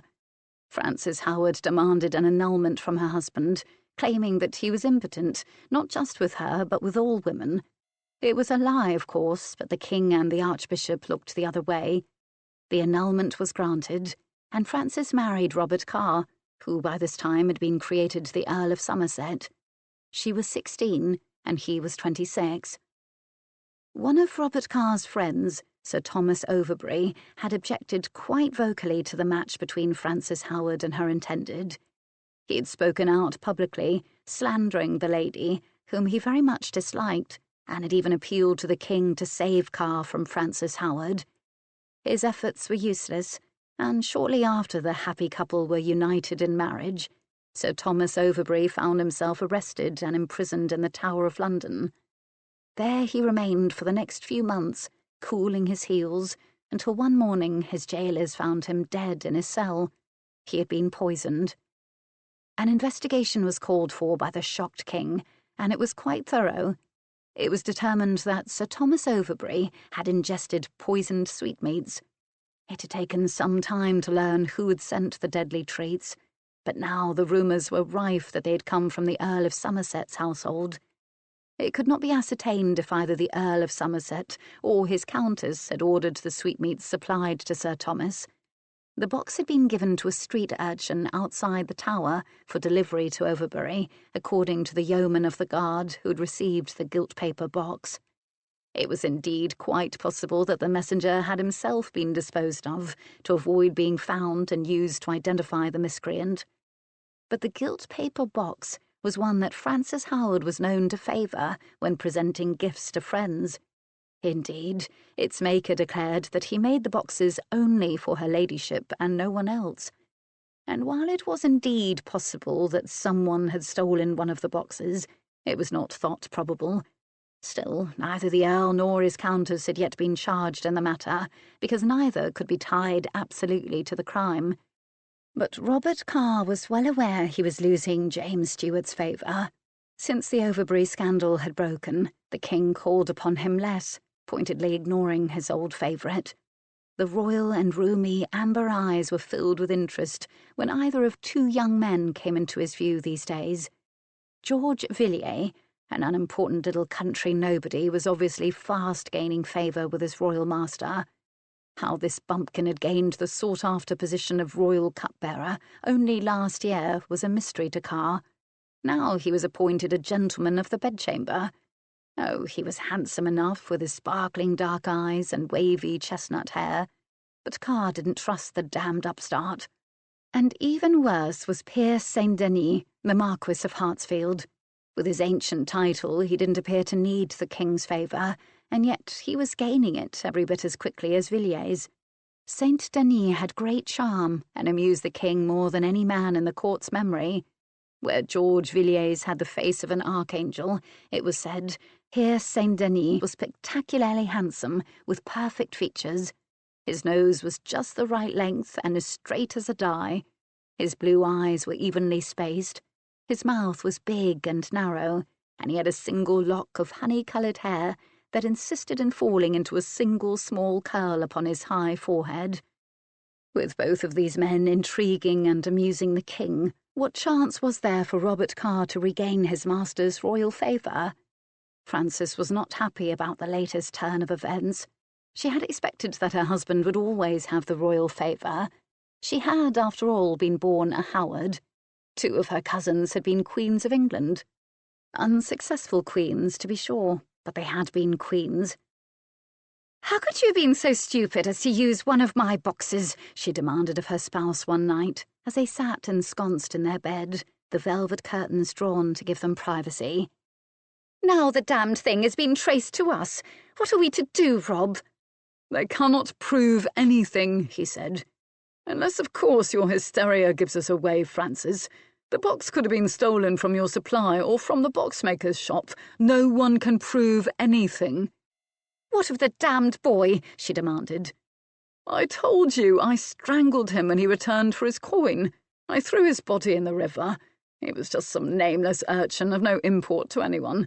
He was not missed, and if by chance he was, then it would be thought he fell victim to foul play, as so many of these street brats do, or perhaps ran away to find his fortune. There is no one to trace those sweetmeats to us. We were careful, and we were clever. You made the treats, and I saw to their delivery. No one can trace them to us, Frances. Now cease your fretting," the Earl of Somerset told his worried wife. "The matter of the box is just conjecture." "The Queen has barred me from her presence," Frances told him. "I am forbidden the royal apartments. Me, Frances Howard. I knew those apartments long before Queen Anne even came to England. It matters not, Rob, if they can prove we killed Overbury. They know we did. We are ruined, I tell you, ruined." "It is but a temporary setback, Frances," he replied. "The king cannot do without me. Jamie Stuart is my friend." "Why did you have to have Overbury sent to the Tower, Rob? God's blood, it was so public. Did I not say have the king appoint him to some minor position in Ireland, and then have him murdered there? We could have blamed it on the Irish. Now we will be blamed. I'm surprised we haven't been arrested yet. 'Tis we who will end up in the Tower, Rob, and all because you would not listen to your wife." "The king loves me," Robert Carr said stubbornly. "Loves you?" Frances, Countess of Somerset, snorted with derision. "It is over, Rob, over. He is besotted with both Villiers and Saint-Denis, and concerned only with which one of them he desires more. You have broken the king's heart, Rob, and he will never forgive you. He will replace you, and he will forget you. And it need not have happened at all but that you would not listen to me." "Go to sleep, Frances, and cease your nagging," the Earl snapped at his wife. "Tomorrow the Earl of Glenkirk returns to court with the Dowager Marchioness of Wesley. They are, I am told, to be married at last. I would not miss Jasmine Lindley's submission for anything." "Perhaps," his Countess considered. "Just perhaps such an occasion will divert the king, and he will forget about us." "If he forgets about us," her husband said, "then we have lost his favour. Is that what you would like, Frances?" "At least we would be alive," she retorted. "I don't want to end up on Tower Hill like my cousins Anne and Catherine." "You worry too much," he laughed. But then the morning came, and the Earl found little to laugh at. When he and his wife arrived to join the day's activities, they were told to go home. They were not welcome at Whitehall any longer. They were to keep to their London house and await the king's decision as to their fate. Stunned, they retired, not even noticing the Earl of Glenkirk's carriage as they passed it by in the road. Several days later, the Earl and Countess of Somerset were arrested and lodged in the Tower. Was that not Frances Howard and her new husband? Jasmine wondered aloud, leaning out the coach's window to view the departing vehicle. "I would be very much surprised if it were," he answered her. "Robin tells me he is quite out of favour with this Overbury thing. Then, too, the king is newly besotted of 2 young men come to court recently. I'm certain after today we shall know everything there is to know about the whole situation. I cannot believe that Carr was so stupid as to poison an enemy and get caught, but then I always thought him a fool." "Do I look all right?" she asked him for the 3rd time since they had left the house. He nodded, grinning. "Aye," he said shortly. She had, she told him, attempted to dress modestly as befitted a penitent, but there was no way Jasmine could appear really contrite. She was too beautiful, too elegant, too much the Moogle's daughter. Yet she had tried. Her gown was subdued, of burgundy silk, and had a bell skirt. The waist was narrow, the sleeves had small slashes and puffs with black silk showing through. The stomacher was long and pointed, and decorated with black jets sewn in a geometric pattern, and matching the design on the bodice, which had a low square neckline. About her neck was a long rope of perfect black pearls, and from a shorter rope about her throat hung a large round ruby known as the Isle of Kali, which Jasmine had brought with her from India years earlier. Pear-shaped rubies hung from her ears. Her hair was fixed in its elegant chignon, and on her feet she wore black silk shoes ornamented with pink pearls. Her fingers were decorated with several rings, a black pearl, a ruby, and a large Baroque pink pearl. She would be the envy of all the women who viewed her today, and the desire of all the men, James Leslie thought. He had dressed himself in black and white, as much to complement her outfit as to appear serious himself. One of them had to look properly remorseful and apologetic for all the difficulty they had caused the king and his good intentions. As they moved along the hallway toward the chamber where the king was receiving that day, James Leslie could hear the hissing whispers of the courtiers as they passed by. "Courage, darling Jasmine," he murmured to her, patting the elegant hand on his heavy silk sleeve. "We are simply today's divertissement." The king and queen sat on their thrones. James Stuart had aged. He was now 49. The queen, a handsome woman, but certainly never considered pretty, was 40. She appeared very much the same to Jasmine as when she had last seen her. Neither the queen nor her husband had a great deal in common, but their love of hunting and their children. They led fairly separate lives, but were nonetheless devoted to each other. What was good for James pleased Anne, and vice versa. They had not been lovers for some time now, but they were very good friends. James Stuart gazed dispassionately upon the newly arrived couple at the foot of his throne. The Earl of Glenkirk bowed with an elegant flourish. The Dowager Marchioness of Wesley made a deep curtsy, her sleek dark head slightly lowered, not looking at either of the royal couple as she dipped, and then rose gracefully. The room had grown very silent as the court strained to hear what would be said. "So, madame, you have finally returned," the king began. His look was surprisingly mild. "I have met your whelps. You have done well with them, madame, all of them. Our wee grandson is a braw laddie for one so young. Spoke French to me, he did." James Stuart chuckled. "And told me he could teach me to swear in Hindi. Now, where would he have learned Hindi, I wonder?" The king cocked his head to one side questioningly. "Most likely from my steward, Adali," Jasmine said softly. "Adali likes to remind Charlie boy that he is the grandson of 2 kings. "Aye," James Stuart agreed. "Our wee Duke of Lundy hae much royal blood in his veins, but he is English-born, madame. You will remember that, won't you?" "Yes, your highness, I will remember it. I could hardly forget it," Jasmine replied. "His father will remain in my heart always." For a brief moment the king looked sad. "Aye," he told her. "In all of our hearts. England lost a great king, but perhaps if I can live long enough, our bairn Charles will make a good king." "Oh, your highness," Jasmine told the king. "I'm certain Prince Charles will be of great credit to you and the Queen." Then, to everyone's surprise, even Glenkirk's, Jasmine flung herself before the king in a gesture of abasement, her burgundy silk skirt spread artfully about her. "Your Majesty," she said in her clear voice, "I beg that you forgive me my disobedience. The only excuse I can offer to you is that my heart was broken over Prince Henry's death, and I was not ready to go into another marriage so quickly. I am but a frail woman, your highness, and I have suffered much in my short life. I am ready now to do my duty and marry the Earl of Glenkirk, and I vow never to disobey your highness again." Jasmine bent low, so that her head touched the tip of the king's shoe, and there she remained, waiting for him to speak. The king was astounded, but he was also pleased. The young woman before him understood his total authority, even if she had bridled against it. He had been very angry when she'd fled England 2 years ago. But then, 2 weeks ago, he had seen his grandson, and the child had softened his heart toward Jasmine de Morisco Lindley. And now here was the very miscreant he had intended to punish but a short month ago, publicly humbling herself before his throne. James Stuart was mightily pleased, and filled to overflowing with the milk of forgiveness. "Get up, lassie," he said good-naturedly. "Help her, Jemmy." And when Jasmine stood before him once again, he continued, "It was a pretty apology and astutely delivered. You're forgiven, madame." "Thank you, your majesty," Jasmine replied simply, curtsying again.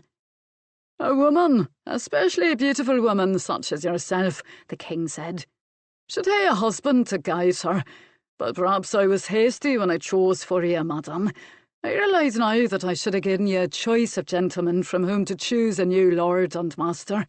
I shall give it to you now." James Stuart looked very pleased with himself. Everyone else in the room looked astounded, including the Queen herself. She glared furiously at her spouse, but he ignored her. "Your Highness," Jasmine said quickly, "I am content to wed with Lord Leslie. We are old friends and have come to a complete understanding. Our wedding is planned for June 15 at my grandmother's home, Queen's Malvern." "There will be nae wedding, madame, until you have made your decision about a groom," the king said stubbornly. "But I have," Jasmine almost shouted. "James!" the Queen hissed at her husband. He ignored her again, saying to Jasmine, "You're a good lass, madame, and willing to do my bidding, I understand. Unlike many in this court, you understand my divine right over my subjects. 2 years ago, I acted expeditiously, or so I thought, in my effort to protect both you and my grandson. My rashness sent you fleeing to France. While I know you understand the reasons for my actions, I will now admit to having acted too swiftly in the matter.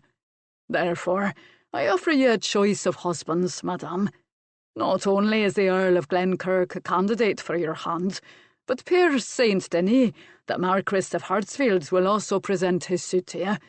I would offer you my Steenie as well, but he tells me his heart is engaged elsewhere. So now, madame, you had 2 gentlemen from whom to make your choice." He grinned at her, quite pleased with himself, as if he had done something wonderful. "You'll find my Perce a delightful lad, and quite near your own age, which Glenkirk is nae." "Your Highness," Jasmine began, but the king waved her into silence, and the warning pressure of Jemmy's hand on her arm cautioned her to be quiet and make no more protest. "Perce, my dearest laddie, where are you? Come and meet the Dowager Marchioness of Wesley," the king babbled, his tone almost coquettish. A tall, fair young man stepped from the crowd of courtiers about the throne. He was dressed all in blue, and Jasmine would have sworn that the silk exactly matched the colour of his blazing blue eyes. He was probably the most beautiful man she'd ever seen, yet she was instantly repelled, in the same way that she'd been repelled by cobras in India. They too were beautiful but dangerous. The Marquis of Hartsfield bowed low before the king. "Sire," he said. The voice was pleasant enough. "Make your bow to Lady Lindley, Perce," the king girlishly encouraged the young man. "If you please her, she may choose you for her mate." Hartsfield obeyed the king, giving him a quick smile as he did so. Then he turned to salute Jasmine. "Madame," he said. "Now take her off and chat with her, Perce," the king instructed. "Glenkirk, you stay by the Queen and give your rival a chance now. You've been with the lady for several months in France now. Let my Perce hae his opportunity. Dinna fret, Jamie Leslie, if she chooses my Perce. I'll give you a nice heiress to compensate you." He chortled, well pleased with himself.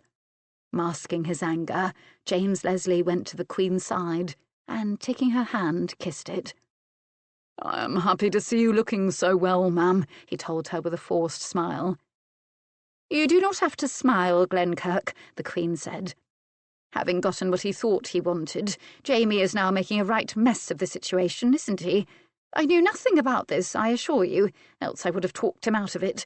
He will indulge his young men. Young George Villiers, whom I far prefer over Piers St. Denis, has lost his heart to Lady Catherine Manners, the Earl of Rutland's daughter. He isn't good enough for her yet, but Jamie will see to it that he gets a title soon enough. Fortunately, Villiers was clever enough to make his desire for Lady Manners known to the king, else he should find himself another of poor Jasmine's suitors in this marriage go-round. I should have married her in France, Glenkirk said irritably. It was my first inclination, but she wanted her family about her, and I wanted her to be happy, ma'am. Ah, the Queen replied softly. You love her, don't you? I do, he admitted. And does she love you? Aye, she does, he answered her. I am the most fortunate man alive, ma'am. You do not think the king will force her to marry this Marquis of Hartsfield?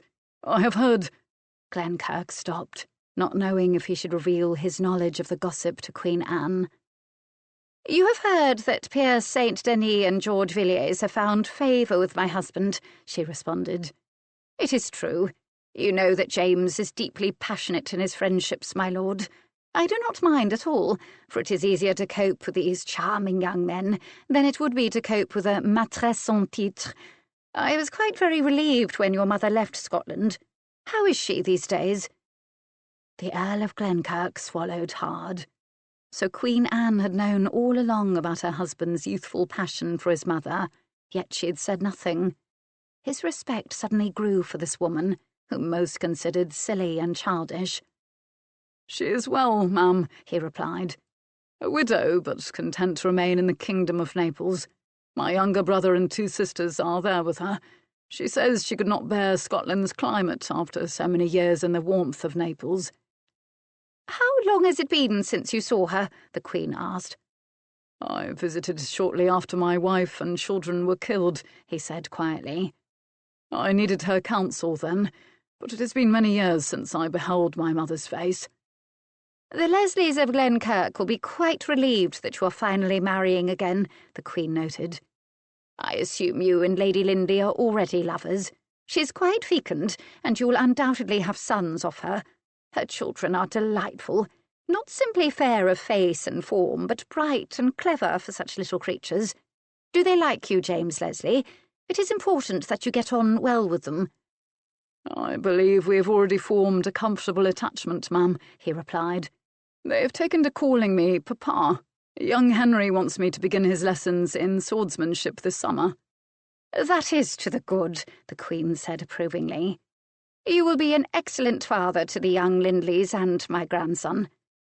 She noticed that his eye was straying to Jasmine and the Marquis of Hartsfield. If she loves you, you need have no worry, Queen Anne told the Earl of Glenkirk. But James Leslie could see Jasmine growing impatient, and his concern was not whether she could be suborned, but how soon it would be before she hit the Marquis and caused a row. Piers St. Denis had firmly eased Jasmine from before the king's throne, walking her across the room. You are far more beautiful than I was led to believe, he said. But then, of course, you know how beautiful you are. I know you've been told it many times, madame. Your compliment is accepted, she replied. I am marrying the Earl of Glenkirk on June 15. We love one another. I cannot imagine why the king, having insisted on this marriage, is now playing this coy game with us. I am furious. The king seeks to please me, the Marquis said. Especially now that the country bumpkin has dared to look above his station and cast his net for the Earl of Rutland's daughter. God's blood. Villiers doesn't even have a title. Rutland will hardly give his daughter to a backwater squire, Piers St. Denis sneered.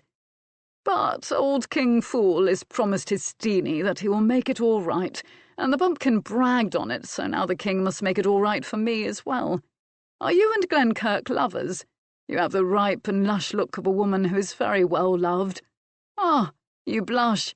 How charming. Why does the king call George Villiers Steenie? Jasmine asked the Marquis, ignoring his query by substituting one of her own. Have you met Villiers? Obviously not. Look over by the king's left hand, the young man with the face like an angel. Old King Fool says he is reminded of St. Stephen when he looks at Villiers, hence Steedy, a diminutive of Stephen. It is sickening. Now answer my question, Beauty. Are you and Glenkirk lovers?" "It is not your business," Jasmine replied tersely. His fingers tightened upon her arm. "If you are to be my wife," he told her, "I need to know everything about you, my beauty." "I am not going to be your wife," she said angrily. "Release my arm. You are bruising me, you brute." "Ah, so you are lovers. Well, it matters not. You weren't a virgin anyway. Not with 4 children, and one of them a royal bastard," Saint Denis said. "You are a passionate little bitch, aren't you, my beauty?" "Let go of my arm," Jasmine replied. "If you do not, I shall scream and cause a lovely scandal, placing you at centre stage, my lord." He released her arm, laughing. "I do believe that you would," he told her. "When we are married, I shall beat you if you misbehave." Jasmine looked absolutely outraged. "A man who would raise his hand to a woman is no real man at all," she said. "Now, go find yourself some silly little heiress to wed. I am pledged to Lord Leslie." Then, turning on her heel, Jasmine hurriedly made her way across the room to where James Leslie stood by the Queen. She curtsied low to Anne. "I am happy to see you again, ma'am," she said. "You do not like the Marquis of Hartsfield," the Queen said bluntly. "No, ma'am, I do not," Jasmine replied with equal frankness. "Neither do I," Queen Anne answered. "Will the king force me?" Jasmine asked. Queen Anne shook her head in the negative. "Since Steenie has been promised that eventually he shall have Rutland's heiress, Jamie feels he must give Saint Denis a bride of equal value. This is really your own fault, my dear. If you had married Glenkirk when we expected you to marry him, you would not have been vulnerable now to Saint Denis. But Jamie has a good heart, as you well know. He will not force you. He does mean the choice to be yours, but he will try to get you to approve his beautiful Marquis in order to please Saint Denis. I did not know he was going to meddle in this affair, or I should have convinced him otherwise. After all, our meddling after dear Henry's death, may God assoil his sweet soul, caused you to run away in the first place. I don't want you to run away with our little Charlie boy again." She patted Jasmine's hand with her slender fingers. "It will be all right, my dear, I am certain of it. But you must not run off, and I shall charge you, Chummy Leslie, with the responsibility for Lady Lindley." Across the room, the Marquis of Hartsfield watched the exchange. He could not hear what was being said, but he would wager his name had come up in the intense discussion between the Queen and the beauty. "What do you think of her, Kip?" he asked the man by his side. "She'll want serious taming," his companion said. "But I imagine that you'll enjoy that, Pierce." And he laughed. Kip Saint Denis was the Marquis's bastard half-brother. The 2 men had been raised together, the bastard being taught complete and total obedience to his father's only legitimate heir. Kip's mother had been the personal maid of the young Marchioness of Hartsfield. Her mistress's betrothed husband had raped her a week before the wedding. She had been a virgin. After the wedding night, the previous Marquis had insisted upon having the 2 women in his bed each night. He was a violent, amoral man. His bride, an orphan whose dowry consisted of the acreage adjoining his estates, loved her husband and was willing to do what he wanted. The estate was isolated, and there was no one to gossip but the servants, and they rarely did for fear of their master. The half-brothers had been born an hour apart in the same bed as the 2 women laboured side by side. Had Kip been the legitimate son, it was he who would have been the heir, as his was the first birth. Pierce had joined him in the same cradle in the next hour, and they had been rarely separated since. Kip was his mother's image, while Pierce was his father all over again. Both men, however, resembled their father in temperament. Despite the difference in their stations, the half-brothers were completely loyal to one another, and there was no trace of jealousy between them. Kip went where Pierce went, serving his brother as secretary, valet, and general confidant. Ah, Kip, this is no ordinary mare to be tamed, but a finely bred creature who will take special handling, the Marquis said. Did you notice her breasts as they overflowed her gown's neckline? Little creamy love cones that were just begging to be caressed. If you want to win her over, you'll have to get rid of the Earl of Glenkirk, Pierce, his half-brother said. As long as he is here, you will have not the slightest chance with her. I heard her when you had her by your side. She is completely determined to wed him. And, brother, he is living in her house on the Strand with her, probably sharing her bed and giving her a good fucking every night. We don't want her with child, his child, do we? Tell the king, and he will see to the rest, I promise you. Does not old King Fool love his darling boy, Pierce? Kip St. Denis laughed suggestively. You are right, the Marquis agreed. I don't want to lose this chance. Lady Lindley is fabulously wealthy in her own right, and of even greater importance, she had the king's only grandson. A bastard like yourself, Kip, but a royal bastard. Until little baby Charles gets himself a wife out of Spain or France and has a child of his own, the little Duke of Lundy will remain his grandpapa's darling. To have control of that laddie is to have real power, Kip. Villiers can have his whey-faced little heiress. I will have both a fortune and power over the king. Only if you can convince Lady Lindley to marry you. I already see you cannot bully her. She is, the gossip tells me, a king's daughter herself, and her relatives are influential with the king. Her stepfather is his cousin, the Earl of Brockcairn. Her uncles are the Earl of Lynmouth and Lord Burke of Clearfields. Her grandmother is the old Countess of Lundy herself. Why, she locked horns with Gloriana, best Tudor, brother, and has not only outlived that queen, but survived to tell the tale. Lady de Morisco dotes upon this particular granddaughter, Pierce, and the family does what she tells them. If you threaten Lady Lindley, they will gather about her to protect her, then reach out to destroy you for your impudence. It is a very large family. There's an aunt married to the Earl of Ulster, and another who is Lord Blackthorn's wife. Jasmine Lindley is extremely well connected. You will have to charm her into marrying you, and you are quite capable of such an act. I must have her, Pierce St. Denis said fiercely. She excites me as no other woman ever has. Her wealth, her beauty, her royal bastard. But even without the brat, I would desire her, Kip. First, the Earl of Glenkirk, his half-brother counselled. If he remains too near Lady Lindley, you will have no chance at all. Look, he pointed across the room. The Earl and Lady Lindley are departing even now. Quickly, Pierce, you must see the king now. The Marquis of Hartsfield moved gracefully across the room, blocking the Earl of Glenkirk and Jasmine, even as they turned away from bidding the king farewell. Sire, he said loudly, if Lady Lindley is to give me a fair chance at courting her, I do not believe that Lord Leslie should be living in her house and sharing her bed. Do you? What's this? Said the king. Jemmy, is it true? You're at Greenwood with Lady Lindley?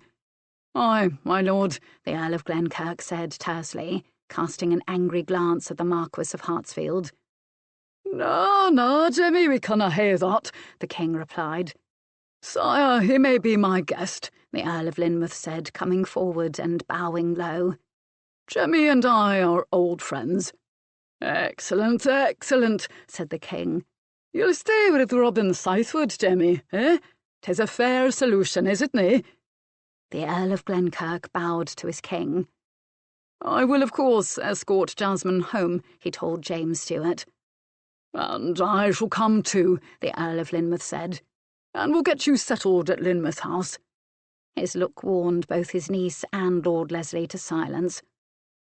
Lynmouth's house is next to Lady Lindley's, murmured Kip in his brother's ear.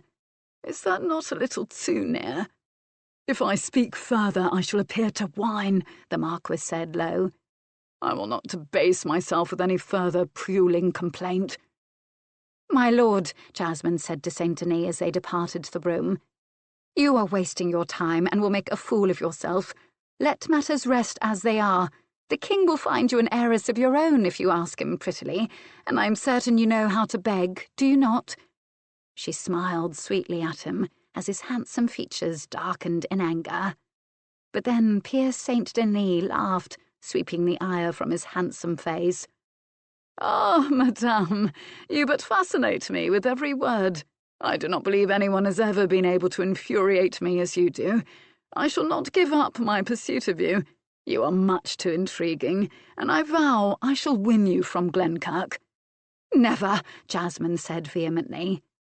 The Marquis of Hartsfield took her arm, edging out the Earl of Glenkirk, who fell angrily behind with the Earl of Lynmouth. "Now, madame, do not be unruly with me. You will like me. Everyone likes me, except perhaps Villiers, but then I see him for what he really is when others do not. He is naught but an upstart. I am a most charming fellow, as you will learn if you will but give me a chance." Jasmine laughed in spite of herself. "My lord," she said quietly, regaining her composure, "this is a difficult situation in which we find ourselves. I must seem a shrew to you, but you must understand that I have known James Leslie for years. I have come to love him. Ours is an ideal match. My children adore him. I cannot be swayed even by your most prodigious charms. This is a futile quest upon which you embark, and, frankly, I am furious with the king for proposing it." "You are adorable when you are angry," he purred. "God's blood," Jasmine swore. Pierce Saint Denis chortled, his blazing blue eyes dancing devilishly. "Your little son swore in Hindi," he said. "Can you swear in Hindi too? He was quite a delightful little fellow, your royal bastard." "I can swear expertly in at least 7 languages," she replied. They had reached the courtyard where their carriage was awaiting them. He helped her in, smiling toothily. "I shall call upon you tomorrow, madame," he said. "If the weather is fair, perhaps we shall lunch along the river somewhere. I will come in my barge." Slamming the door shut, he signalled the coachman to depart, waving gaily at Jasmine, then turning about and saluting both earls as he made to retrace his steps back to the king and the court. "The bastard," Glenkirk swore. "I came with Jasmine and have no horse. How the hell am I supposed to get back to Greenwood?" "In my coach," Robin said. "I didn't ride. Clever of Hartsfield to edge us out so neatly. I've noticed that he is not a man who likes to lose. He will drive Jasmine to distraction until you leave for Mother's." "We have made our peace with the king," Glenkirk snarled. "We will leave for Queen's Malvern as quickly as we can be packed up." "Oh, no, Jemmy," Robin Southwood said quietly as they settled themselves in his coach. "The king has decided Jasmine is to have a choice of husbands. A bit after the fact, of course, but then timing has never been old King Fool's strong point. He has offered up his favoured minion for Jasmine's delectation. If you depart for Queen's Malvern, the king will be angry all over again, and Hartsfield will probably come after you. You have a bit over 5 weeks until your wedding day. You will remain here in London for 4 weeks, give or take a day. You will let Pierce Saint Denis play the eager suitor, and then Jasmine will announce her decision to marry you after all. Only then can you depart for Mother's with the king's blessing, which you must have. The Queen, as you well know, favours your marriage to Jasmine. Now promise me, Glenkirk, that you will not be foolish and you will follow my plan." "Why do I want to punch our pretty Marquis in the mouth?" growled Glenkirk. "Because he is a slimy little turd," Robin Southwood replied. "What the hell does Jamie see in him? He's young and very amusing and clever. He panders to the king's affections, and right now James Stewart seems to need those 2 young men vying for his attention and his favour. He has never really recovered from Prince Henry's death, and Prince Charles is a dour little fellow, quite unlike his elder sibling. The king doubts he will ever make a good ruler, and is not shy about saying so. Charles, of course, is fiercely jealous of both Villiers and Hartsfield. He thinks they take his old dad's affections from him, but I wonder just how much affection the king has for his younger son. Now, Jemmy, you are going to behave yourself, aren't you?" "I suspect I have no choice," grumbled the Earl of Glenkirk. Robin Southwood chuckled. "Well," he said wryly, "we could waylay Hartsfield in a dark alley and strangle him, I suppose." "Now there's a fine thought," James Leslie said enthusiastically. We will have to convince Jasmine to play along with our game, Lynmouth told his companion. You may have that privilege, Glenkirk said. You must back me up, Jemmy, Lynmouth said. My niece can be the very devil to reason with, as you well know. I'll back you up, Glenkirk agreed. But if she's not of a mind to do it, heaven help us all. Damn, I wish Mother were here, Robin Southwood said. Well, she isn't, and she'll have both our hides if we do not make this all come out right, Robin. I hope we're doing what Madame Skye would want us to do in the matter. There is nothing to keep us from sending her a communication as to what's going on, the Earl of Lynmouth said. She should know. Glenkirk laughed. Aye, so she should, he agreed. She will not be afraid to take on this king. Divine right means nothing to Madame Skye, does it, Robin? His companion chuckled. Nay, Glenkirk, it never did, and I think Jasmine is more like my mother than anyone else I know. But Jasmine has always respected divine right, Glenkirk said. She won't when it interferes with her plans to marry you, the Earl of Lynmouth said mischievously. She has never stopped being the Moogle's daughter. May God have mercy on us all if the king does not cease his meddling in her life. There will be hell to pay for certain, and Hartsfield will learn to his regret that you cannot make our wild Jasmine do what she does not choose to do. Chapter 8. Richard Stokes, the Earl of Bartram, was extremely worried. He had served the king ever since James had arrived in England, gaining his master's favour by his hard work and his sober habits. A protégé of Robert Cecil, the Earl of Salisbury, son of Lord Burghley, who, prior to his death, had been the king's most trusted adviser, Lord Stokes was content to remain in the background, doing his duty for the crown. Often it had meant long hours and very little time with his family, but his wife, Mary, had completely understood. Only on Sunday was Richard Stokes unavailable to his royal master. Sunday was the Lord's Day, and he was a pious man. The Earl of Bartram followed the commandment to remember the Sabbath and to keep it holy. While openly espousing England's officially sanctioned church, Lord Stokes was secretly a Puritan. He did not hold with popery or the superstitious trumpery he believed tainted the Anglican Church. He firmly held that the Church should be free of such tomfoolery. God's word was simple and direct, even as the Church should be. The Earl of Bartram did not approve of the dogma, the elegant ritual, and the businesslike organisation of England's Church. People should follow the Bible and its teachings as God had meant them to do, else he would not have had it all written down. Devout simplicity, that was what the true Church should be about. Richard Stokes, however, kept his faith to himself.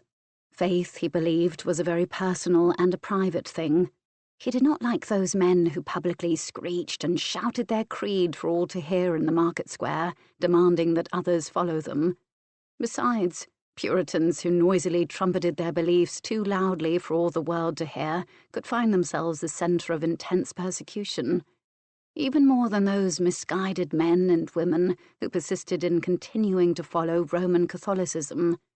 A discreet faith, along with adherence to the official Church of England, was acceptable. King James too well remembered his own mother's difficulties in the matter of religion. It had cost him her company and caused him to live a basically cold, unemotional, and strict childhood devoid of either maternal warmth or any real, loving affection. Alas, that Lady Mary Stokes, the Earl's wife, was not as careful as her husband in the matter of religion. A devout woman, she had of late become an impassioned proselyte of their secret faith. In part, Stokes blamed himself. His business kept him in London most of the year, and their children were all grown and married. The eldest of their daughters lived down in Cornwall, and the youngest had been wed up north into Yorkshire. Their only son and his wife lived on the family estates at Bartramholt in Oxfordshire.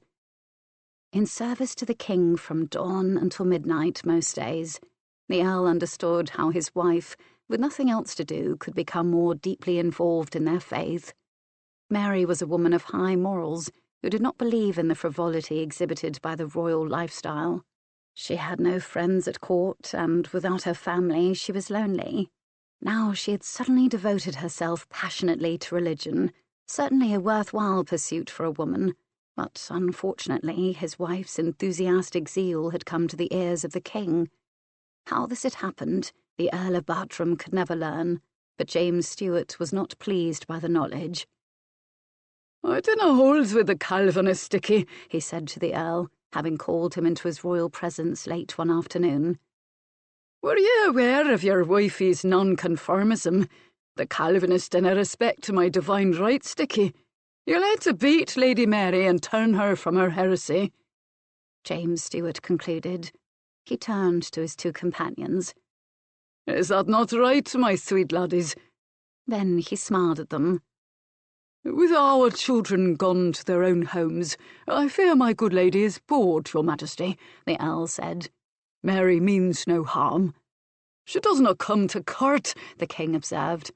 "I cannot remember the last time I saw her, Dickie. Does she hae all her wits about her?" "She is a shy and retiring lady, your highness," the Earl excused his wife, wishing that she were indeed addled, so he might condone her behaviour in that manner.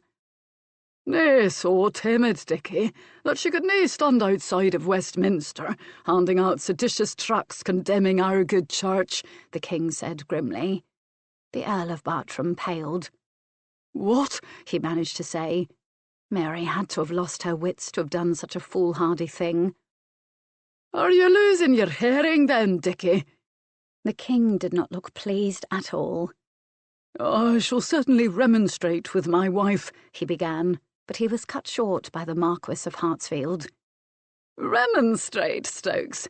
Your wife stands on the edge of treason, and you, His Majesty's most trusted servant, and you want to remonstrate with her? You should beat the bitch until she comes to her senses, my lord," the Marquis of Hartsfield told the astounded man. "Sir," the Earl snapped angrily, "my wife is a good and decent woman. I have never had to resort to violence in managing her.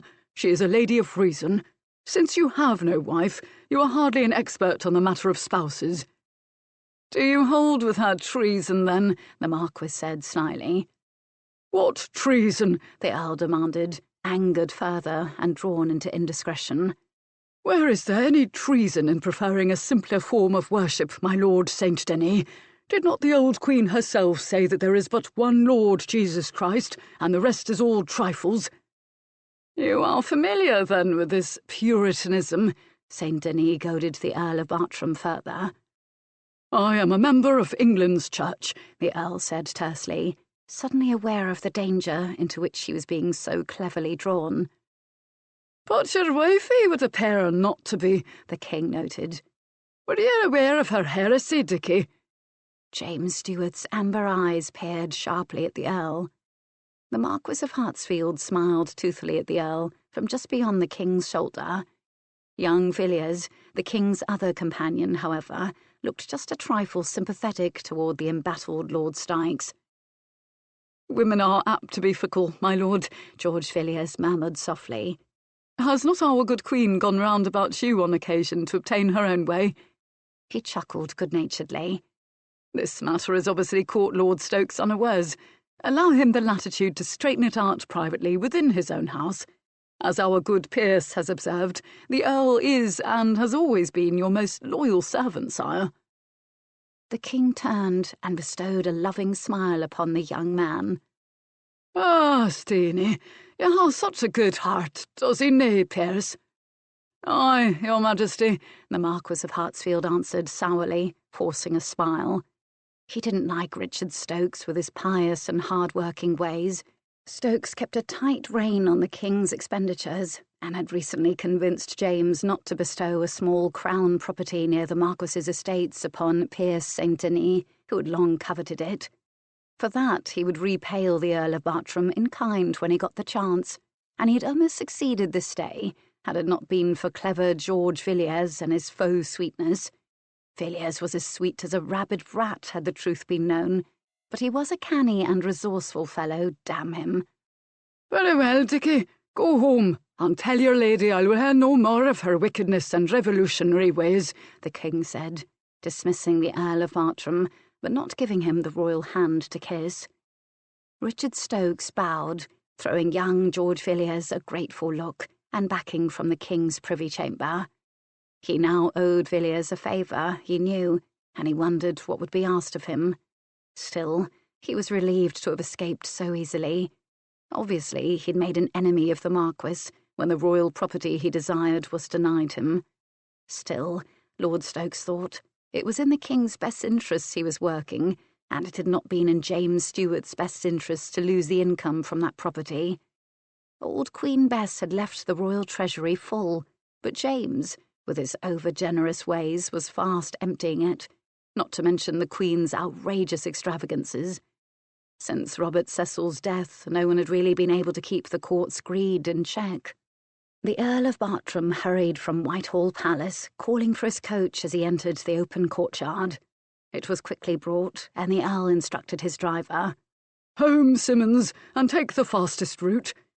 Then he climbed into the vehicle, slamming the door shut behind him. His mind was a whirl. Mary had gone too far this time, and while he did not believe his life was in any danger, Richard Stokes knew he had no true friends among the king's courtiers. Ordinarily, he would not have cared. His sole loyalty was to James Stuart. His value to his master was his strict honesty and his discretion. But these traits would mean next to nothing if someone like Piers Saint Denis undermined the king's trust in him. He had just been saved today by the charming young George Villiers, and only because that young man desired a favour of Richard Stokes. Villiers was an ambitious young man, the Earl thought, who had already set his sights upon the Earl of Rutland's heiress. The girl, according to the gossips, was besotted with George Villiers. Silly chit. All she saw was his extraordinarily handsome face and form. She knew little of his character, or whether he was a godly man. Richard Stokes suspected not. The new co-favourite was charming, amusing, and polite to a fault, traits unusual in one his age. Perhaps he was every bit as good as he seemed, but Richard Stokes doubted it. Still, he would recommend to the king that Villiers be given a small peerage. The king would like that, especially as the suggestion would come from the Earl of Bartram without royal prodding. He would claim to see promise in George Villiers, and perhaps there was promise in him. That should certainly repay the debt he owed Villiers for rescuing him today. The Earl's house was located in the village of Kew, just outside the city. It was not on the river, like the residences of so many of the rich and powerful. It was a simple brick structure, standing 3 stories high, set in the centre of a small park. The coach drove through the gates and down the drive, drawing up before the mansion's door. Richard Stokes exited his carriage and entered the house. "Fetch her ladyship to me at once," he told a footman, then went into his library, where a fire burned, taking the chill off the damp late spring day. Pouring himself a small crystal goblet of wine to calm himself, he waited for his errant wife to make her appearance. When she finally entered the room, he was reminded that she was still a pretty woman, despite the fact she was well past her prime. "You were home early today, my dear," Lady Mary Stokes greeted her husband, and then her eye went to the goblet in his hand. "Spirits, Dickon," she said with a slightly raised eyebrow. "Pastor Simon Goodfellow says spirits are not godly." "Our Lord Jesus turned water into wine at the wedding in Cana of Galilee, Mary," the Earl said sharply. "If wine was approved by our Lord, then how can Simon Goodfellow disapprove?" Lady Mary made a motion of smoothing down the dark blue silk of her gown. It was a simple garment, adorned only by a white ruff of a collar. She wore no jewellery but her wedding ring. "You do not like Pastor Goodfellow, Dickon, do you?" she replied. "No, Mary, I do not. I find him narrow-minded and mean-spirited, and I especially dislike him if it is he who has convinced you to stand outside of Westminster, handing out religious tracts," the Earl told his very startled wife. "What in God's name ever possessed you to do such a thing, wife? Have you lost your wits, madame?" "The word must be spread, Dickon," she began, but he interrupted her harshly, his look dark and angry. You will cease your activities at once, madame. I absolutely forbid you to ever do such a thing again, and I forbid you to see this Simon Goodfellow.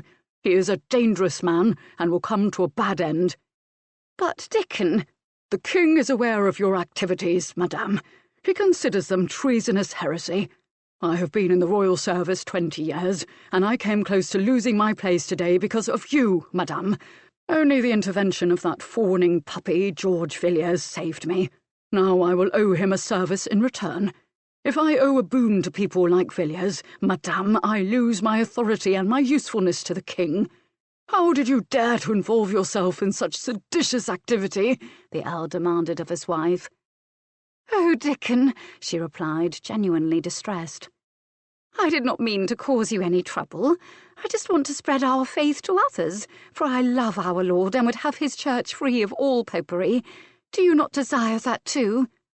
Mary, he said, his tone softening a bit, and leading her to a settle where they now sat side by side. You know I prefer a simpler faith, but I am no martyr.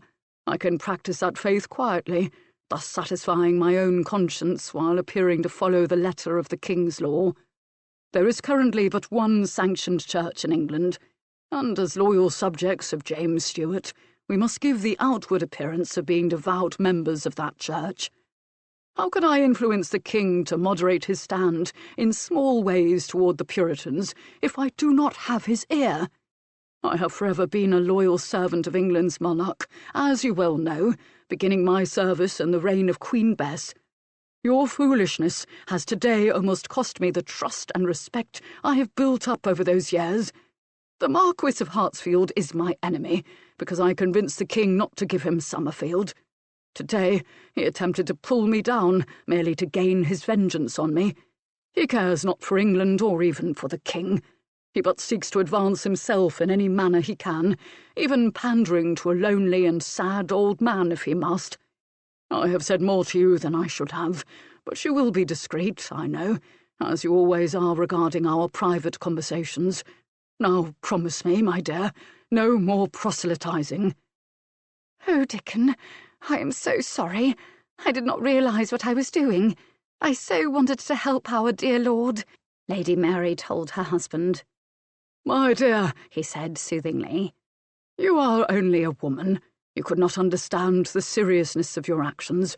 I am not content that we must hide our true faith, but if we are to triumph in the end for our God, then we must behave with sober modesty now. You will please our Lord best by being an obedient wife. I will have nothing further to do with Pastor Goodfellow, husband, Lady Mary promised her husband. I will personally see the pastor is informed that she will no longer participate in his activities, the Earl of Bartram replied. Dickon, I have the most wonderful idea of how you can be certain you regain the king's full trust and triumph over the Marquis of Hartsfield. Did you not tell me he is to wed the Dowager Marchioness of Wesley, who bore Prince Henry's bastard? What if you could convince the king to give you custody of that little boy? If he gave you his grandson to raise, then certainly you would be sure of his favour. Lady Lindley has been given her choice between the Earl of Glenkirk and the Marquis. She prefers the Earl, for they have a past history, Mary. It is he who has custody of the little Duke of Lundy. Piers St. Denis may woo Jasmine Lindley until the cows come home, but he will not win her hand, although he believes himself to be quite irresistible.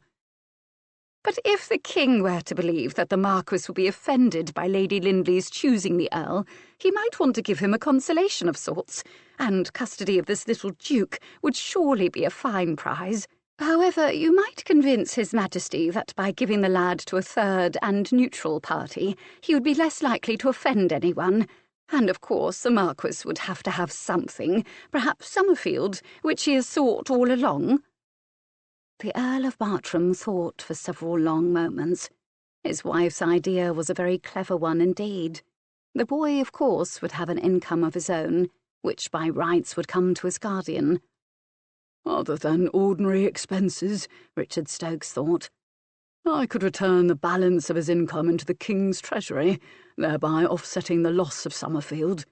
In fact, the sum coming from the Duke of Lundy would probably be far greater than that which came from Summerfield. And if the boy were raised in my house, the Earl considered, I might influence the child toward the truer faith and away from the Anglican Church. But that would come later, and he would have to be cautious in that endeavour. My dear, he told his wife, certainly God has spoken through you this day, and while Lady Lindley may object to the loss of her child, I shall point out to the King her unsuitability as a guardian for his grandson. Her previously unchaste life as Prince Henry's mistress, and her mixed blood, not to mention her own bastard birth, are more than enough to render her unfit, despite her wealth and her powerful connections. The King can be made to see reason, I am sure. First, however, I must reassure him that I have put a stop to your ignorance and beg forgiveness for your misbehaviour. Then, when Lady Lindley has made her choice known publicly, I shall make my move to gain custody of the Duke. It will be good to have a child in the house again, will it not, my dear? He will keep you very busy, I have not a doubt. The Earl chuckled. I well remember Edward as a lad. Then I am forgiven, she asked him. Aye, you are forgiven, Mary, he reassured her, his mind already moving ahead to consider the advantages guardianship of the royal bastard would bring him. He must continue, however, to remain in the background as he always had, for that was where his strength lay, and his discretion.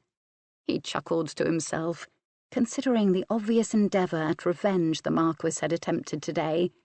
He hoped Summerfield would be enough to soothe the vain popinjay when he lost the lady, her fortune, and the Duke of Lundy. The Earl of Bartram intended to see it was all he got, and on Pierce St. Denis' death, the property would revert to the Crown. Richard Stokes would make certain of that. As he chortled softly to himself, his antagonist was also considering his next move. He had already put the Earl of Bartram from his mind, for he had more important matters to attend to, and little time in which to pursue his interests. Jasmine was proving to be a recalcitrant conquest. While he had succeeded in removing James Leslie from her house, that was all he had managed to do. She took great delight in appearing with the Earl of Glenkirk each day at court, and while she allowed him to court her publicly, privately she avoided him. He could make no headway with her at all, and it was beginning to drive him to rashness. At first he had sought her for her wealth, her royal bastard, her influential relations. The more he was with her, however, the more he realised that he desired her. He had never known such lust as he felt for Jasmine Lindley. She intoxicated him with her lush form, the direct look she always gave him with those startling turquoise eyes, her creamy skin with its hint of palest gold. He dreamed of possessing her, and he would have her as no man ever had. His mind went to the hidden chamber he had in both his townhouse and his country home. He imagined her chained between the whipping posts, whimpering for mercy as he thrashed her into submission. Would she respond best to the wide leather tawse, the thin bunch of birches, a whippy hazel switch, or his firm riding crop? Kip, of course, would be there to help him, but he would not share Jasmine with his half-brother, at least not until he tired of her, if he ever did.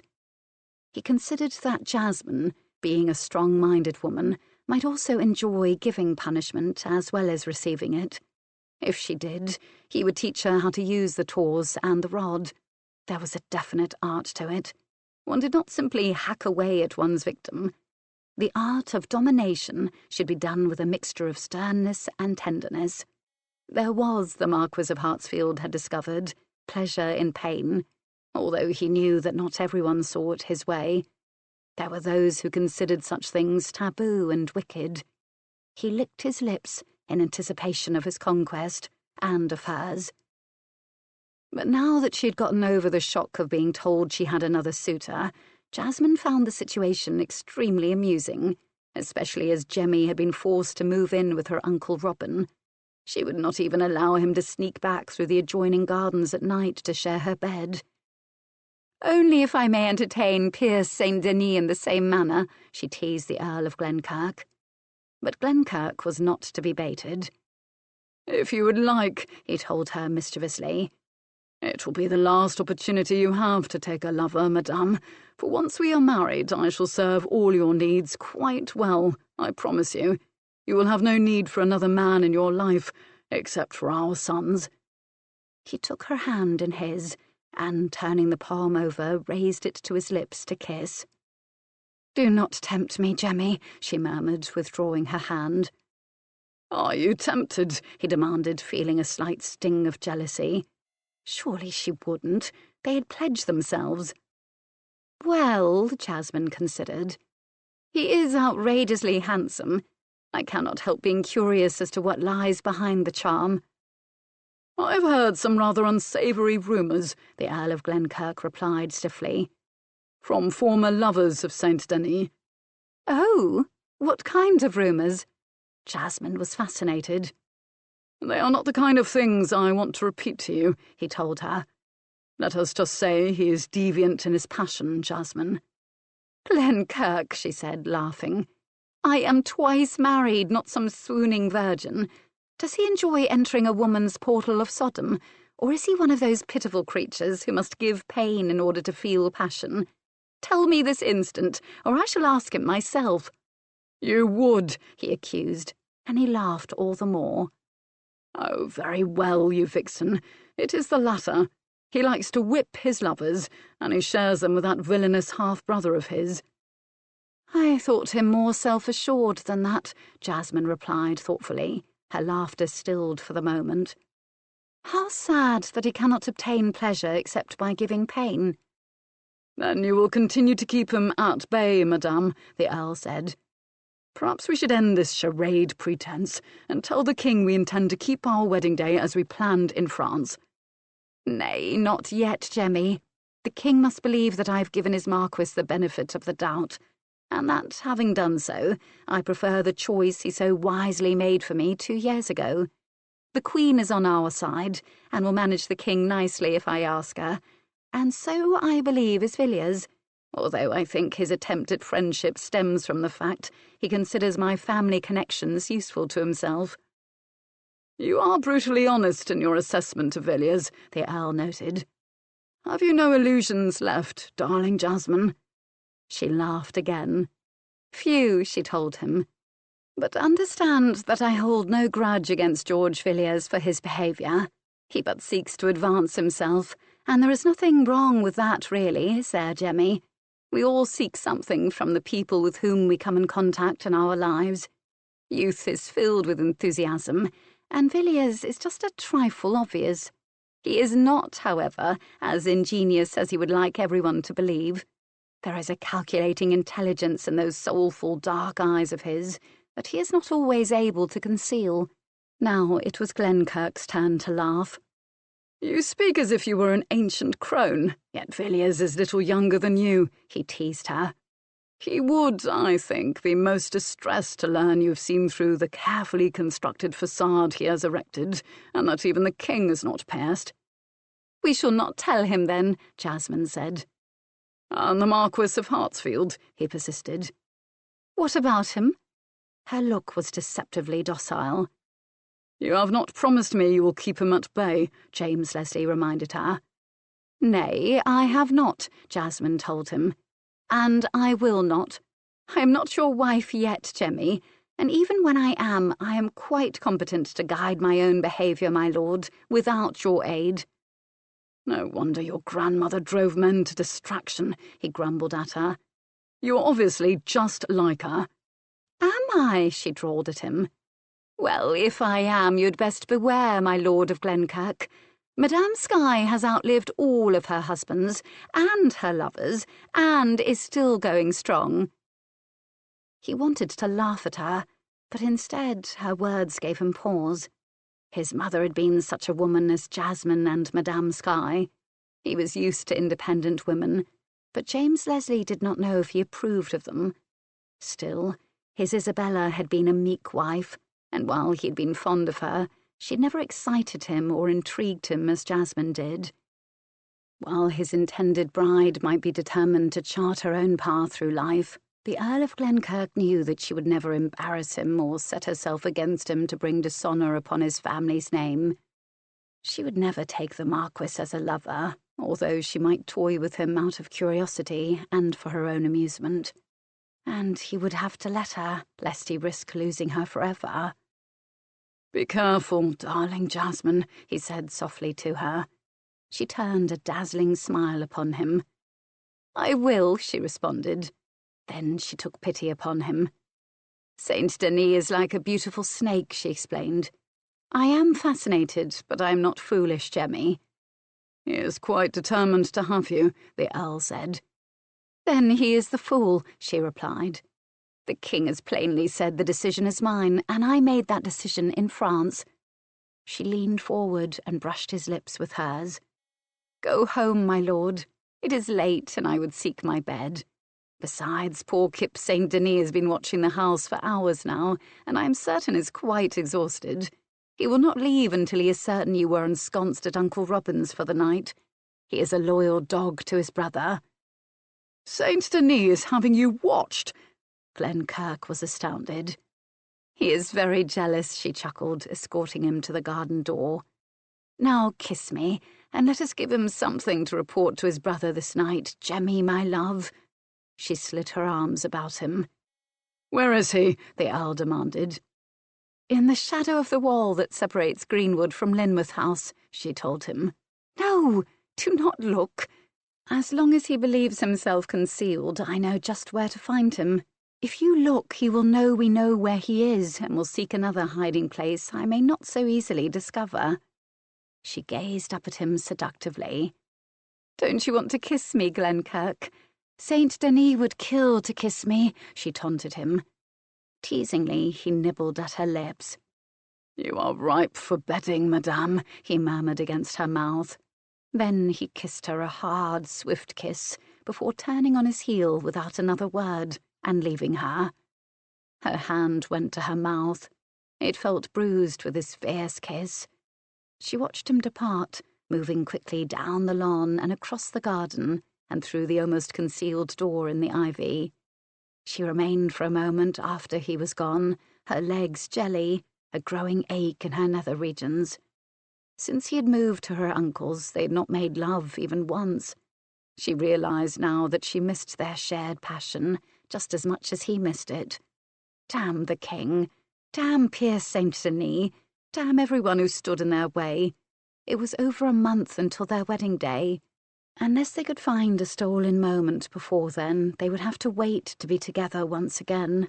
She didn't know if she could bear it. She had grown used to James Leslie in her bed. Pierce Saint-Denis, however, had grown quite annoyed with Jasmine's refusal to give serious consideration to his suit. He could never get her alone. Glenkirk was always with her but when she slept. Shortly she would announce her preference, and he knew it would be James Leslie, unless, of course, he could change her mind. But how could he when he was never alone with her? He complained to the king. "I have not had a chance with her, with Glenkirk skulking about all the time," the Marquis of Hartsfield said, his tone petulant. They were in the royal apartments. "Gracious Saint Denis," taunted George Villiers. "Do not say you are a laggard in love. I should not have thought it of you." His dark eyes danced mischievously. "The rumours are certainly otherwise," he finished with a grin. Pierce Saint-Denis threw the younger man a venomous look. "Your Majesty, I cannot court Lady Lindley if I must share her every waking minute with the Earl of Glenkirk." "My husband has said the choice is Jasmine's," the Queen said, not even bothering to look up from her embroidery frame. "But how, madame, can she make her choice if she does not know me?" the Marquis of Hartsfield almost shouted, frustrated. "Perhaps," the Queen said, giving him a mild stare. "She already has made her choice, my lord." "Sire, you promised me a chance with Lady Lindley," Pierce Saint-Denis almost whined. "You must do something." "I'll send Jemmy to Edinburgh," the king answered. "James!" The Queen's tone was pure irritation. She had only earlier spoken most severely to him about his foolishness in attempting to meddle in Jasmine's life again. Would he never learn? "Now, Annie," the king said, "our Pierce is justified in his complaints. Jemmy will nae let him near the lass. Let him go up to Edinburgh to begin the arrangements for our visit there some time in the future, perhaps next year or the year after. When he returns, Lady Lindley will be allowed to make her choice. 'Tis only fair." "She will not change her mind, Jamie," the Queen said, annoyed with her husband's overindulgence of the Marquis. "All you will do is outrage Glenkirk, and possibly provoke Jasmine to some new rashness." "I will speak with him myself," the king said. "Our Pierce must ha' his fair chance with the Lady Annie." "Thank you, your Highness," the Marquis said, kissing the king's hand with gratitude. The king caught the hand in his and smiled at the young man. Then he ruffled Pierce St. Denis' honey-coloured hair. "You're a braw laddie, Pierce. How can she nae fall in love with you?" "Well, it had best be settled now," the Queen said briskly. "Steenie, go and fetch Lady Lindley and Lord Leslie to us, will you?" She caught Villiers' eye, and total understanding passed between them in that single moment. The Queen liked George Villiers, and far preferred him as her husband's favourite to the Marquis of Hartsfield, whom she hoped eventually to remove from the picture entirely. George Villiers leapt up. "At once, your Majesty," he said with an elegant bow, and was out the door before the king or St. Denis might protest on one pretext or another. "There now," the Queen said with a sweet smile. "Now, my dear St. Denis, you will be able to begin your courting more quickly." George Villiers dashed through the palace, seeking either Jasmine or James Leslie, not doubting that when he found one he would find the other. Finally, a young page mentioned he had seen the Earl and his lady playing cards at some tables that had been set up in one of Whitehall's interconnecting galleries, with their stone and gold ceilings and wainscots of carved wood, representing beautiful figures. Windows lined either side of these galleries, giving the impression that one was out of doors. "'Tis the one overlooking the lawn and the river," the child called after George Villiers. "What now?" Jasmine grumbled, slamming down what she was certain was a winning hand when Villiers found them. "I'll tell you as we go along," Villiers answered them, ushering the pair from the gaming table and back along the corridors to the royal apartments, and he did. "God's boots," swore Glenkirk. "James did something similar years ago to my father. Sent him off when he wanted to create a bit of mischief." He went no farther than that, for he did not want George Villiers privy to his family's history. There were very few people left alive who knew that the Earl's mother had once been James Stuart's secret passion. "I will go home to Queen's Malvern," Jasmine said immediately. "Nay, madame, you will not," the Earl said. "You must remain, and, even as you yourself have said, allow the king to believe you have seriously considered the Marquis of Hartsfield as a suitor." "If I can be of any help, Lady Lindley," Villiers said, "you have but to ask me. I have not just the king's favour, but the queen's as well," he told them proudly. "She gave him quite a scolding when he came up with this scheme to offer you a choice of husbands. I think she fears you will disappear again, taking young Charles Frederick Stuart with you, and that she will never see her grandson again." Jasmine stopped dead in her tracks. "Sir," she said quietly, "I have twice run from my country, to save myself the first time and my children the second time. I will not be forced to flee ever again. England is my home, and it is my children's home. I will not allow anyone to take their birthright from them. You are quite free to repeat my words if you so choose." Then she continued onward. He ran to catch up with her. "Madame," he said in breathless tones, "I consider your words a confidence. I will not repeat them." "We appreciate your friendship, Villiers," the Earl told the young man, smoothing over Jasmine's rough edges. "You will understand Lady Lindley's irritation in this matter, I know." "Aye, sir, I do," was the gracious reply. They had reached the royal apartments and hurried through the doors that opened before them as they went. The Queen looked up, smiling encouragingly as they entered. St. Denis, however, had a smirk upon his face that made Jasmine want to slap him. He was obviously quite pleased with himself. They made their obeisance to their majesties. "I would have you go up to Edinburgh, Glenkirk," the king began. "I'll be wanting to make a visit next year, or the year after. I would know the climate of my welcome. You'll have to speak with the old bonnet lairds, the border lords, and of course the leaders of the kirk. 'Tis an unofficial exploration you'll be making for me, of course, and perhaps you'll e'en have time to visit your own holding." James Leslie smiled. "I'll be happy to go investigate the climate in the north for you, my lord," he said pleasantly. "I do not believe, however, that there will be time to go to Glenkirk and return to England by the 15th of June. Your absence will give our Piers his chance with Lady Lindley," the king continued ingenuously. "You've been taking all of her time, a wee birdlet tells me." "When would you have me leave?" the Earl asked. "On the morrow," was the royal reply. "This is a private visit, Glenkirk. You'll nae hae any trappings of authority." "Very wise," the Earl agreed. "My man and I will travel faster alone and create no curiosity that way, sire. I shall, of course, convey your greetings to all I speak with, so Scotland may know that you are thinking of her yet, even here in England." "Very good, Jemmy," the king said, relieved. He had feared an outburst from the Earl, but as always, James Leslie was behaving like the perfect royal servant. But then he always had, from the time he'd replaced his father as Earl of Glenkirk and taken responsibility for their clansmen and women. The king didn't know why he'd been worried in the first place. The Leslies respected his divine right, and they had always done so. He didn't have to worry about their loyalty. His glance went to Jasmine, who was strangely silent. "Now you'll have time to get to know our Piers, madame," he said. "As your majesty pleases," she replied, her look non-committal. Jasmine made him very nervous. He had expected an outraged burst of anger from her that Glenkirk was to be sent off. His wife had made him see the error of his judgment in this matter, but a promise was a promise. He had promised Piers a chance with the beautiful and wealthy woman. "There is a masque tonight," he said weakly. "You'll come with the Marquis, madame." "Alas, sire, I have a headache," she said sweetly. And then, too, there would be no opportunity for me to create a costume. You know how famed my family are for their costumes." "Could you not wear the garb of your native land, madame?" the king persisted. "'Twould be exotic to our eye." "Regretfully, those garments are packed away at Queen's Malvern," Jasmine said. "Oh," the king answered. He was disappointed.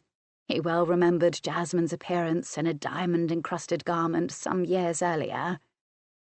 "I can send to my grandmother, however," Jasmine amended, stemming any annoyance on the king's part. "There will be other masks quite soon, will there not be, madame?" Her query was aimed at the queen, who smiled conspiratorially and nodded in the affirmative. "Indeed, Jamie, a salute to springtime in 2 weeks," she told her spouse. "I'm certain Lady Lindley can arrange for a suitable costume by then, can you not, my dear?" "Certainly, your majesty," Jasmine promised. "Then it is all settled," the queen continued brightly. "Now you must go home, my dear, and treat your aching head. Should you not go this minute, Jamie? Poor darling." "What will you treat yourself with, madame?" the king asked, suspicious. "Hot tea, sire, and Darley will massage my shoulders," Jasmine responded. "For me it is the sovereign cure. That and a good night's rest, and I shall be in fine condition by morning, I am certain." "Very well, madame. Then you are excused," he told her reluctantly. Jasmine curtsied. The Earl of Glenkirk bowed. "You'll ride out at dawn," the king commanded James Leslie. "I shall, sire," he replied, and taking Jasmine's arm, departed to the royal apartments. "There now, Piers," the king said as the pair disappeared. "I have cleared your way for you, but it is you who must woo and win the lady. I have promised that the choice be hers, and I will keep that promise, for I am a man of my word. I will win her, sire," the Marquis of Hartsfield said firmly. "When cows fly," murmured George Villiers beneath his breath, but Queen Anne heard him, and, unable to help herself, began to laugh, helpless to her mirth, which caused tears to roll down her somewhat plain face. "Why, Annie," the king said, "I ain't known you to laugh so hard in many a year. What is it, my dearie? Will you share your jest with us, eh?" But the Queen waved her hands helplessly at him, choking on her mirth as she did so. "'Twas just a thought, Jamie, and 'twould only be amusement to another female. Or perhaps," she continued, regaining control of herself, "'twould not be." The king turned away to speak with the Marquis again, and his wife shook her finger at Villiers, who grinned mischievously at her, then winked. "You're a wicked laddie," she scolded him softly. "Aye," he agreed complacently, and then, taking her hand up, George Villiers kissed it. "Your servant, Majesty," he said. The Queen smiled softly, a knowing light coming into her pale blue eyes. "You're a shrewd laddie," she told him. "I am glad that we understand each other, Steenie." "I'll never hurt him, Majesty," was the answer. "Then you will always have my friendship," said the Queen quietly. "And we are of the same mind in this matter." "Aye, madame, we are," he told her. "But Lady Lindley is too much in love with the Earl of Glenkirk to be swayed. Never fear." "Saint Denis is ruthless," the Queen warned. "And he is clever." "I am more clever," George Villiers assured her. Queen Anne looked at the beautiful young man with the face of an angel. "Why, Steenie," she told him thoughtfully, "I do believe that you are." He sent her a radiant smile. Chapter 9. There was a faint scraping against the casement windows in Jasmine's bedchamber. A light wind ruffled the surface of the Thames. The moon silvered both the lawns and the river. Anyone looking up would have seen the shadowy figure of the man who had climbed the thick vine which grew up the brick side of the house. Clinging to his precarious ladder with one hand, he fumbled to open the casements, and, meeting with success, swung himself over the sill and into the room. Walking over to the bed, he looked down upon the woman there. It was the sound of the windows opening and the thump of feet hitting the floor that had aroused and awakened her fully.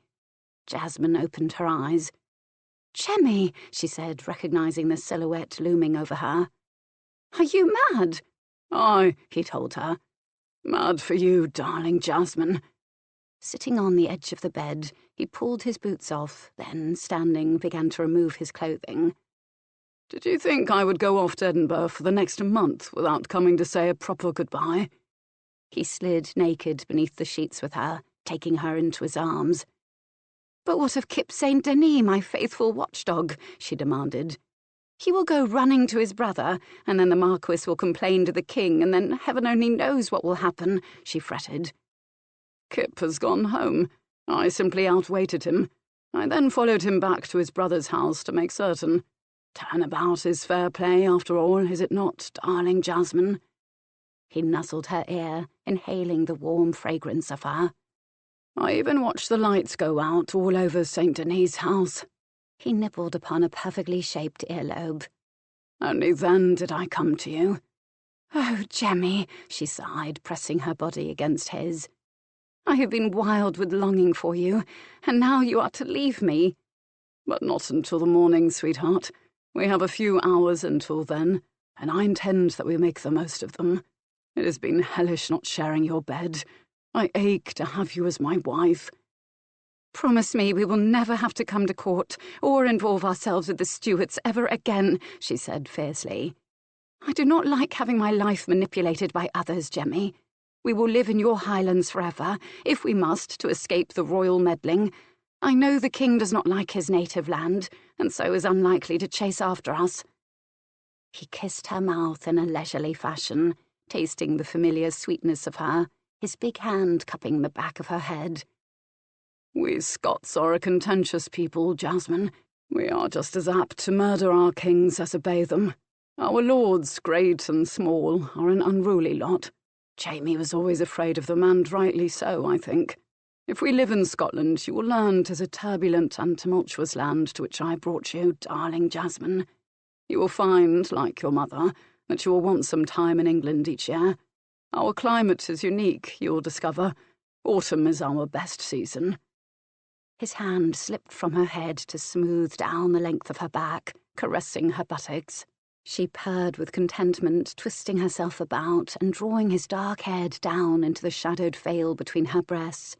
He rested there a moment, listening to the beating of her heart beneath his ear. Then, affixing his hands about her waist, he straddled her and, bending, began slowly to lick the flesh of her torso. The flat surface of his tongue moved all about the swell of her breasts and beneath them. It blazed a trail across her chest, her shoulders, and up the slender column of her throat.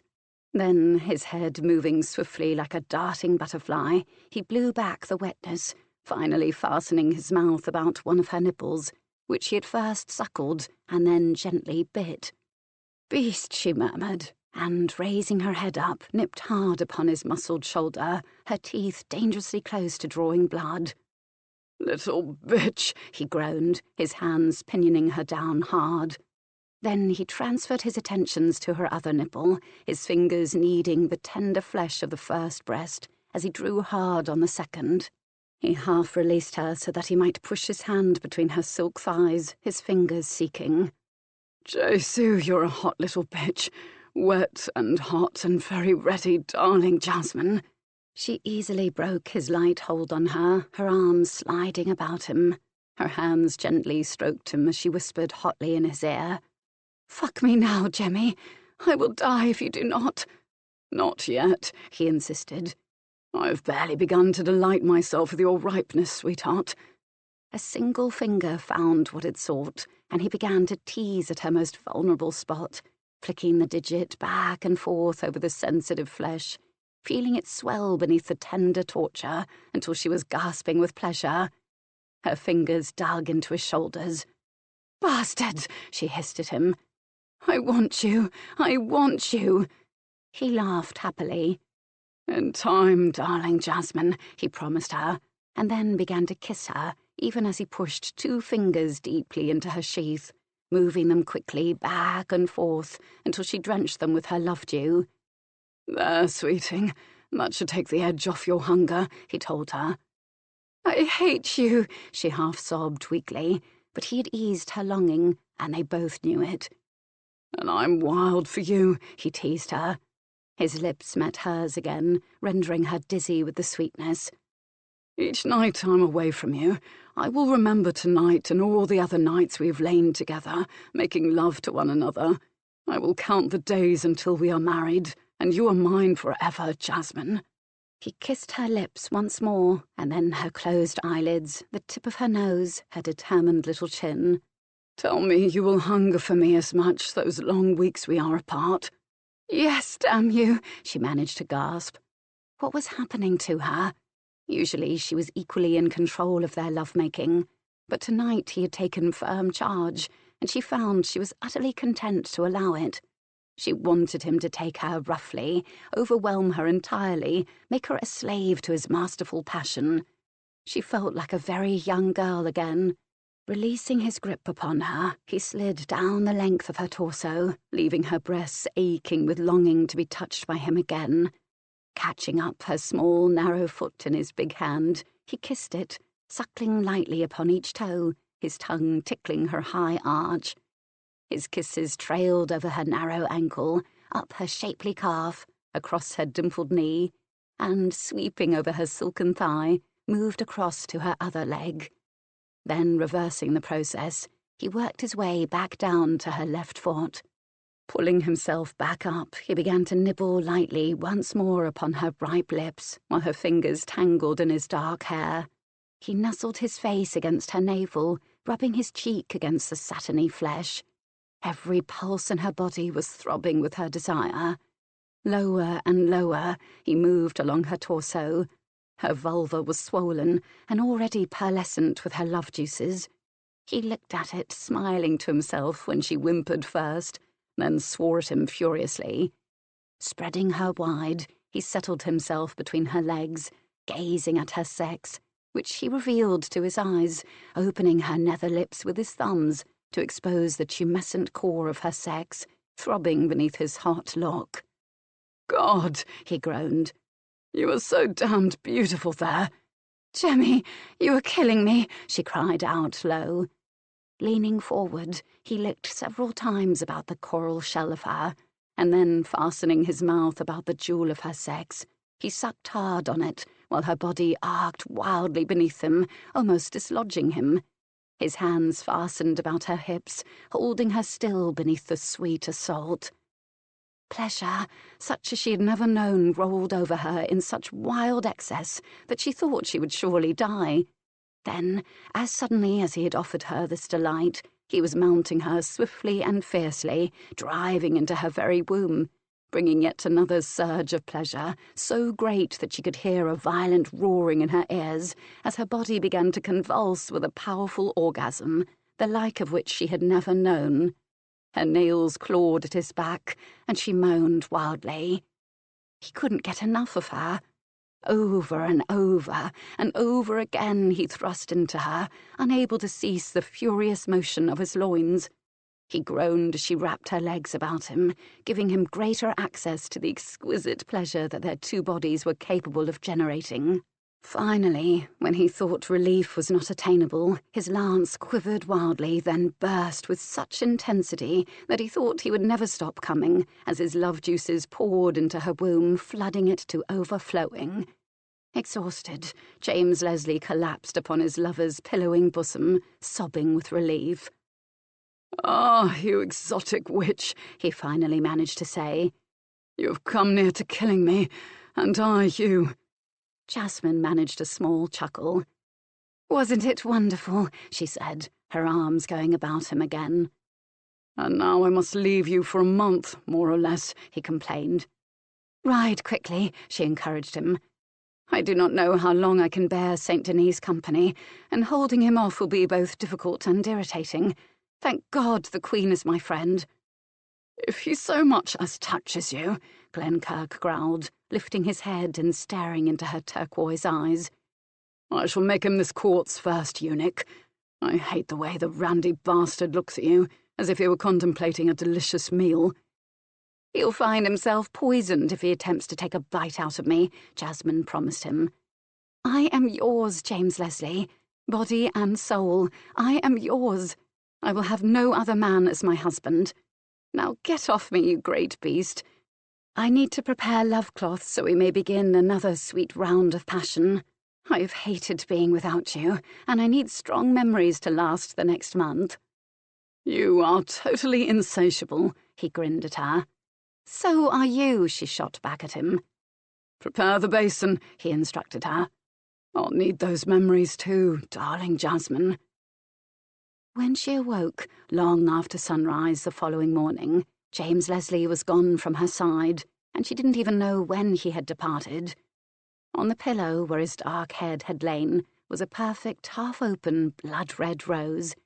With a smile, she lifted it and inhaled its fragrance, her mind awhirl with the memories they had made before the dawning. Those memories would have to sustain her in the weeks to come, Jasmine knew. The basin was gone from the bedside, and she realized that her servants, discreet as always, had already been there. Reaching out, she pulled on the bell cord to inform them she was awake and ready for her Assam tea. Shortly Adali entered her bedchamber, the tray with its blue and white porcelain cup and deep saucer in hand. "Good morning, my princess," he said, setting the tray down. Taking the handleless cup up, he spilled some hot, fragrant tea into the saucer and brought it over to her. "Your tea?" He took the rose from her to put in a bud vase. Jasmine sipped the beverage slowly. Then she said, "When did Lord Leslie leave for Dali?" "Before first light, my lady. The skulking one had not yet returned to his post, nor has he come yet. I imagine his master will no longer require him to hide in the shadow of the garden wall, now that the Earl has departed for Scotland. He and Fergus Moore rode out just after dawn."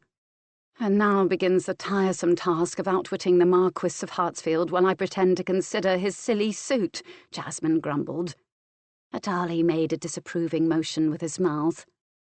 "The gentleman has all the finesse of one of your father's fighting elephants," he observed. "A dangerous fellow, I sense." "Aye," Jasmine told him. "Jemmy says he is deviant in his passions. I will have to be very careful about him." Surely, my princess, you will not allow yourself to be alone with him, Adali said, disturbed. I must at some point, Jasmine told him. That is why he has had Jemmy sent away, so he may have time alone with me. He believes he can convince me to marry him. Of course, all he wants is control over my wealth and my not-so-royal Stuart son. Obviously, he has a poor opinion of women, another mark against him in my books. You will want a bath, Adali said, dropping the distasteful subject of Piers St. Denis. Jasmine agreed. I am deliciously battered and replete with my lord's loving Adali. Then you are truly content to wed with James Leslie next month. While I believe he is the proper husband for you, my princess, I should not want you unhappy.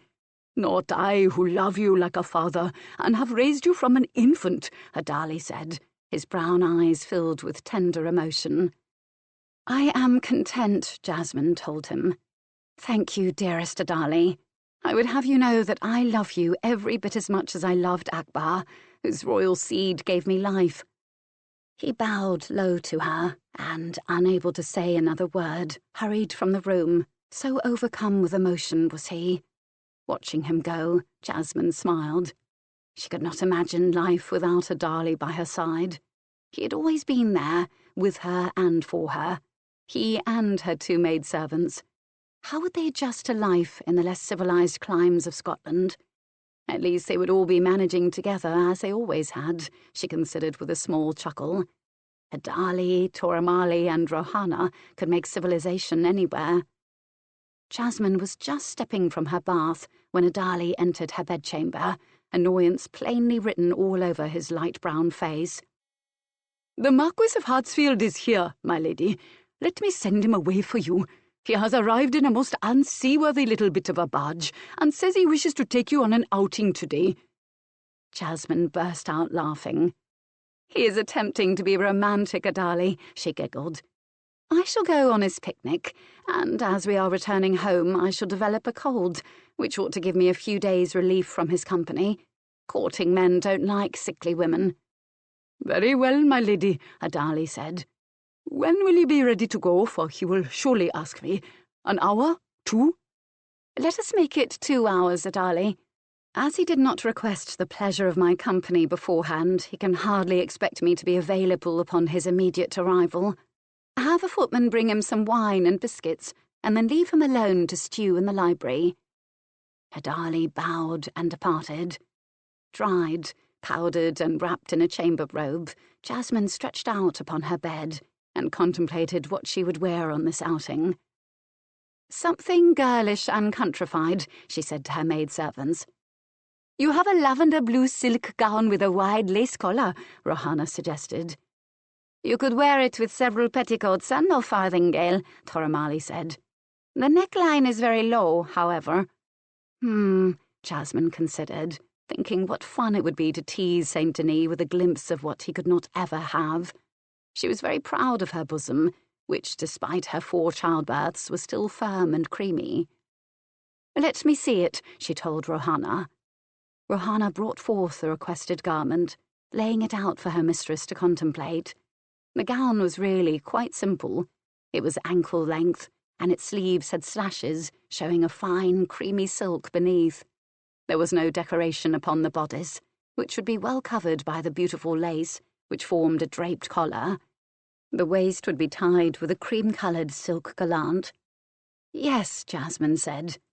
Do we have slippers to match? Toramali shook her head. Better you wear black with it, else you dirty them. You have a pair of new pantoffles, which will suit the occasion perfectly, my lady. What jewellery? The pearl necklace with a pear-shaped pink diamond, Jasmine said mischievously. He'll have a terrible time keeping his eyes off it, and yet will be desperate to appear disinterested in either my jewellery or my breasts. She grinned at her 2 serving women, who burst into laughter at her reasoning. You are as naughty as you were when you were a little girl and used to hide in the palace gardens from Adali, Rohana remarked. For a moment, a shadow passed over Jasmine's face. How simple her life had been then, as the youngest child of the great Mughal Emperor Akbar. It all seemed so long ago, so very far away from her adopted land of England. I suppose, she said, that little girl still resides somewhere within me, but don't ever tell the children, Rohanna. They don't need to be told how to be naughty, Toromali said. It seems to be instinctive with them. I am amazed your old grandmother can control them, and yet she does. Jasmine laughed. Nothing is too big a challenge for Skye O'Malley, she told her servants. They say I am like her. I love hearing it, of course, but I do not believe I have her greatness.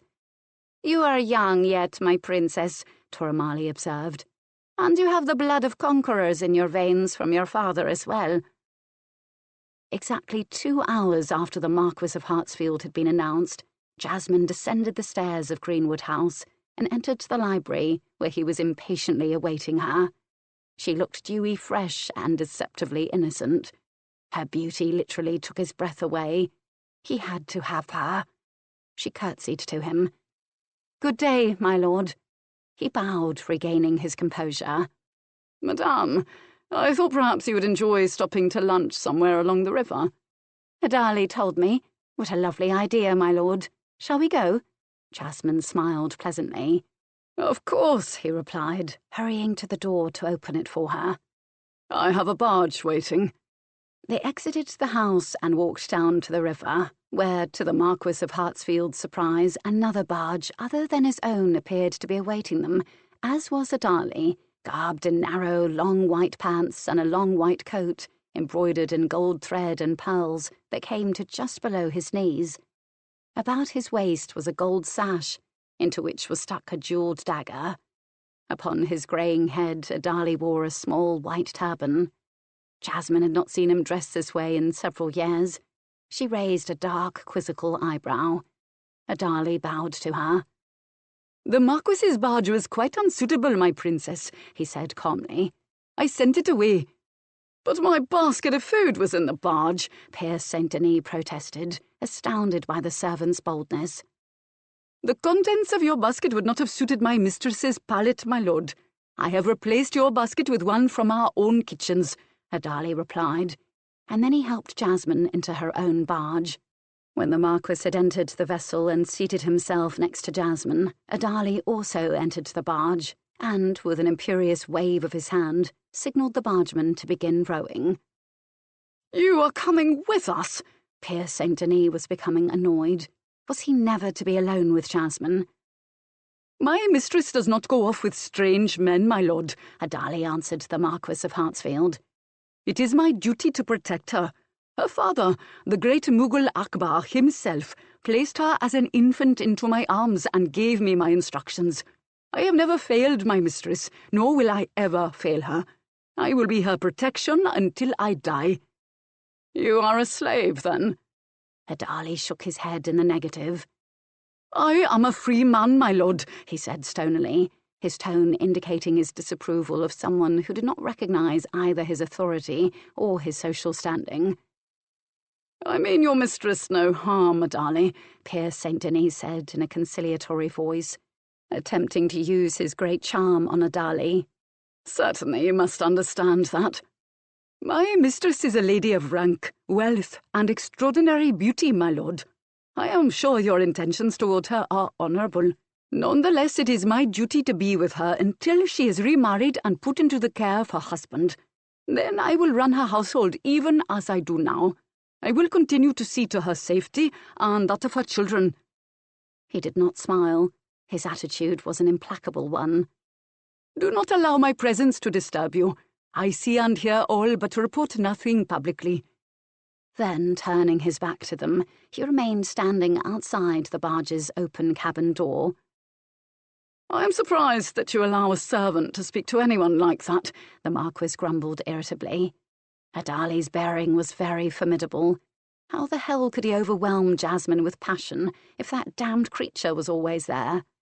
Did Glenkirk have to put up with such an inconvenience? He doubted it. "Adali is not truly a servant any longer," Jasmine told her suitor calmly. "He has always been a friend, and he is like a second father to me. I trust both his judgment and his instincts. He wants only what is best for me, my lord." And then she dropped the subject, smiling sweetly at him and saying, Where have you planned for us to stop and eat? Isn't it a lovely day? There is no place in the world like England in the springtime, is there? Have you travelled? It seems I've been all over the world. I've never left England, he said stiffly. Why would I? There is everything here that I could possibly want. Have you never been curious about other lands and other people? She asked him. Until I left India, I'd never been anywhere, but I did travel with my father's court, of course, across the vastness of our land. India is hot, however, and I preferred, as I grew older, to spend much of my time in Kashmir, at the palace my father gave to my mother. It was on a lake. The climate there was more temperate than that of Lahore, Fatehpur Sikri, or Agra. Such hot cities. Cities? He looked surprised. I thought India a rather savage and barbaric land, madame. Your cities naturally could not rival London or our other fine towns. They are made of mud and wattle, are they not? England must have been quite a revelation to you when you first arrived. Jasmine could not believe her ears. Did he know nothing of the world outside of England? India, she told him, is a very ancient civilization, my lord. Our cities are far more urbane, in many instances, than your cities. While the poor live simply, as all the poor do, no matter the country, our men of property do not. My father's palaces far outshine anything I've seen in England. In Agra, my father's residence had walls 9 feet thick and 180 feet high. They were impossible to breach. There were soaring towers and planted terraces with kiosks atop them. The walls had battlements and breastworks and places for archers. It was incredibly magnificent, and that was not even the best of his castles. Akbar built an entire city he called Fatehpur Sikri. It was all marble and sandstone, and so beautiful that just to look at it hurt one's heart. Why do you believe India is some backward place to be scorned? We have as many, if not more, artisans, merchants, and manufacturers than you do. Our landmass is enormous when compared to this little island kingdom of England. And in my father's land, all faiths were welcomed. Such is not the case in England, or any of your civilized lands in Europe. Not only that, we have a great and glorious history, which has been written down over the centuries, and can be found in the libraries of my father's palaces. And our music, painting, and literature is unparalleled. He was taken aback by her outburst. He'd assumed that she had come to England to escape the barbarity of her native land. If you loved India so, he said, then why did you leave it? Because, Jasmine said bluntly, my half-brother Selim, who is now the Emperor Jahangir, wished to pursue an incestuous relationship with me, my lord. He murdered my first husband, Prince Jamal, the royal governor of Kashmir, in order to clear a path to my bed. My father was dying and knew he could no longer protect me from Selim. I was sent to England, that my half-brother be thwarted in his unnatural desires. She smiled sweetly at him, as she had several times that morning. Did you not know that? I would have assumed your interest in me would have engendered some curiosity in my personal history, my lord, but it has obviously not. My concern for you, madame, grows more as each minute passes, and I come to realize what a magnificent woman you truly are, the Marquis declared. He was astounded by her frankness. Adali made a sound that was very much like a sharp bark of laughter at St. Denis' words, but he did not turn around. You know nothing of me, sir, Jasmine said scathingly, except what the king has told you, that I must have a husband because I am incapable, weak woman that I am, of running my own life and raising my own children, that I am a wealthy woman, wealthier even than the king himself. And I am certain that the king told you that I was beautiful, but until the day I returned to court with Glenkirk, my lord, that was all you had heard of me. You knew, of course, that I was Prince Henry's mistress, and had borne him a son, but you were not at court when I was here last. And since the king has offered you the opportunity to court me, you've not even bothered to learn anything of me, other than what was previously told you. I do not find that particularly flattering, my lord. It would appear that you court me because of my wealth and the power you believe you will have as the stepfather of my not-so-royal Stuart son. You must be aware that I will not have you, yet you persist in this game. Why, my lord Saint Denis? Why?" "Everything you say is true, madame," he began. "But from the moment I laid eyes on you, I knew that you must be my wife. I am consumed with desire for you. Yet you would not let me near you, and how was I to learn about you if I could not be with you? I would not base our marriage on gossip and innuendo, or worse, misinformation. Only you can tell me the true history of Jasmine Lindley." "You had Jemmy sent away," she accused him. "How else could I be allowed to spend time with you?" he asked her. "To have returned from France with you in tow was quite a coup for the Earl, and to marry you will be but the final jewel in his crown. I, however, would pluck that jewel from him, madame, and wear it myself. There isn't a man alive, knowing the situation, who would fault me for it." He caught her hand, and, raising it to his lips, kissed it ardently, turning it over to embrace both the palm and the inside of her wrist. Jasmine snatched her hand back. "You presume, my lord," she told him icily. The kiss had sent a shiver of distaste through her. There was something about him that reminded her of Selim, although there was absolutely no resemblance between her brother and the Marquis. "I will have you, Jasmine," he declared, his bright blue eyes glittering almost black. "You were meant to be my wife." "I will be James Leslie's wife," she said quietly. "There is nothing you can say or do, my lord, that will change my mind. However, if you wish to keep me amused while my Jemmy is away in Scotland, I shall be pleased to entertain your company, for I know it will make the king happy. Perhaps we can even decide upon a list of eligible maidens to present the king with when you finally accept that your quest of me is futile. From that list, we will choose a bride for you. You had best take advantage of my suggestion, my lord. You are too complicated a man for the king. In the end, he will choose Villiers for his favourite of favourites, and you will have no influence left with the royal Stuart. You have few friends, I suspect, and Villiers will certainly be content to see you fade into obscurity," she warned him. "You are far too clever and much too observant, I think," he told her. "Are you one of these intelligent women, then?" I am," Jasmine admitted. Adali, who had been monitoring the conversation, now turned to the pair, saying, "There is a lovely grove of willows just around the next bend in the river. With your permission, my princess, I will direct the bargeman there." Jasmine nodded. "Do you read and write?" the Marquis asked her. "Aye, and I do mathematics. I know history, and I speak several languages quite fluently, my lord. I was taught by a very enlightened priest, who came to my father's court for the express purpose of educating me. I was baptized in my infancy into the Christian faith. My foster mother followed Islam, as did my brothers. 2 of my 3 sisters were members of the Hindu faith. I have told you that in my father's land all faiths were welcomed. My sisters were as well educated as I was, except for poor Aram Banu Begum. She is slow of wit, but a sweet girl." Every time she spoke, he was further amazed by her. She had said that he was complicated, but she was equally complex, he thought. Your brothers and sisters all had different mothers?" Jasmine laughed, knowing even as he asked her, he was shocked at what he already knew the answer would be. "Yes," she said. "It sounds quite licentious to you, doesn't it, my lord?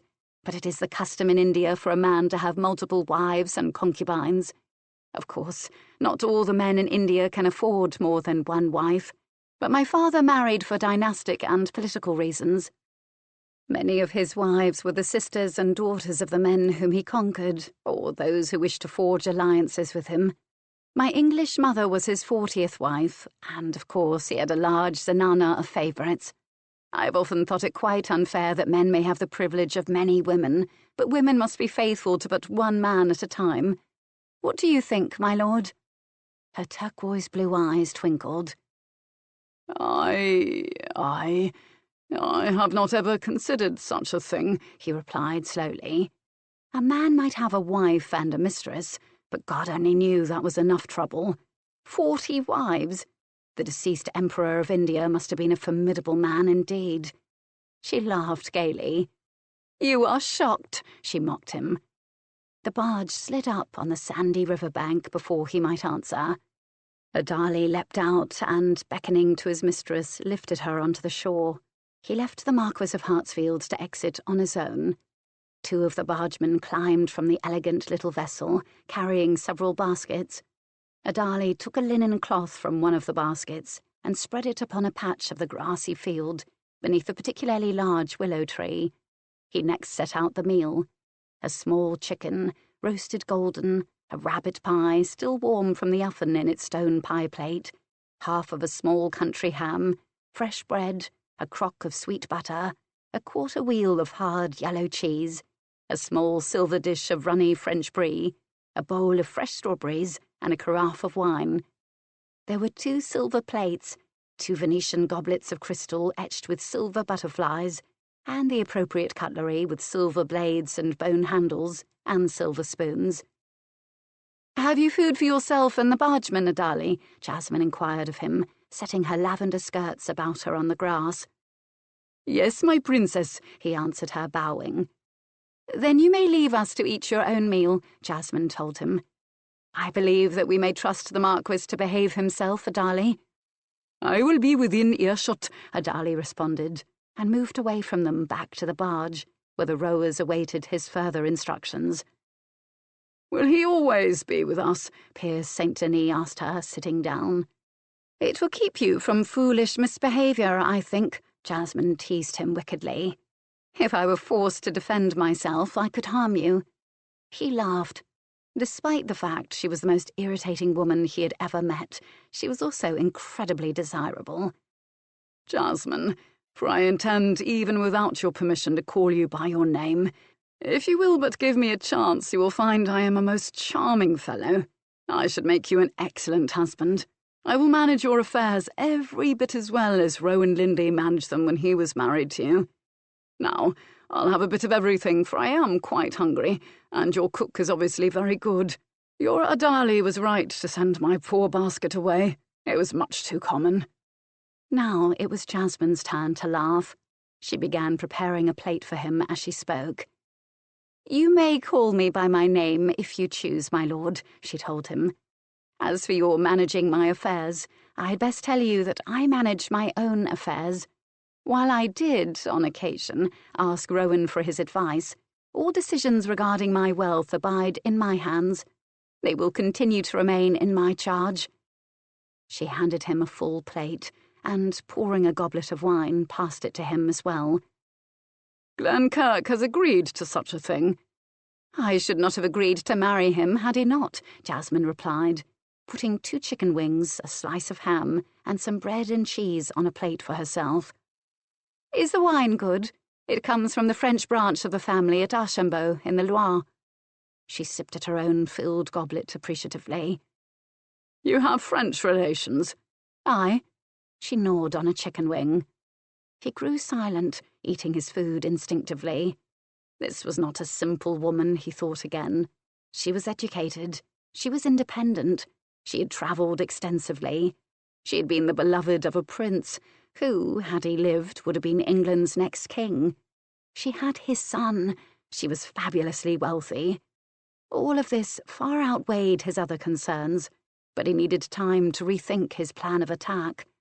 Jasmine was obviously not one bit afraid of the king's power, nor did she stand in awe of Piers St. Denis, the Marquis of Hartsfield. How could he control her? What would frighten her into obeying him?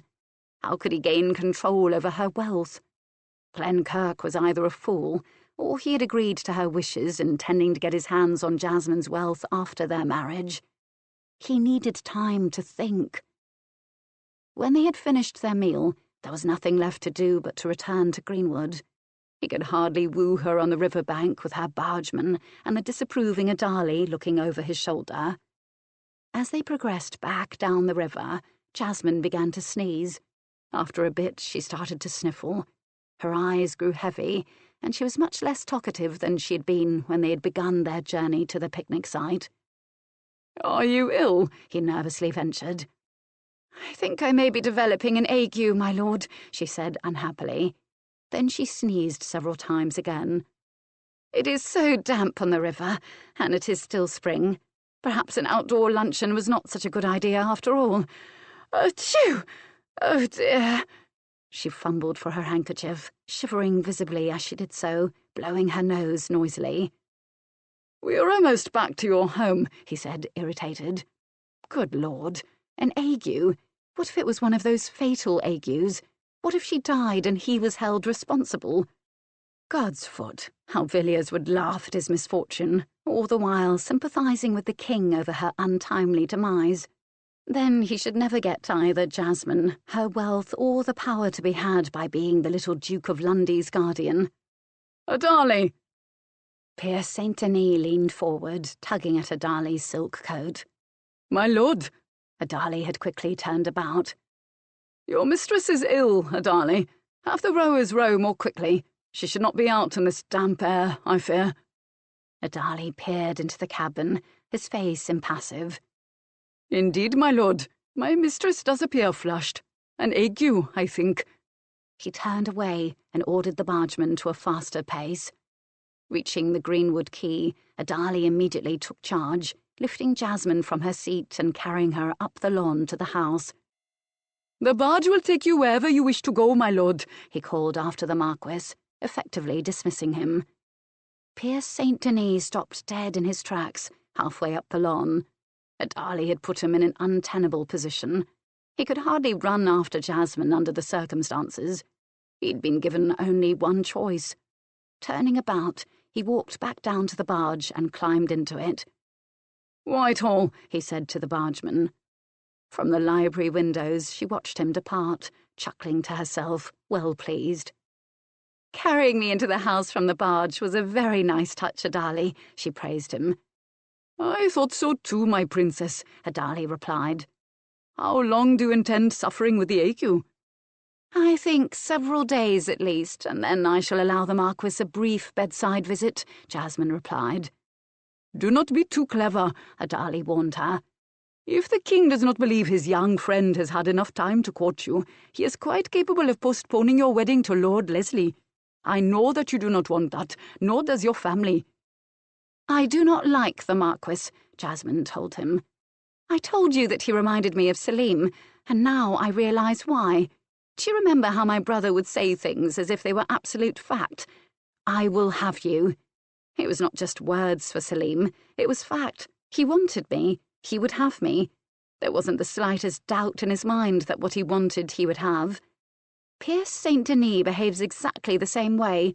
In the face of my open and avowed dislike of him, in the face of my impending marriage to the Earl of Glenkirk, he is absolutely and utterly oblivious. He will have me. He truly believes he will, and it is irritating beyond all, Adali. Time I otherwise might have spent with Jemmy, I must now spend with the Marquis. I do not wish to remain in London at all, but rather to go home to see my children, from whom I've been separated for many weeks now. I wanted to visit my grandfather's grave and bid him farewell. All the things I would otherwise occupy my time with, I cannot, because I must remain here and allow that obviously greedy little royal sycophant to play at courting me. James Stewart is a meddlesome and sentimental old fool, but it is the last time he will interfere in my life, Adali. I have had enough." Adali could see that his lady was careening into a dangerous temper. He knew that he had to prevent it, lest she unwittingly worsen the situation in which she now found herself. If only she had married the Earl of Glenkirk 2 years ago, there would be no difficulty now. "Why do you not send for the children?" he suggested. "What?" She looked surprised. "We will send a message to your grandmother tomorrow, requesting the children be brought to London. The Marquis of Hartsfield should, I believe, be exposed to your offspring. After all, does he not seek to become their guardian and stepfather?" There was a twinkle in Adali's dark eyes. "Little Lord Henry and my Lady India will understand the situation if we tell them. They will like the Marquis a little better than you do. As for my Lady Fortune, she will follow the lead of her elder siblings and be the naughtiest of them all. Taking it all in will be the youngest Duke Charles. Recognizing his brothers and sisters' dislike of the Marquis, he will reject him too when Saint Denis, believing himself clever, approaches your son to win his favor. Little ones his age have very strong likes and dislikes, my princess." "It is brilliant," Jasmine cried. "And the king will be absolutely delighted to have some time with his grandson. Send a pigeon at first light to Darley." Then she clapped her hands and laughed. "I cannot wait to see Pierre Saint Denis' face when he is set upon by my children." "I shall write the message to Madame Sky myself," Darley said. And he did, even before first light, slowly, painstakingly, forming the tiny letters on the parchment. It was not necessary to inform the matriarch of the family of everything that had happened since Jasmine's return to England from France. Darley had already done that, for he always kept in communication with Skye when they were apart. She knew of the king's new foolishness, of Jasmine's irritation, of Glenkirk's trip to Scotland. Now, using the code they had devised several years earlier, he told her that the children were needed to help their mother discourage her unwanted suitor. They must leave for London upon receipt of the message. Then, stuffing the tightly rolled parchment into its silver container, he affixed it around the leg of a Queen's Malvern pigeon and, going to the window, released the bird into the pre-dawn sky. He watched as it turned for home, its wings beating strongly in the cool air. For the next 3 days, Pierre Saint Denis arrived at Greenwood, beribboned bouquet in hand, only to be turned away by Darley. His mistress, the formidable servant reported, was yet too ill to receive visitors. No, a leech had not been called. His mistress did not believe in leeches. Perhaps tomorrow she would be well enough to receive him. On the 4th day, just as the Marquis was becoming irritable, Darley greeted him with a broad smile, saying that his mistress would be happy to see the Marquis, but only for a few moments. Beckoning the visitor to follow him, he led him up the 2 flights of stairs to Jasmine's apartments. As he followed Darley, Pierre Saint Denis' eyes flickered back and forth, catching glimpses of the rooms above the main level, for he had never been allowed upstairs before. An open door revealed a large library, but the other doors on the 2nd level were closed to his sight. Greenwood was not a particularly large house, and he wondered at its location at the end of a row of homes belonging to the high and very mighty. Its furnishings were fine, but not ostentatious by any means. He might even have called it simple, but that the tapestries, the carpets, and the silver were so obviously rich and of the finest quality. They had reached the 3rd floor of the house, and Darley ushered him through the doors into Jasmine's apartment, through a day room, and directly into her bedchamber. "My lord," she held out her hands in welcome to him. Her dark hair was loose about her, and she wore a modest chamber robe with a round, high neckline. He was relieved to see she appeared recovered. "You are well?" He kissed the 2 hands offered him, then, without being invited, sat upon the edge of her bed. "I am weak yet, but the fever and chills have gone, I believe," Jasmine assured him, withdrawing her hands from his grip. "And I've received wonderful news from my dear grandmother. My children are coming to London to be with me." "Your children?" The Marquis of Hartsfield did not look particularly pleased. "I thought your children lived in the country." "Oh, no, my lord. My children have always lived with me. I am not one of those mothers who but spawns her offspring, then leaves them entirely to the mercy of servants. Gracious, no. My little ones are in the country, because Grandmamma brought them back from France so Jemmy and I might have a bit of time alone together. But now I want them back with me again, particularly as Jemmy is gone and I am so alone. Besides, you seek to be my husband, so you should really meet my children, don't you think? And, of course, the king will be absolutely delighted to see my little, not-so-royal Stuart." She gave him a dazzling smile. "I do believe I am better, just knowing my little ones are coming." Pierre Saint Denis was not pleased. He had gotten rid of James Leslie, so he might be alone with Jasmine, and the Earl was gone a week now, and he had yet to be alone with her. Now her blasted brats were coming to take up her time, and when would he have his chance with her at all? This was something he could not complain to the king about, for the king was totally sentimental where family was concerned. He would be delighted to see his grandson, and the other 3 little beasts as well. aggravated as he was, he smiled back at her. "Of course I should meet the children," he said. "Aren't the two eldest old enough to be fostered out? As we are to spend our life at court, Jasmine, we should begin to consider your children's futures as well." "I will not foster my children out, my lord," she said. "I consider it a nasty custom, giving one's offspring to other families to raise. My children are wealthy, titled, and of impeccable lineage. They will be considered quite eligible marriage partners when the time comes, and without being sent away into other households." "I think, perhaps," Adali interrupted, "that we should conclude your visit, my lord. Agitation is not good for my lady, as I know you realize. You will be welcomed back tomorrow, however." Saint Denis rose from her bedside and bowed to Jasmine. "The Queen sends you her regards," he told her. "I will be back tomorrow, madame. There is a masque at the end of the week, and I would escort you to it if you are well enough, and I hope that you are." "We shall see," Jasmine murmured, falling back upon her pillows. "Farewell, then, my love," he replied. "Farewell, my lord," she responded as he departed her chamber. His love! There was Selim's distant voice again, she thought, and shivered. Chapter 10. "Her Majesty the Queen," Adali said, ushering Queen Anne into Jasmine's day room. Jasmine arose quickly from her chair by the fire and curtsied low. "You honour me, madame," she said. "Let me look at you, child," the Queen said, as the younger woman came forward. She took Jasmine's face between her thumb and her forefinger, turning it first this way and then that. "As I thought," Queen Anne finally pronounced. "What a dreadful little fraud you are, my dear. But now you must cease your wilfulness. I cannot help you if you will not help yourself. Saint Denis has already begun to whine to the king that he has not enough time in which to court you. I have only just managed to prevent the king from doing something very foolish. You will have to let him dance attendance on you for the next few weeks, I'm afraid." "If only the king," Jasmine began. I know, the Queen soothed her.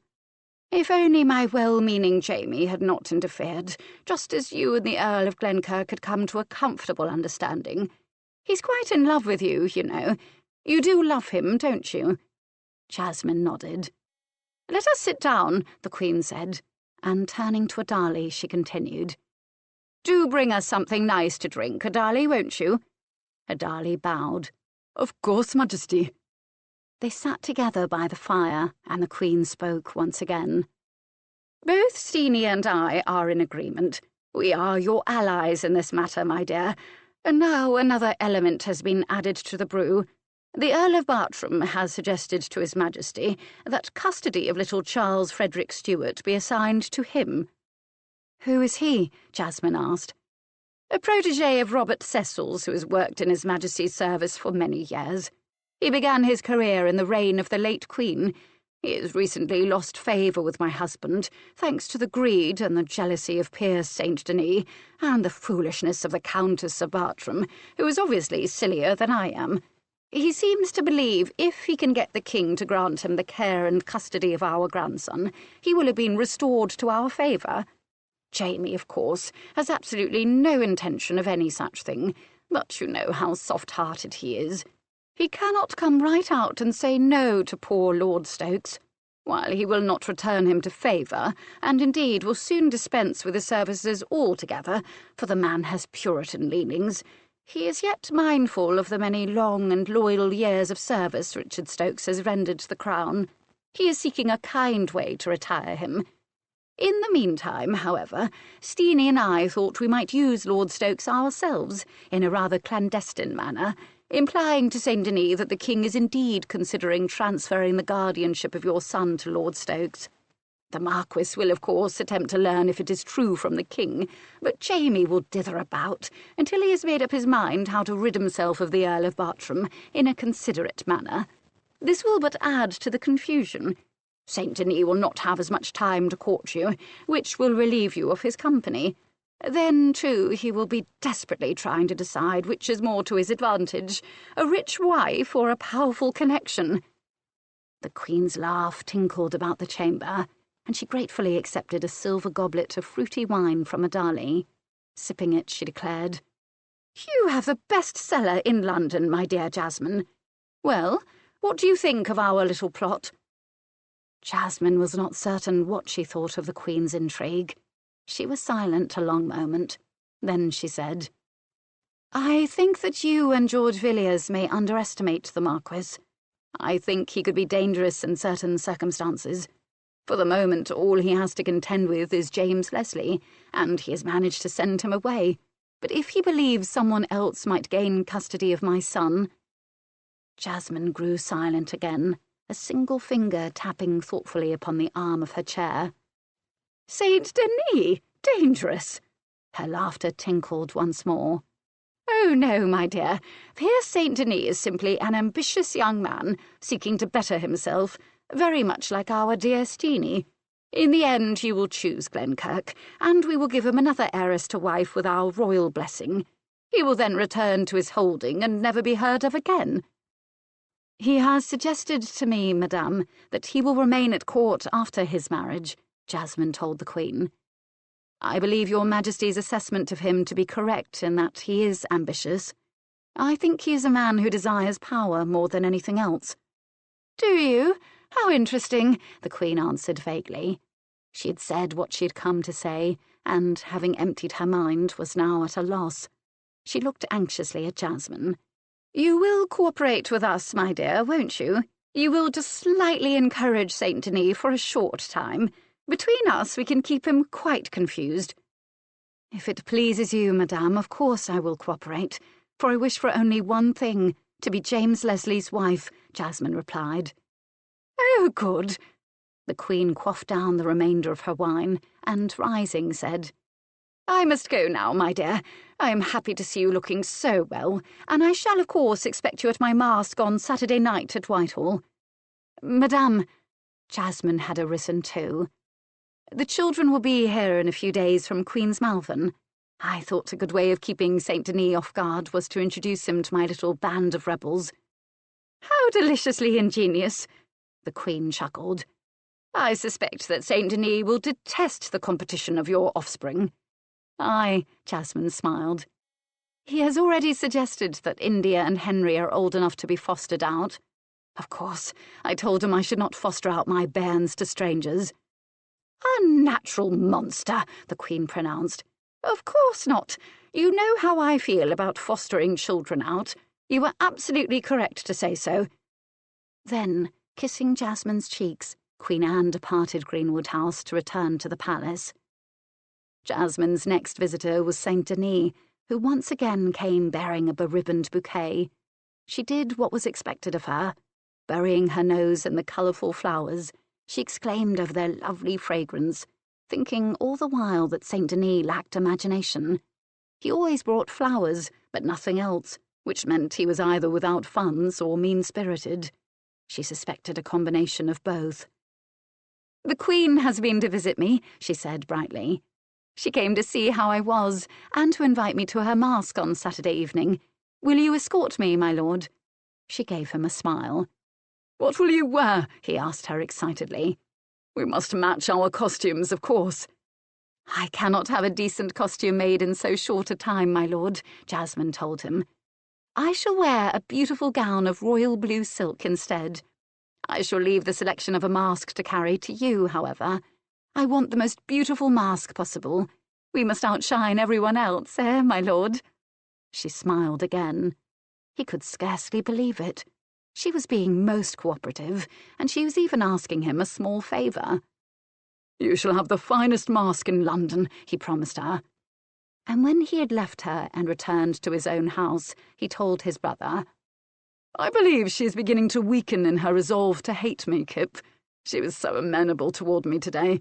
The Queen had just left her, and I think she may have advised Jasmine to seriously consider my suit.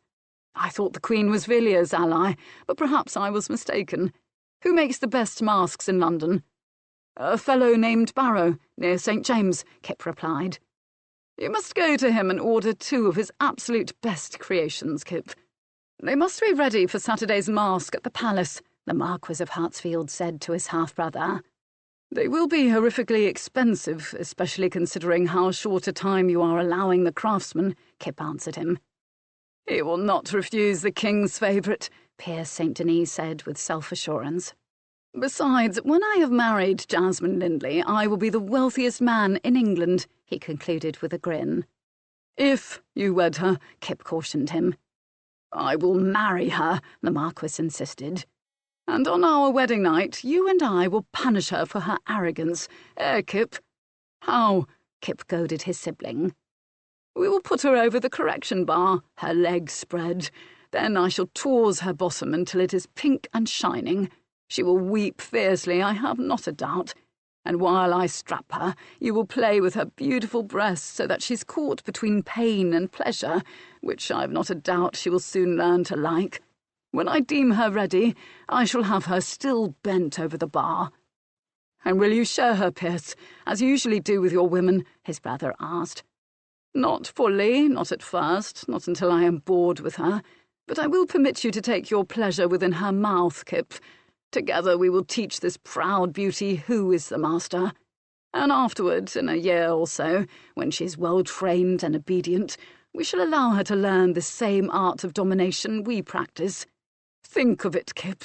We shall, the three of us, lure beautiful young maidens and handsome young men into our web of forbidden love. It will be wonderful. I should have known you would have it all planned out, his half-brother said admiringly. The Marquis of Hartsfield smiled. Go and order the masks, he said, and tell this Barrow fellow there will be an extra payment for his trouble, but I want his best. Naturally, Kip replied, and hurried off to do his brother's bidding. Jasmine's gown for the Queen's mask was a magnificent creation. Of royal blue silk, the skirt ankle-length, its undergown was of cloth of silver, embroidered with sparkling tiny blue stones in a spiral design. The neckline of the gown was quite low and square, with a draped collar of delicate silver lace. The sleeves showed cloth of silver through their slashes, and silver lace cuffs accented her delicate wrists. Her shoes were matching blue silk with silver roses decorating them, and her hair was twisted into an elegant chignon, with a lovelock tied with a silver ribbon over her left ear. From her ears dripped sapphires, and about her neck was Jasmine's famous sapphire necklace. The Marquis of Hartsfield's mouth fell open in admiration when he saw her, his eyes fastening upon the necklace in particular.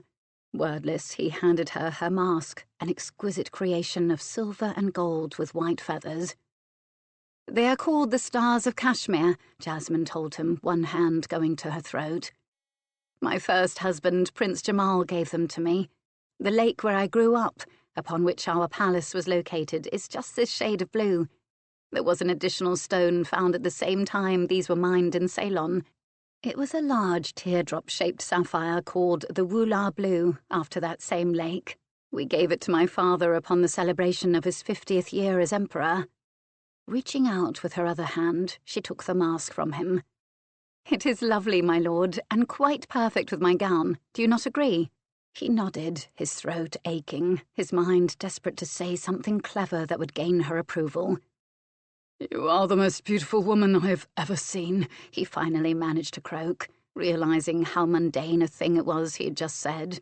She knew she was beautiful, and had undoubtedly been told it 1,000 times. "How gallant you are, my lord," she responded graciously. Then, "We will take my barge with your permission. It is more comfortable than any others in which I have travelled." "Of course," he agreed, almost drowning in her smile. This was how he had imagined it would be. She with her blue-black hair, pale gold skin, and turquoise eyes. He, tawny-haired, fair-skinned, and blue-eyed. They were perfect together. His costume of cream-coloured silk, silver and gold, was an ideal foil for her royal blue and silver gown. They looked as if they belonged together, and they did. Taking her arm, he followed the ever-present Adali down to the quay, where the barge was awaiting them. Strangely, he did not mind the servants' company any longer. Adali, in his white clothing and turban, gave them a certain cachet that no one else at court had. Whitehall was ablaze with lights. They joined the throngs of other courtiers entering the hall where their majesties sat. The Queen, as always, was overdressed, but a charming and gracious hostess. The king slumped morosely on his throne. He hated his wife's fates. He would remain for a brief time, then disappear with a few friends to drink whiskey and play at dice. The sight of Jasmine on the arm of the Marquis of Hartsfield, however, brought a smile to his sad face, and he beckoned them forward to the foot of his throne. They made their obeisances, and as she rose, Jasmine saw Prince Charles standing next to his father's chair. "Ah, Persia brought Lady Lindley at last," the king enthused. "She's a rare beauty, is she nae?" "Indeed, my liege," the Marquis replied. "I am grateful to your majesty for this opportunity." Saint Denis then bowed to the Queen and nodded to the prince. Jasmine smiled at Prince Charles. He was a small but dignified young man, who, until his brother's death, had stood very much in his shadow. "My lord," she said, "it is very good to see you once again." Then she curtsied low. A tiny smile touched Charles Stuart's mouth. He was not a young man who showed his emotions, but he did remember his elder brother's mistress with fondness. It had been Jasmine who taught him how to bandy words with his brilliant older sibling, how to win arguments with Henry, much to the elder's delight, for Henry Stuart had loved his little brother, although, until Jasmine had explained her Hal's nature to young Charles, he had not believed it. The heir to England's throne was almost 15, and while he was considered prim by his father's court, he was quite fond of music and drama, as was his mother. "I am happy to see you again, madame," he acknowledged Jasmine. The prince sometimes stuttered because he was basically shy. "Thank you, your highness," Jasmine responded, curtsying prettily. Then she said, "Your namesake will be here in a few days, sir. May I bring the Duke of Lundy to see his uncle?" "Oh, yes, madame," the young man said. "I did not see him when your grandmother brought him last. I have not seen him since he was a bairn." "He is much like his father," she told the prince with a smile. "I like children," the prince replied. "I would have a big family one day." "You must choose the right wife," Jasmine told him. "I had an eye on the Spanish Infanta," the king said. "A French princess would be better," the Queen murmured. "Jasmine, my dear, come and sit on a footstool by me while we watch the masque. Saint Denis, you may stand behind me." The masque that followed was a salute to springtime and the coming summer. It had not the imagination of the masques that Jasmine and Prince Henry had taken part in several years before. It was more music and dancing, with little story, although the costumes, as always, were lovely. Jasmine recognised none of the young people involved. "Times are changing," she thought, "and I am getting older." After the masque ended, there was dancing. The Marquis of Hartsfield made to lead Jasmine out onto the floor, but Prince Charles stepped forward. "The first dance is mine, I believe, my lord," the young man said.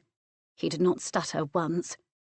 "Of course, your highness," Pierre Saint Denis answered, stepping back and bowing to the royal prince.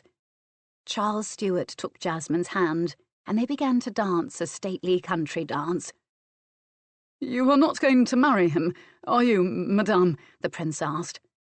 "I most certainly am not going to marry him," Jasmine said. "Because your father is so insistent, I must play at letting him court me, but I detest Pierre Saint Denis, your highness, and I love Glenkirk." "Why did you run away, then?" He twirled her gracefully. "Like your highness, I am a king's child. I do not like being told what to do, and I had not finished mourning Hal. I was not ready to marry again. Not so soon. Now, however, it is different. Lord Leslie loved me even before I wed with my beloved Rowan Lindley. He loves me now, and I have come to love him. Try to love the girl you finally marry, your highness. It is so important to a woman to be loved." She dipped and, lifting her skirts, pranced 3 steps. He lifted her lightly, swinging her about, and then replaced her on the floor, where they moved in the final, elegant, precise steps of the dance. "I do not like Saint Denis. There is something unwholesome about him, and I like Villiers even less. He takes my father's attention from me. Still, if I had to choose, I suppose Villiers is better. He is greedy, but harmless. I agree, Your Highness. You are very wise for a young man, she praised him. Then she curtsied deeply, the dance over. He returned her to Saint Denis, nodding curtly at the Marquis. Pierce Saint Denis could hardly contain his excitement. The royal family treated Jasmine as if she were one of their own. It was not only the child, but its mother as well who would bring him power. With a broad smile, he led her into the figure of the next dance. He was, she thought, an excellent dancer. It made the evening more pleasant than she had anticipated. He suggested a small interlude after a time, fetching them chilled wine and leading her to a cushioned alcove in a window where they might sit and be restored. The king and his family hold you in high esteem, he told her approvingly. You will, in time, wield a certain amount of power here at court because of your excellent connections. When I marry Glenkirk, she said, I will not remain at court. Why do you persist in this fantasy that you will marry the Earl of Glenkirk? He demanded of her angrily. I am the man you will marry, Jasmine, and we will make our life at court. My lord, she said patiently, the choice is mine to make, as you well know. This evening is the fantasy, and it is yours, not mine. I can delay your marriage indefinitely, Jasmine. The king will do it if I beg him. I can convince the king to change his mind and give you to me, the Marquis threatened. She laughed. There was nothing else for it but to laugh. It was either that or she would scream. The king is weak where his favourites are concerned, my lord, but he will never go back on a word so publicly given. Jasmine told him with complete candour. In response, he forced her back against the stone sill of the window and kissed her fiercely. One hand dived down the low front of her dress to capture a breast and squeeze it hard. His lips worked feverishly against hers. His tongue forced its way into her mouth. Taken unawares, Jasmine struggled with herself a moment to maintain her calm and not panic. His kiss was abhorrent. She gagged on his tongue. The hand fumbling with her breast was repellent, and he was hurting her. She would be bruised. She bit down on his tongue, shoving him away from her at the same time, then slapping him hard. "How dare you lay hands on me?" she hissed furiously. He tried to pinion her again, but Jasmine, ready for him this time, shoved her knee hard into his groin. Hearing his gasp of both pain and surprise, she pushed him aside to escape from the windowed alcove. Grasping at the skirt of her gown, he momentarily restrained her, preventing her flight. "You will be mine," he half-groaned, nausea sweeping over him from the pain she had inflicted on his private parts. "Let go of my gown, my lord," she said through gritted teeth. "What must I do to convince you that I do not welcome your suit? Must I kill you, my lord? I'm fully capable of it, you know. I personally hanged Rowan Lindley's murderer in the very same hour as my husband's death." Jasmine's anger rose. "You repel me, my lord. I would just as soon slit your handsome throat as look at you. I will not play this game any longer. I will, under no circumstances, marry you, my lord Saint Denis." Then, with a determined hand, she smacked his grip away and moved off swiftly across the hall. Reaching the area where the royal family was seated, she curtsied low to the king. Her colour was very high. "My liege," she said in a quiet but firm voice, obviously directed at James Stuart. "Aye, lassie, what is it?" he asked her. "My lord, I beg you do not force me to wed with the Marquis of Hartsfield," she said, sinking dramatically to her knees.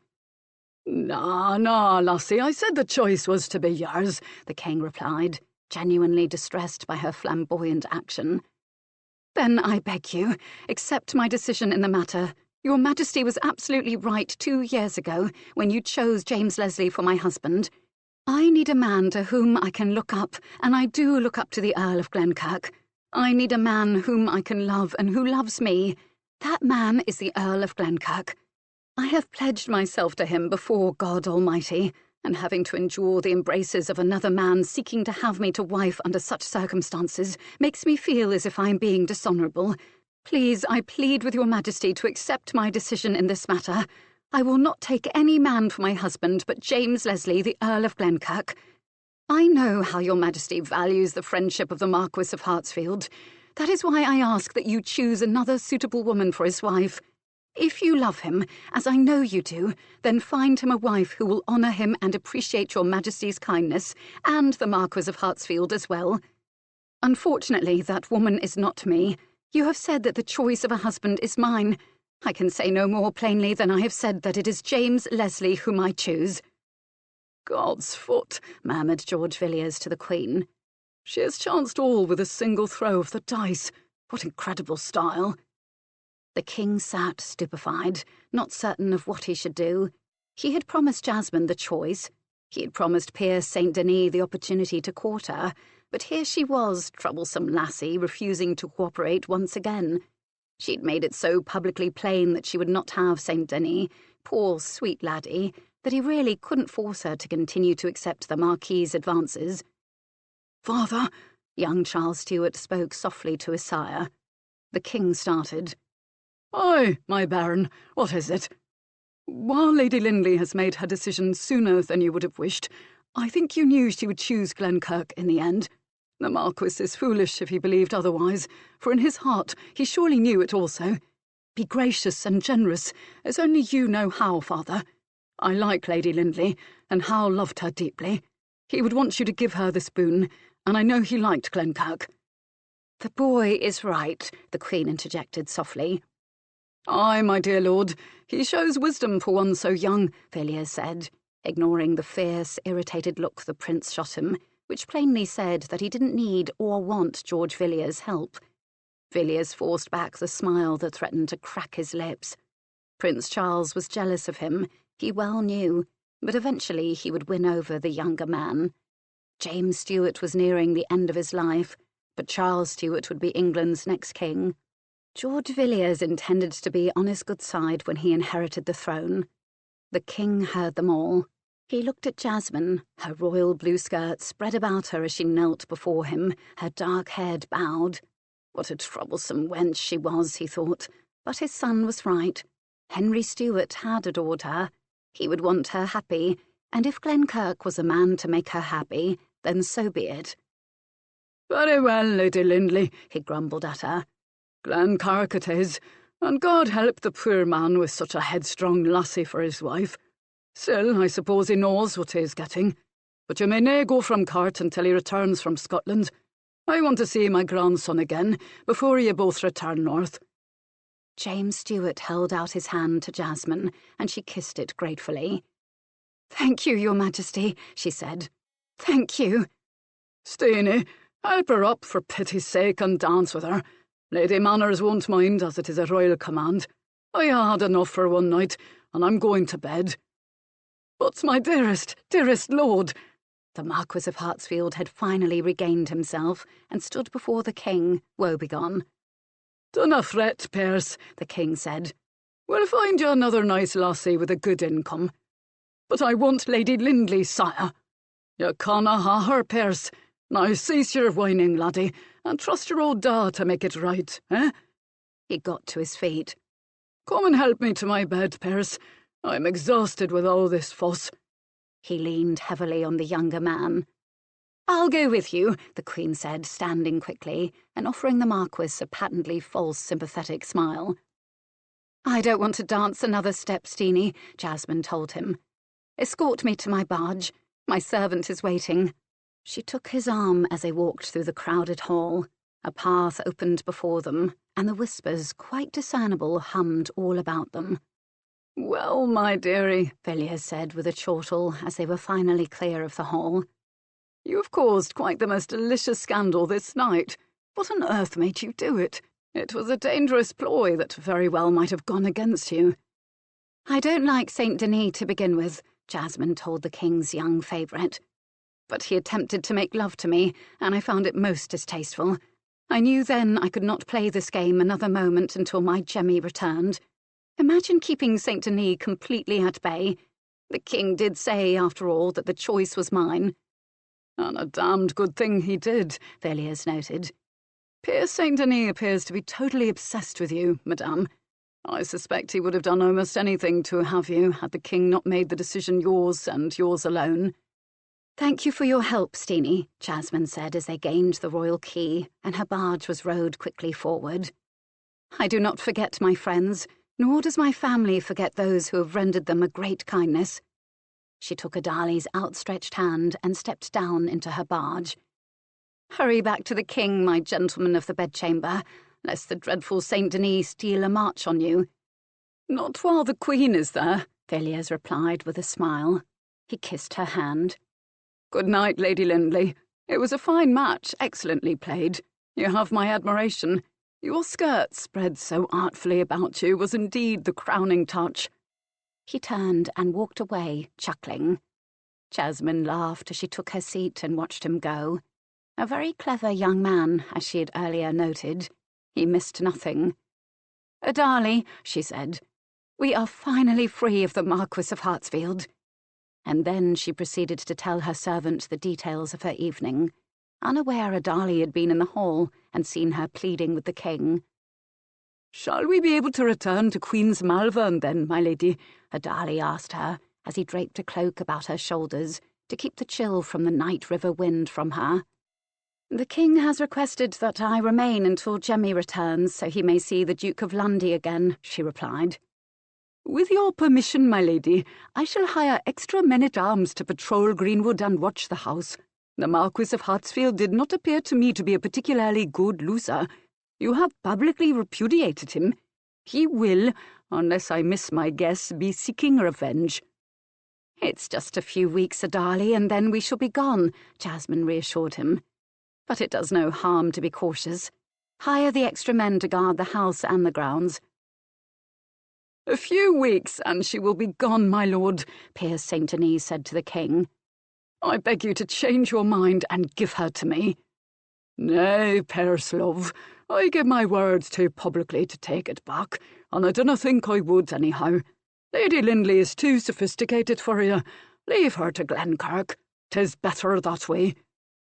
The Marquis of Hartsfield pouted angrily, turning his handsome face from the king in a show of both defiance and bad manners. "We'll find you a lovely young wife with a fortune," the Queen promised him. "'Twill make up for your disappointment, I'm certain." "No," St. Denis said vehemently.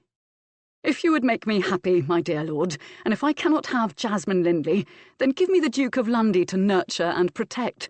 Then I will know that I have not lost your favour. Do not saddle me with some young innocent and send me away, I beg of you." He caught up the king's hand and kissed it passionately. "What? You want my grandson's custody too?" the king said. "Too?" Piers St. Denis repeated. "Aye, you're the second to ask me for the bairn. The Earl of Bertram came to me just the other day with the same request, Piers. Surely you would not give the boy to that man, my dear lord?" Piers St. Denis felt his pique fading away as his sense of survival and strong ambition took centre stage. "He has served me well," the king noted. "And 'twould be a fine retirement present if I decide to remove my grandson from his mother's care, and I had not yet made that decision, my sweet laddie. Dinna fret now.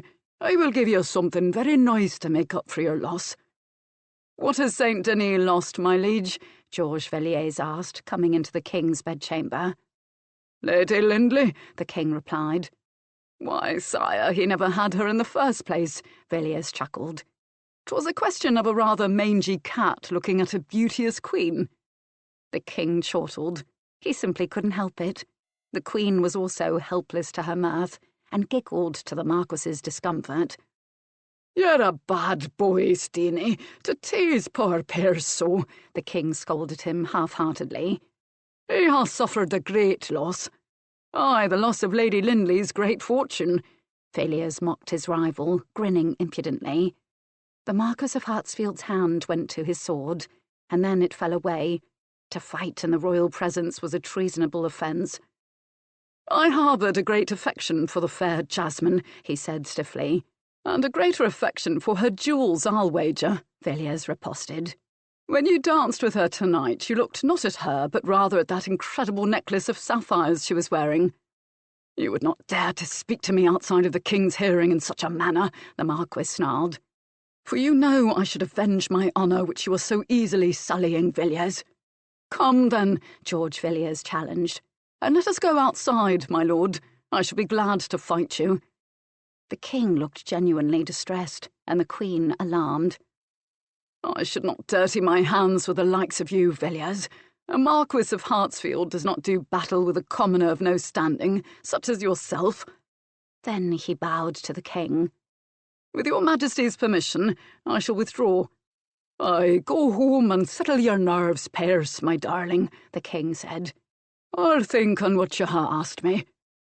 The king's gentleman got him ready for bed, and when he was settled and they had left the chamber, the queen came and sat by his bedside.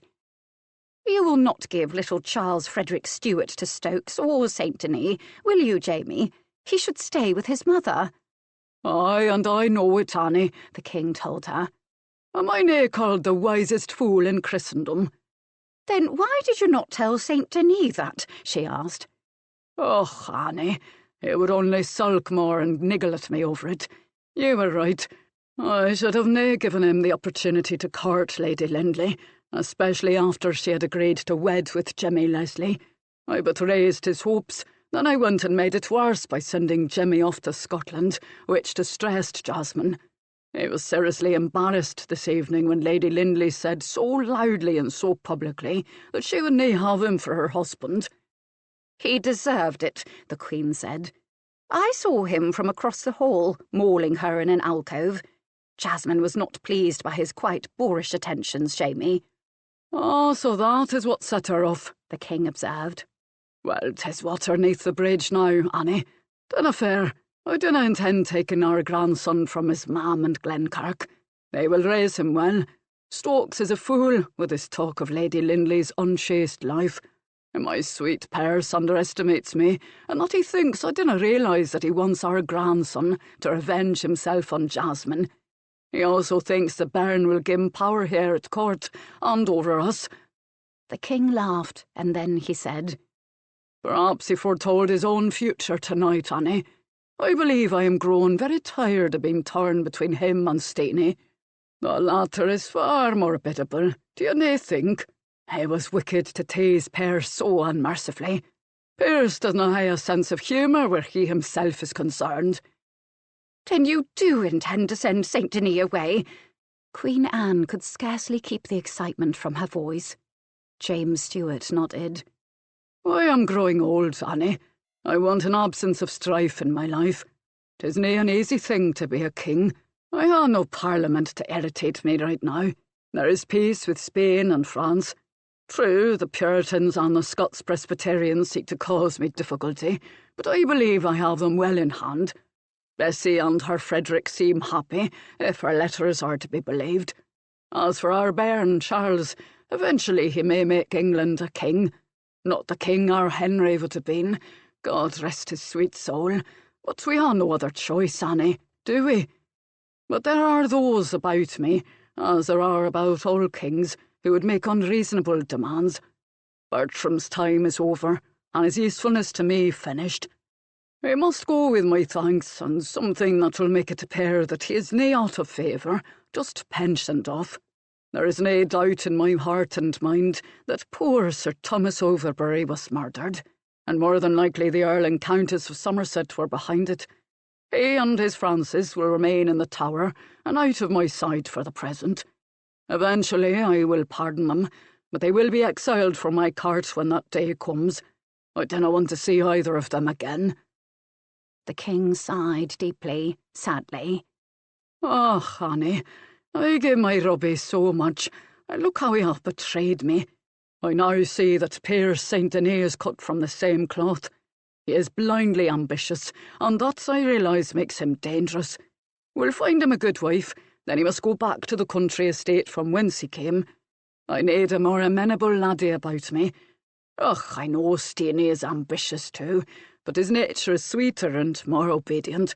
When he hints at me for a wee something, I feel if I dinna gie it to him, he would still love his old da. He reminds me a wee bit of our pure Henry. Unlike St. Denis, the Queen said meaningfully. You're a wise old bird, Jamie, to give St. Denis an heiress bride and send him home. You'll have no peace until you do, particularly once Glenkirk returns from Scotland and marries Jasmine. Jemmy will nae stay at court. He has told me that, the king said to his wife. He says he'll spend the autumns and winters at Glenkirk, and the spring and summers at his wife's home. There is the young Marquis of Wesley to consider.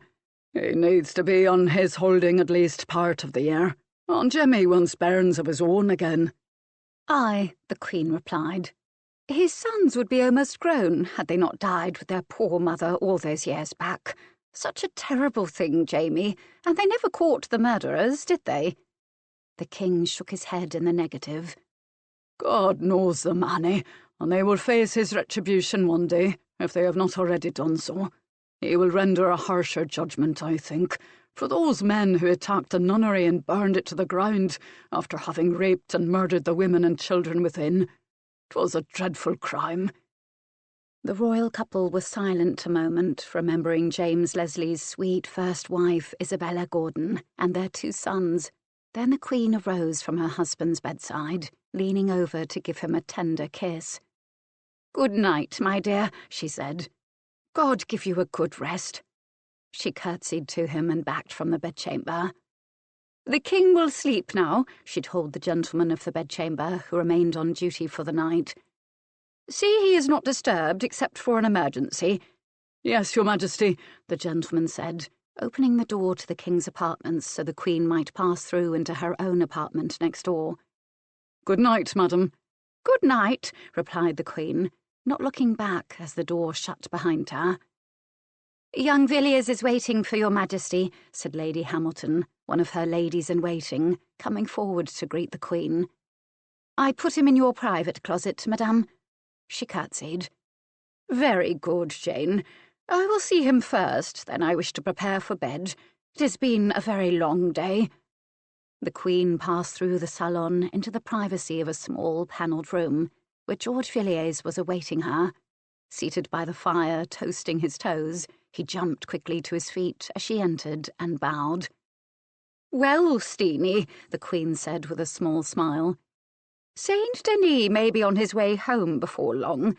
You will say nothing to the king, however, until it is an absolute fact. He is just as apt to change his mind as not, you know." "The secret is safe with me," George Villiers replied, his heart racing with his impending victory.